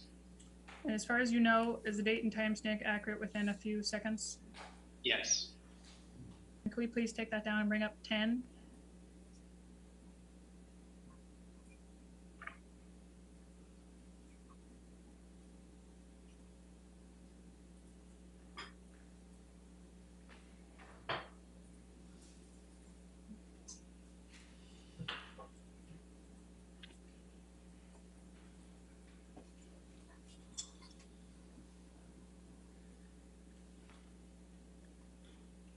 And does this look like a video from one of the ECB security cameras? Yes. And does this look like one of the clips that was taken and preserved by ECB since 2016? Yes. And does the date and time within a few seconds look accurate as far as you know? Yes.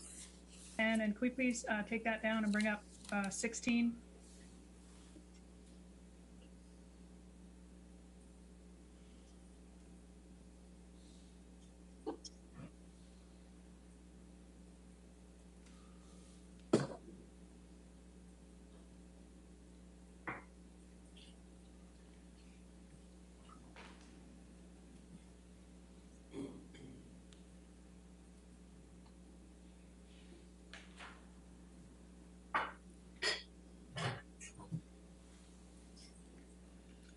And does this look like a video clip from one of the ECB security cameras? Yes. And does this look like one of the clips that was taken and preserved by ECB since 2016? Yes. And as far as you know, is the date and time stamp accurate within a few seconds? Yes. Please, and we could take this down and bring up 17, please.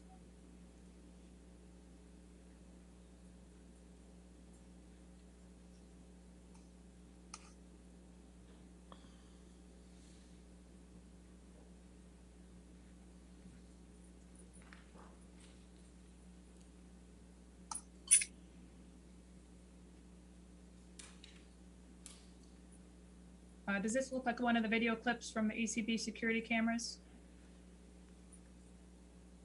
Yes. And does this look like one of the clips that was taken and preserved by ECB from 2016? Yes. And as far as you know, is the date and time stamp accurate within a few seconds? Yes. Can we please take it down and bring up 18?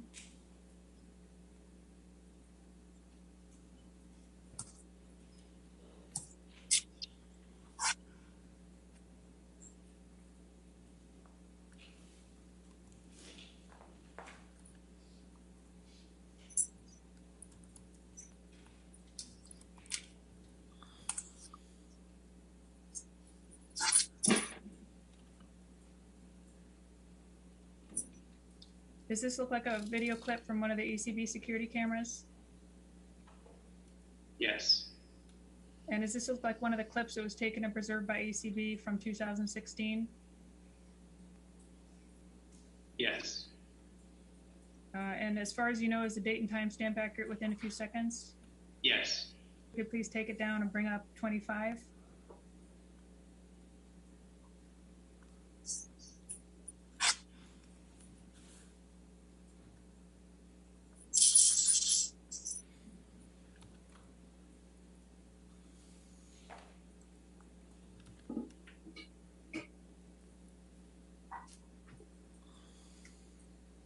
And does this look like a security camera footage from one of the ECB security cameras?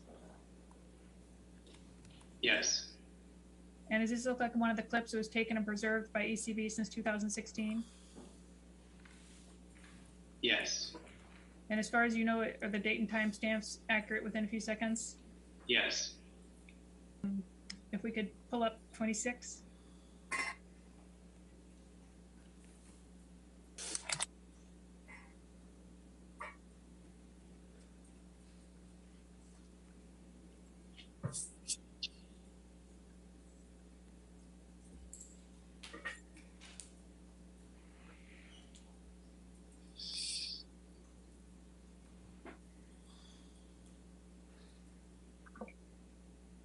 And does this look like a video from one of the ECB security cameras? Yes. And does this look like one of the clips that was taken and preserved by ECB since 2016? Yes. And as far as you know, is the date and time accurate within a few seconds? Yes. And just to confirm, that is your signature at the end of this document, is that correct? Yes, that's correct. Did anyone assist you in drafting this declaration? Yes. And who was that person? Mr. Waldman? And did Mr. Waldman's assistance in drafting your declaration have any influence or effect on the truthfulness of your statements in your declaration? No. Is this a true and accurate copy of your first witness statement submitted in the UK action? Yes, it appears to be. Mr. Patterson, the statements contained in this first witness statement, are they truthful? Yes, anything that I would have put on here and signed would have been truthful. Did Mr. Depp ever offer you any money? No, he did not.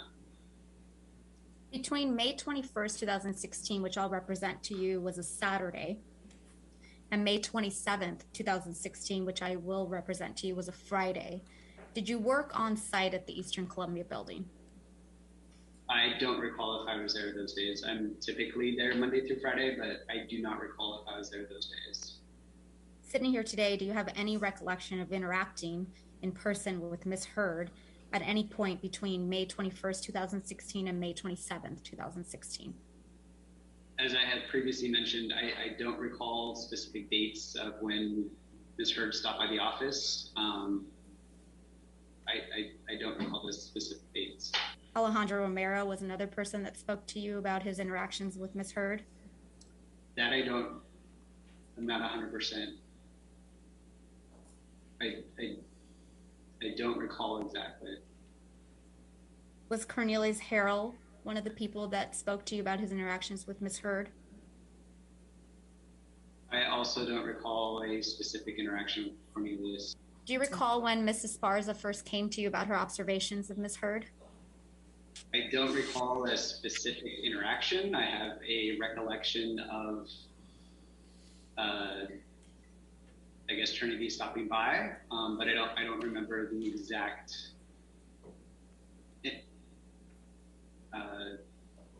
interaction.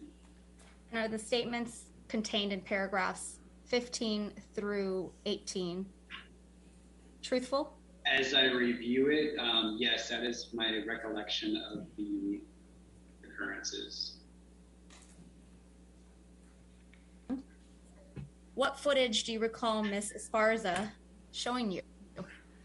I recall Mrs. Esparza showing me video of the mezzanine level where the multicolored area rug is, of Amber with her sister and Rocky, and one of them, from what I remember, fake punched Amber in the face, in which they all started laughing, and then they walked off screen.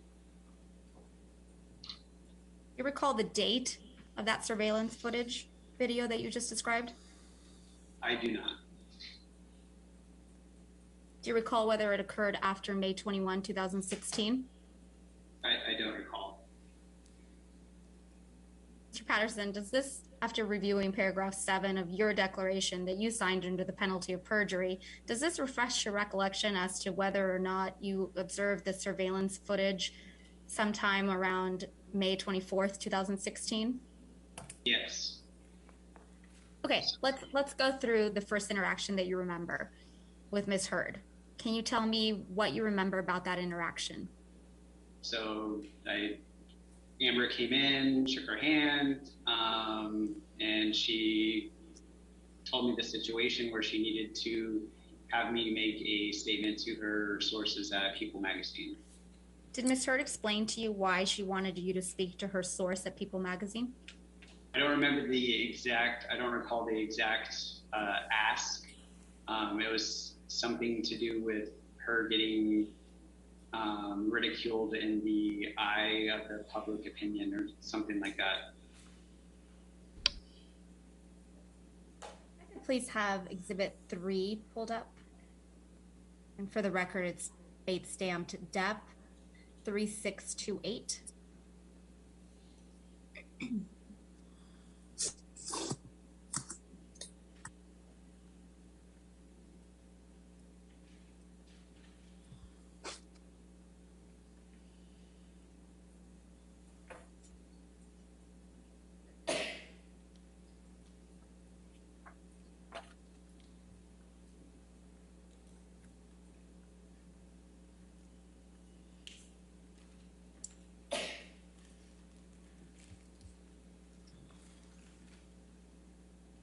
Mr. Patterson, does this video clip represent a true and accurate copy of one of the original clips that was produced in response to a subpoena in 2016? Yes. And was this clip recorded and kept in the regular course of business for Eastern Columbia Management?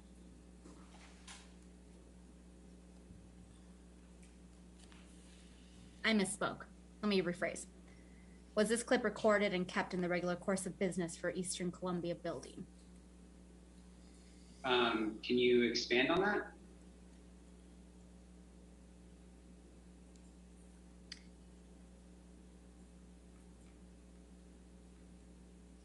Yeah, let me rephrase it.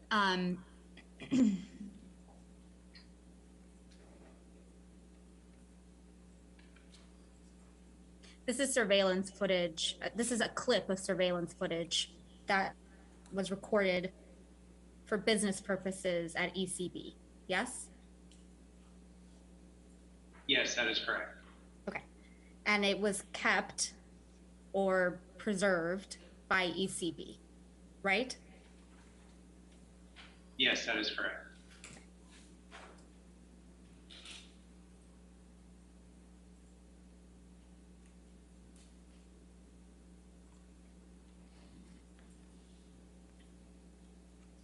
Do you know which camera this particular clip was showing footage from? We can perhaps replay it because I believe it might indicate that. Yeah, if we can pull it up again.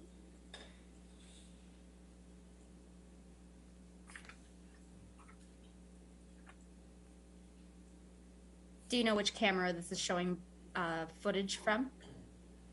So this would have been the Penthouse elevator. And if we could please pull up Exhibit 4.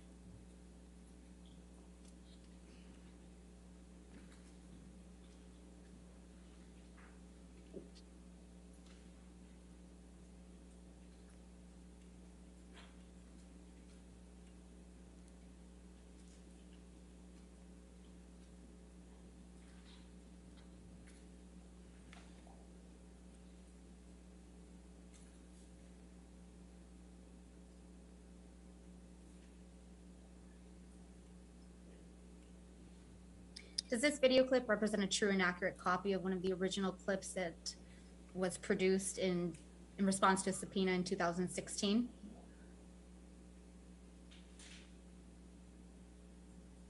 It appears to be. There's nothing going on right now, but yes.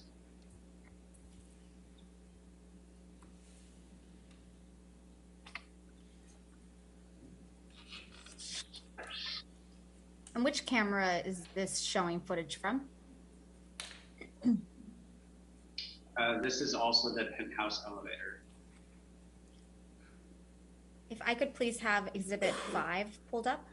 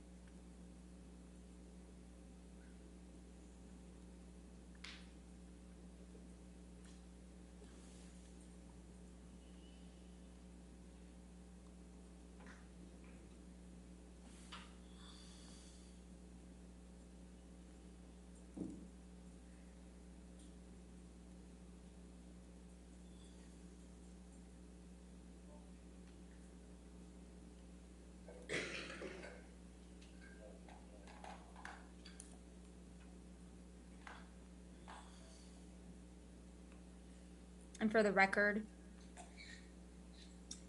that's bait stamped DEP 3641.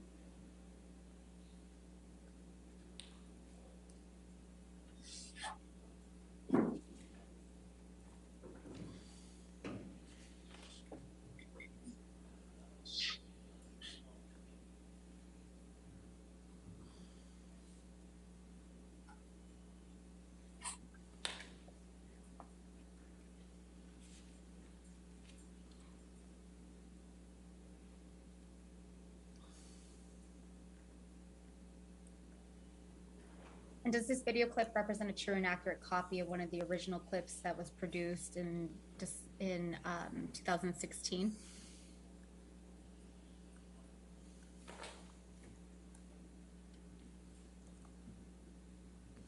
Yes, it appears to be.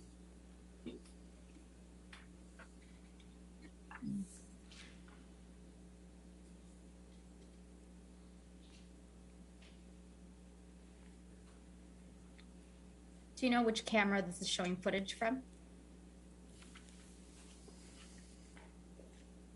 This would also be the Penthouse elevator. And what is the date of this footage? May 21st, 2016.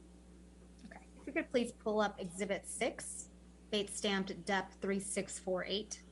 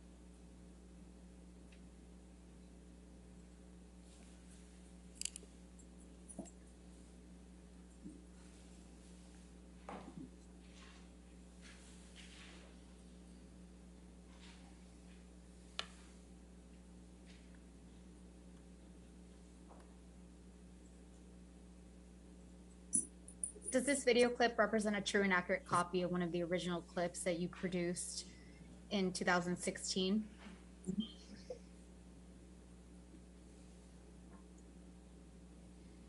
It appears so. I don't recall this exact time of this clip, but yes, it does appear so. And is it, what is the date on this video clip? May 21st, 2016. And which camera is this showing footage from? If we can wait for the doors to open.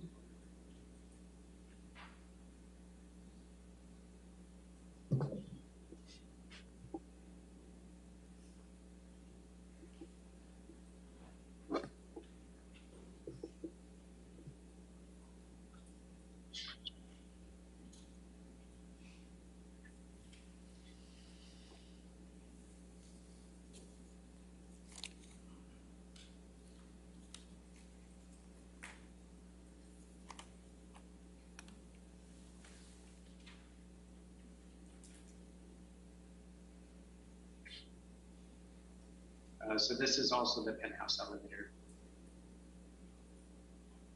Mr. Patterson, I will show you next a video clip that's been bait stamped DEP 3610. It's Patterson Exhibit 7.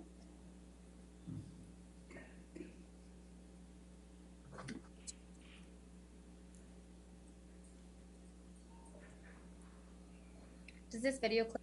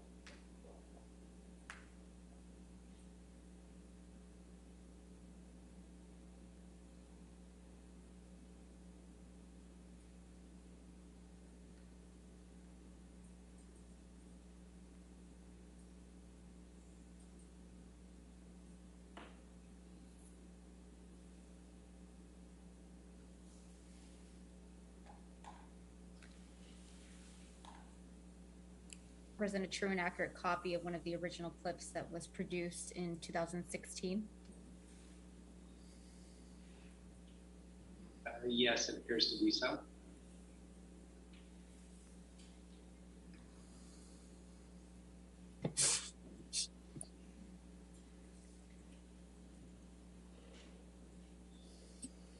Do you know which camera this is showing footage from?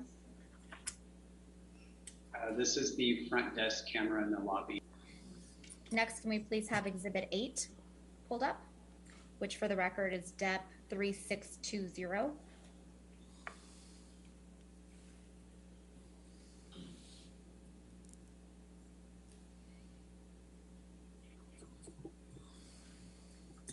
Mr. Patterson, does this video clip represent a true and accurate copy of one of the original clips that was produced in 2016?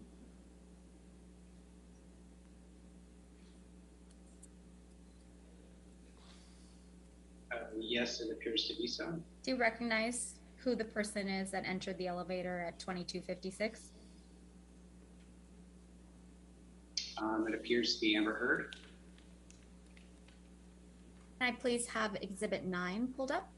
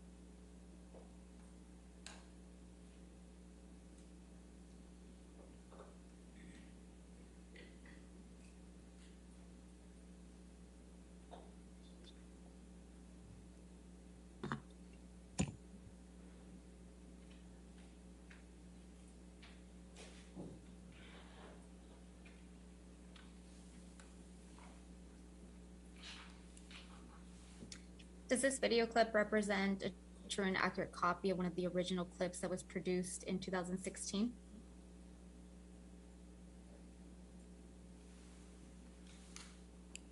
Yes, it appears to be so. Do you know which camera this is showing footage from?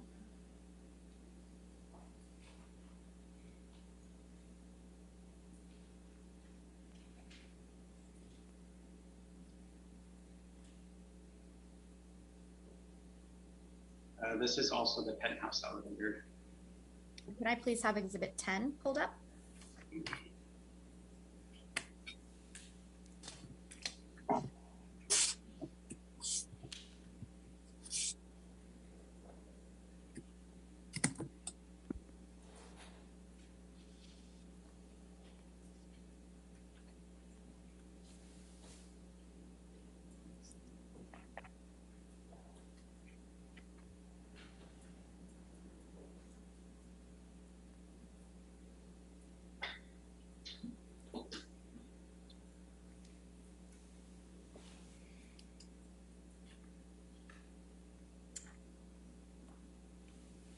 And for the record, this is bait stamped depth 3607. Does this appear to be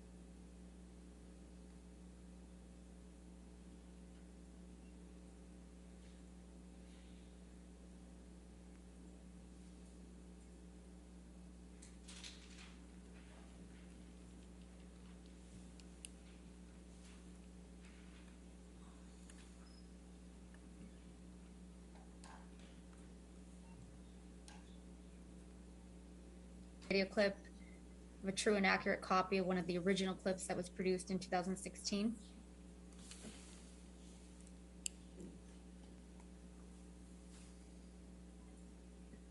Yes, it appears to be so.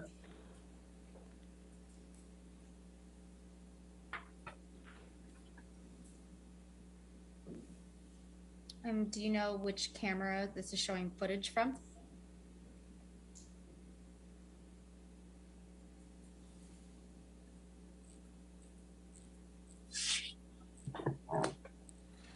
This is also the Penthouse elevator. And what date is depicted? May 25th, 2016. Next, can I have please Exhibit 12, which for the record is bait stamp depth 3572?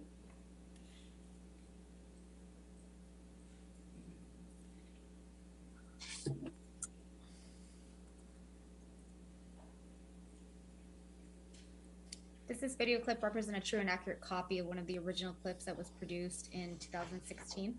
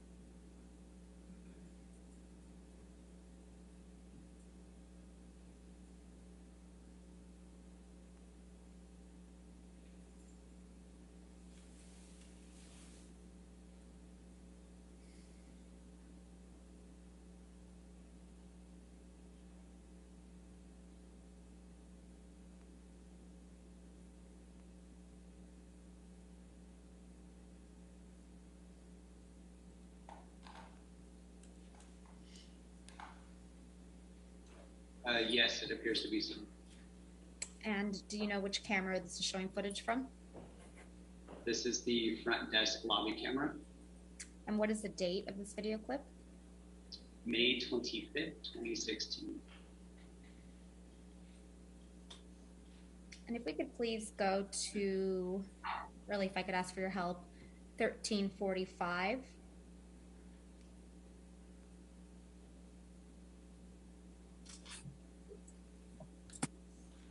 I'm going to mark this exhibit as Patterson Exhibit 12. Do you recognize the woman at the desk, walking to the desk? Yes, it looks like Amber Heard is approaching Trinity Esparza working at the desk. Can I have Exhibit 13 pulled up, please?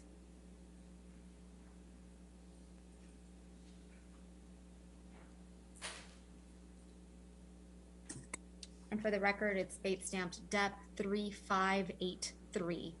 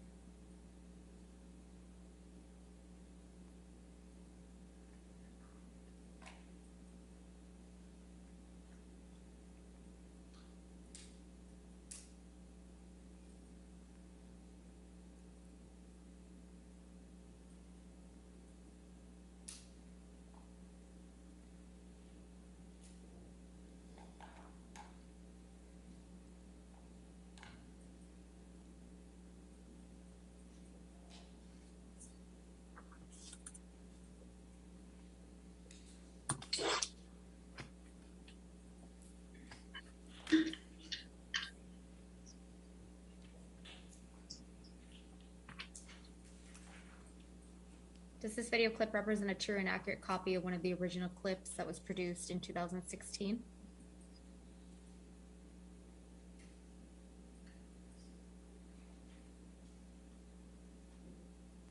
Yes, it appears to be so. And do you know which camera this is showing footage from?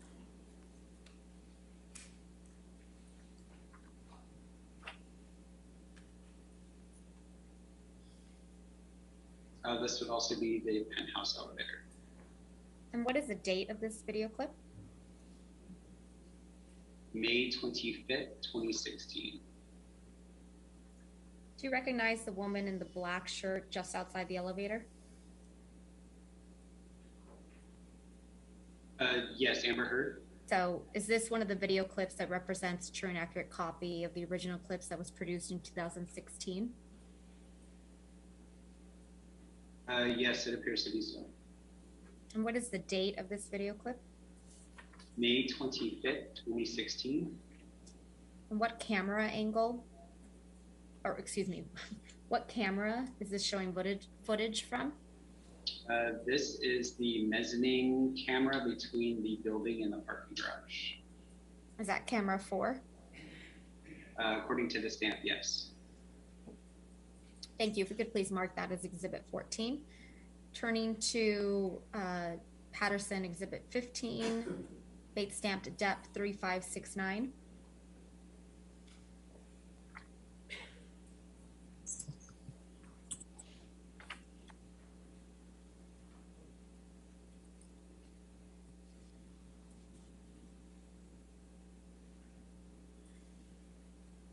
Does this video clip represent a true and accurate copy of one of the original clips that was produced in 2016? Yes, it appears to be so. And what is the date of this video? May 25th, 2016. And which camera is this showing footage from? This is camera 7, lobby camera. And does this video clip represent a true and accurate copy of one of the original clips that was produced in 2016? Yes, it appears to be so. And what is the date of this video? May 24th, 2016. And what camera is this showing footage from? This is camera number 6, which is the kiosk camera outside on Broadway. Thank you. And can we please mark this security clip as Patterson Exhibit 16? Next, can I please have Patterson Exhibit 17, Depp 3594?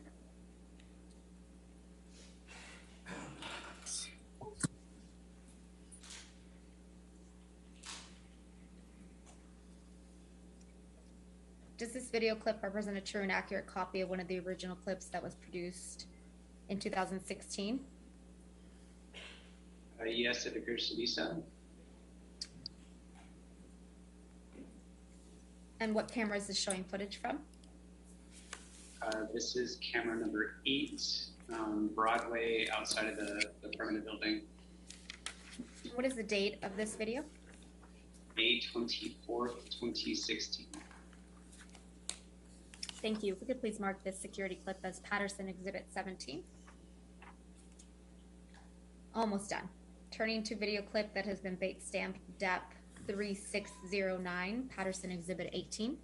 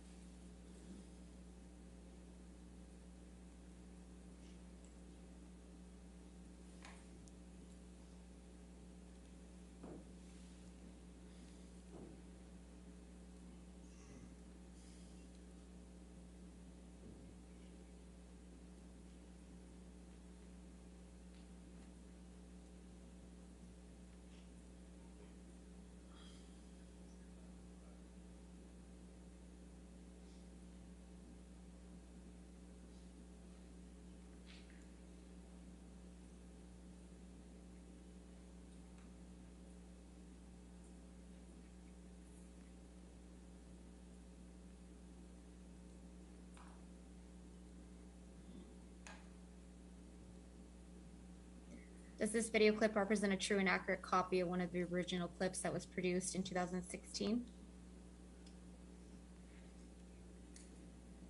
Yes, it appears to be so. And do you know which camera this is showing footage from? This is camera 4, which is the service hallway. And what date is depicted in the security clip? May 22nd, 2016.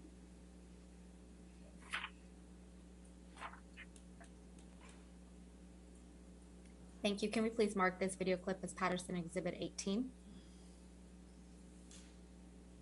Next, Patterson Exhibit 19, Depp 3611.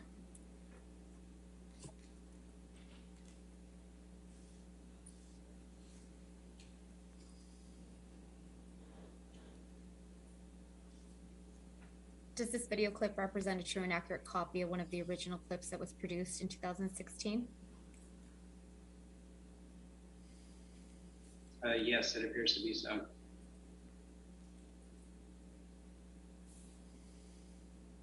And what camera is this showing footage from?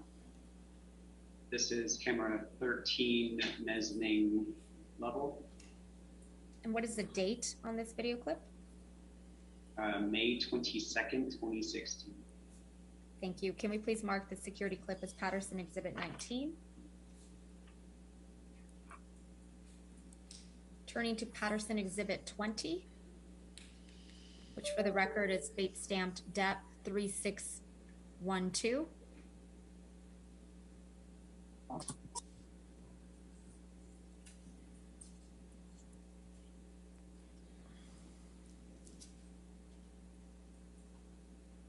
This is one of the video clips that represents a true and correct copy of one of the original clips that was produced in 2016. Yes, it appears to be so. And what camera is this showing footage from? This is the garage camera number 2, And what is the date of this video clip? May 22nd, 2016. Thank you. Can we please mark the security clip as Patterson Exhibit 20? And do you know what camera this is showing footage from? This is parking garage camera number 14, And what is the date on this video clip? May 22nd, 2016. Thank you. Can we please mark this security clip as Patterson Exhibit 21? Mr. Patterson, I believe you previously testified, or counsel informed you, that there were 87 video clips that were produced in response to a subpoena in 2016. Do you recall that testimony? Yes. And all 87 video clips, to the best of your recollection as the person most knowledgeable for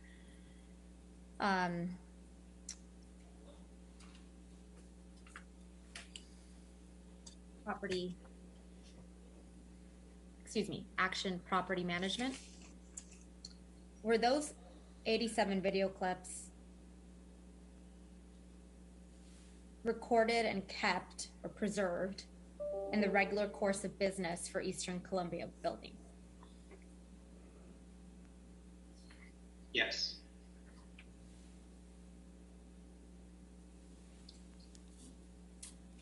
And were those clips collected, preserved, and produced near the time of the actual events recorded in the clips? Yes, it would have been within that 20 to 30 day timeline. Right. And it was the regular practice of the Eastern Columbia Building to record security footage similar to what is reflected in these clips that you've been shown today, correct? Yes, that's correct. Mr. Patterson, I believe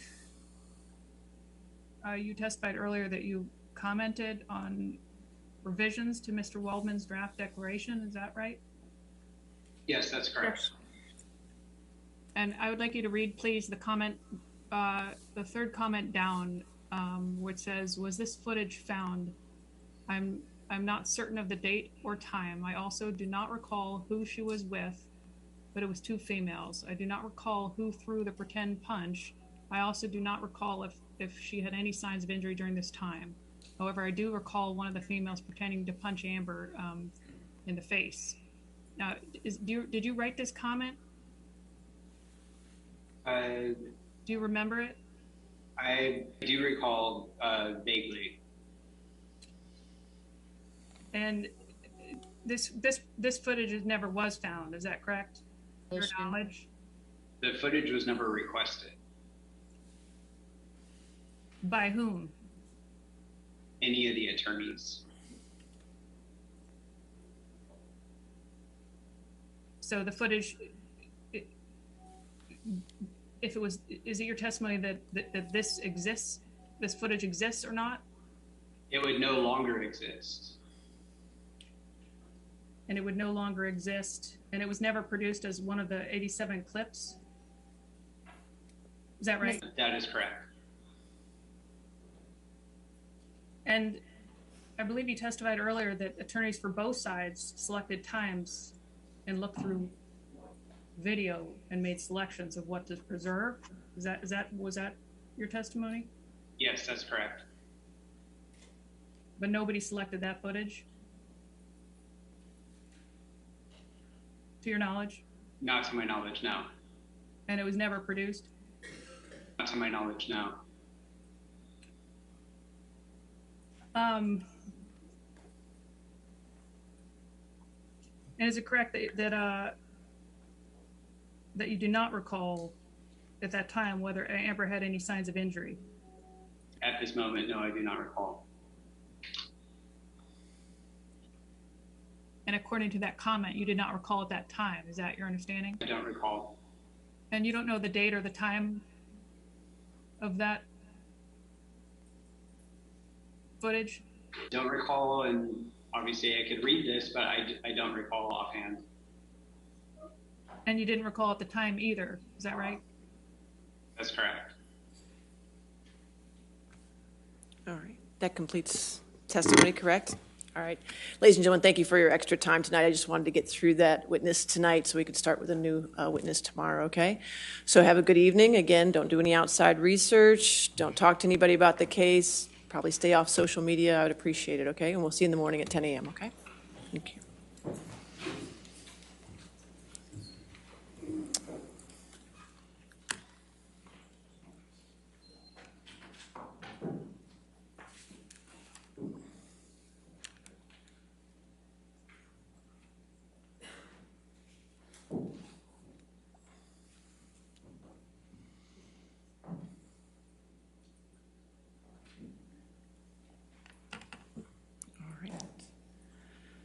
Okay, well, I know 6 weeks sound like a lot of time, but it's only 24 days and we've already done 3 days. So you have 21 days left. You know, stipulations is one of my favorite words, so you might want to consider looking back through all the evidence that you have and stipulate on a lot of information, because I promised this jury would be done by Memorial Day weekend, and we will be done by Memorial Day weekend. So when your time is up, your time is up. My law clerk, Sammy, is tracking everybody's time, how much time has been used by each side. So he'll keep doing that throughout the trial, and we'll let you know on a weekly basis how it's going. But if things don't speed up in the deposition, you're just not going to get through this. So I want you to keep that in mind, okay?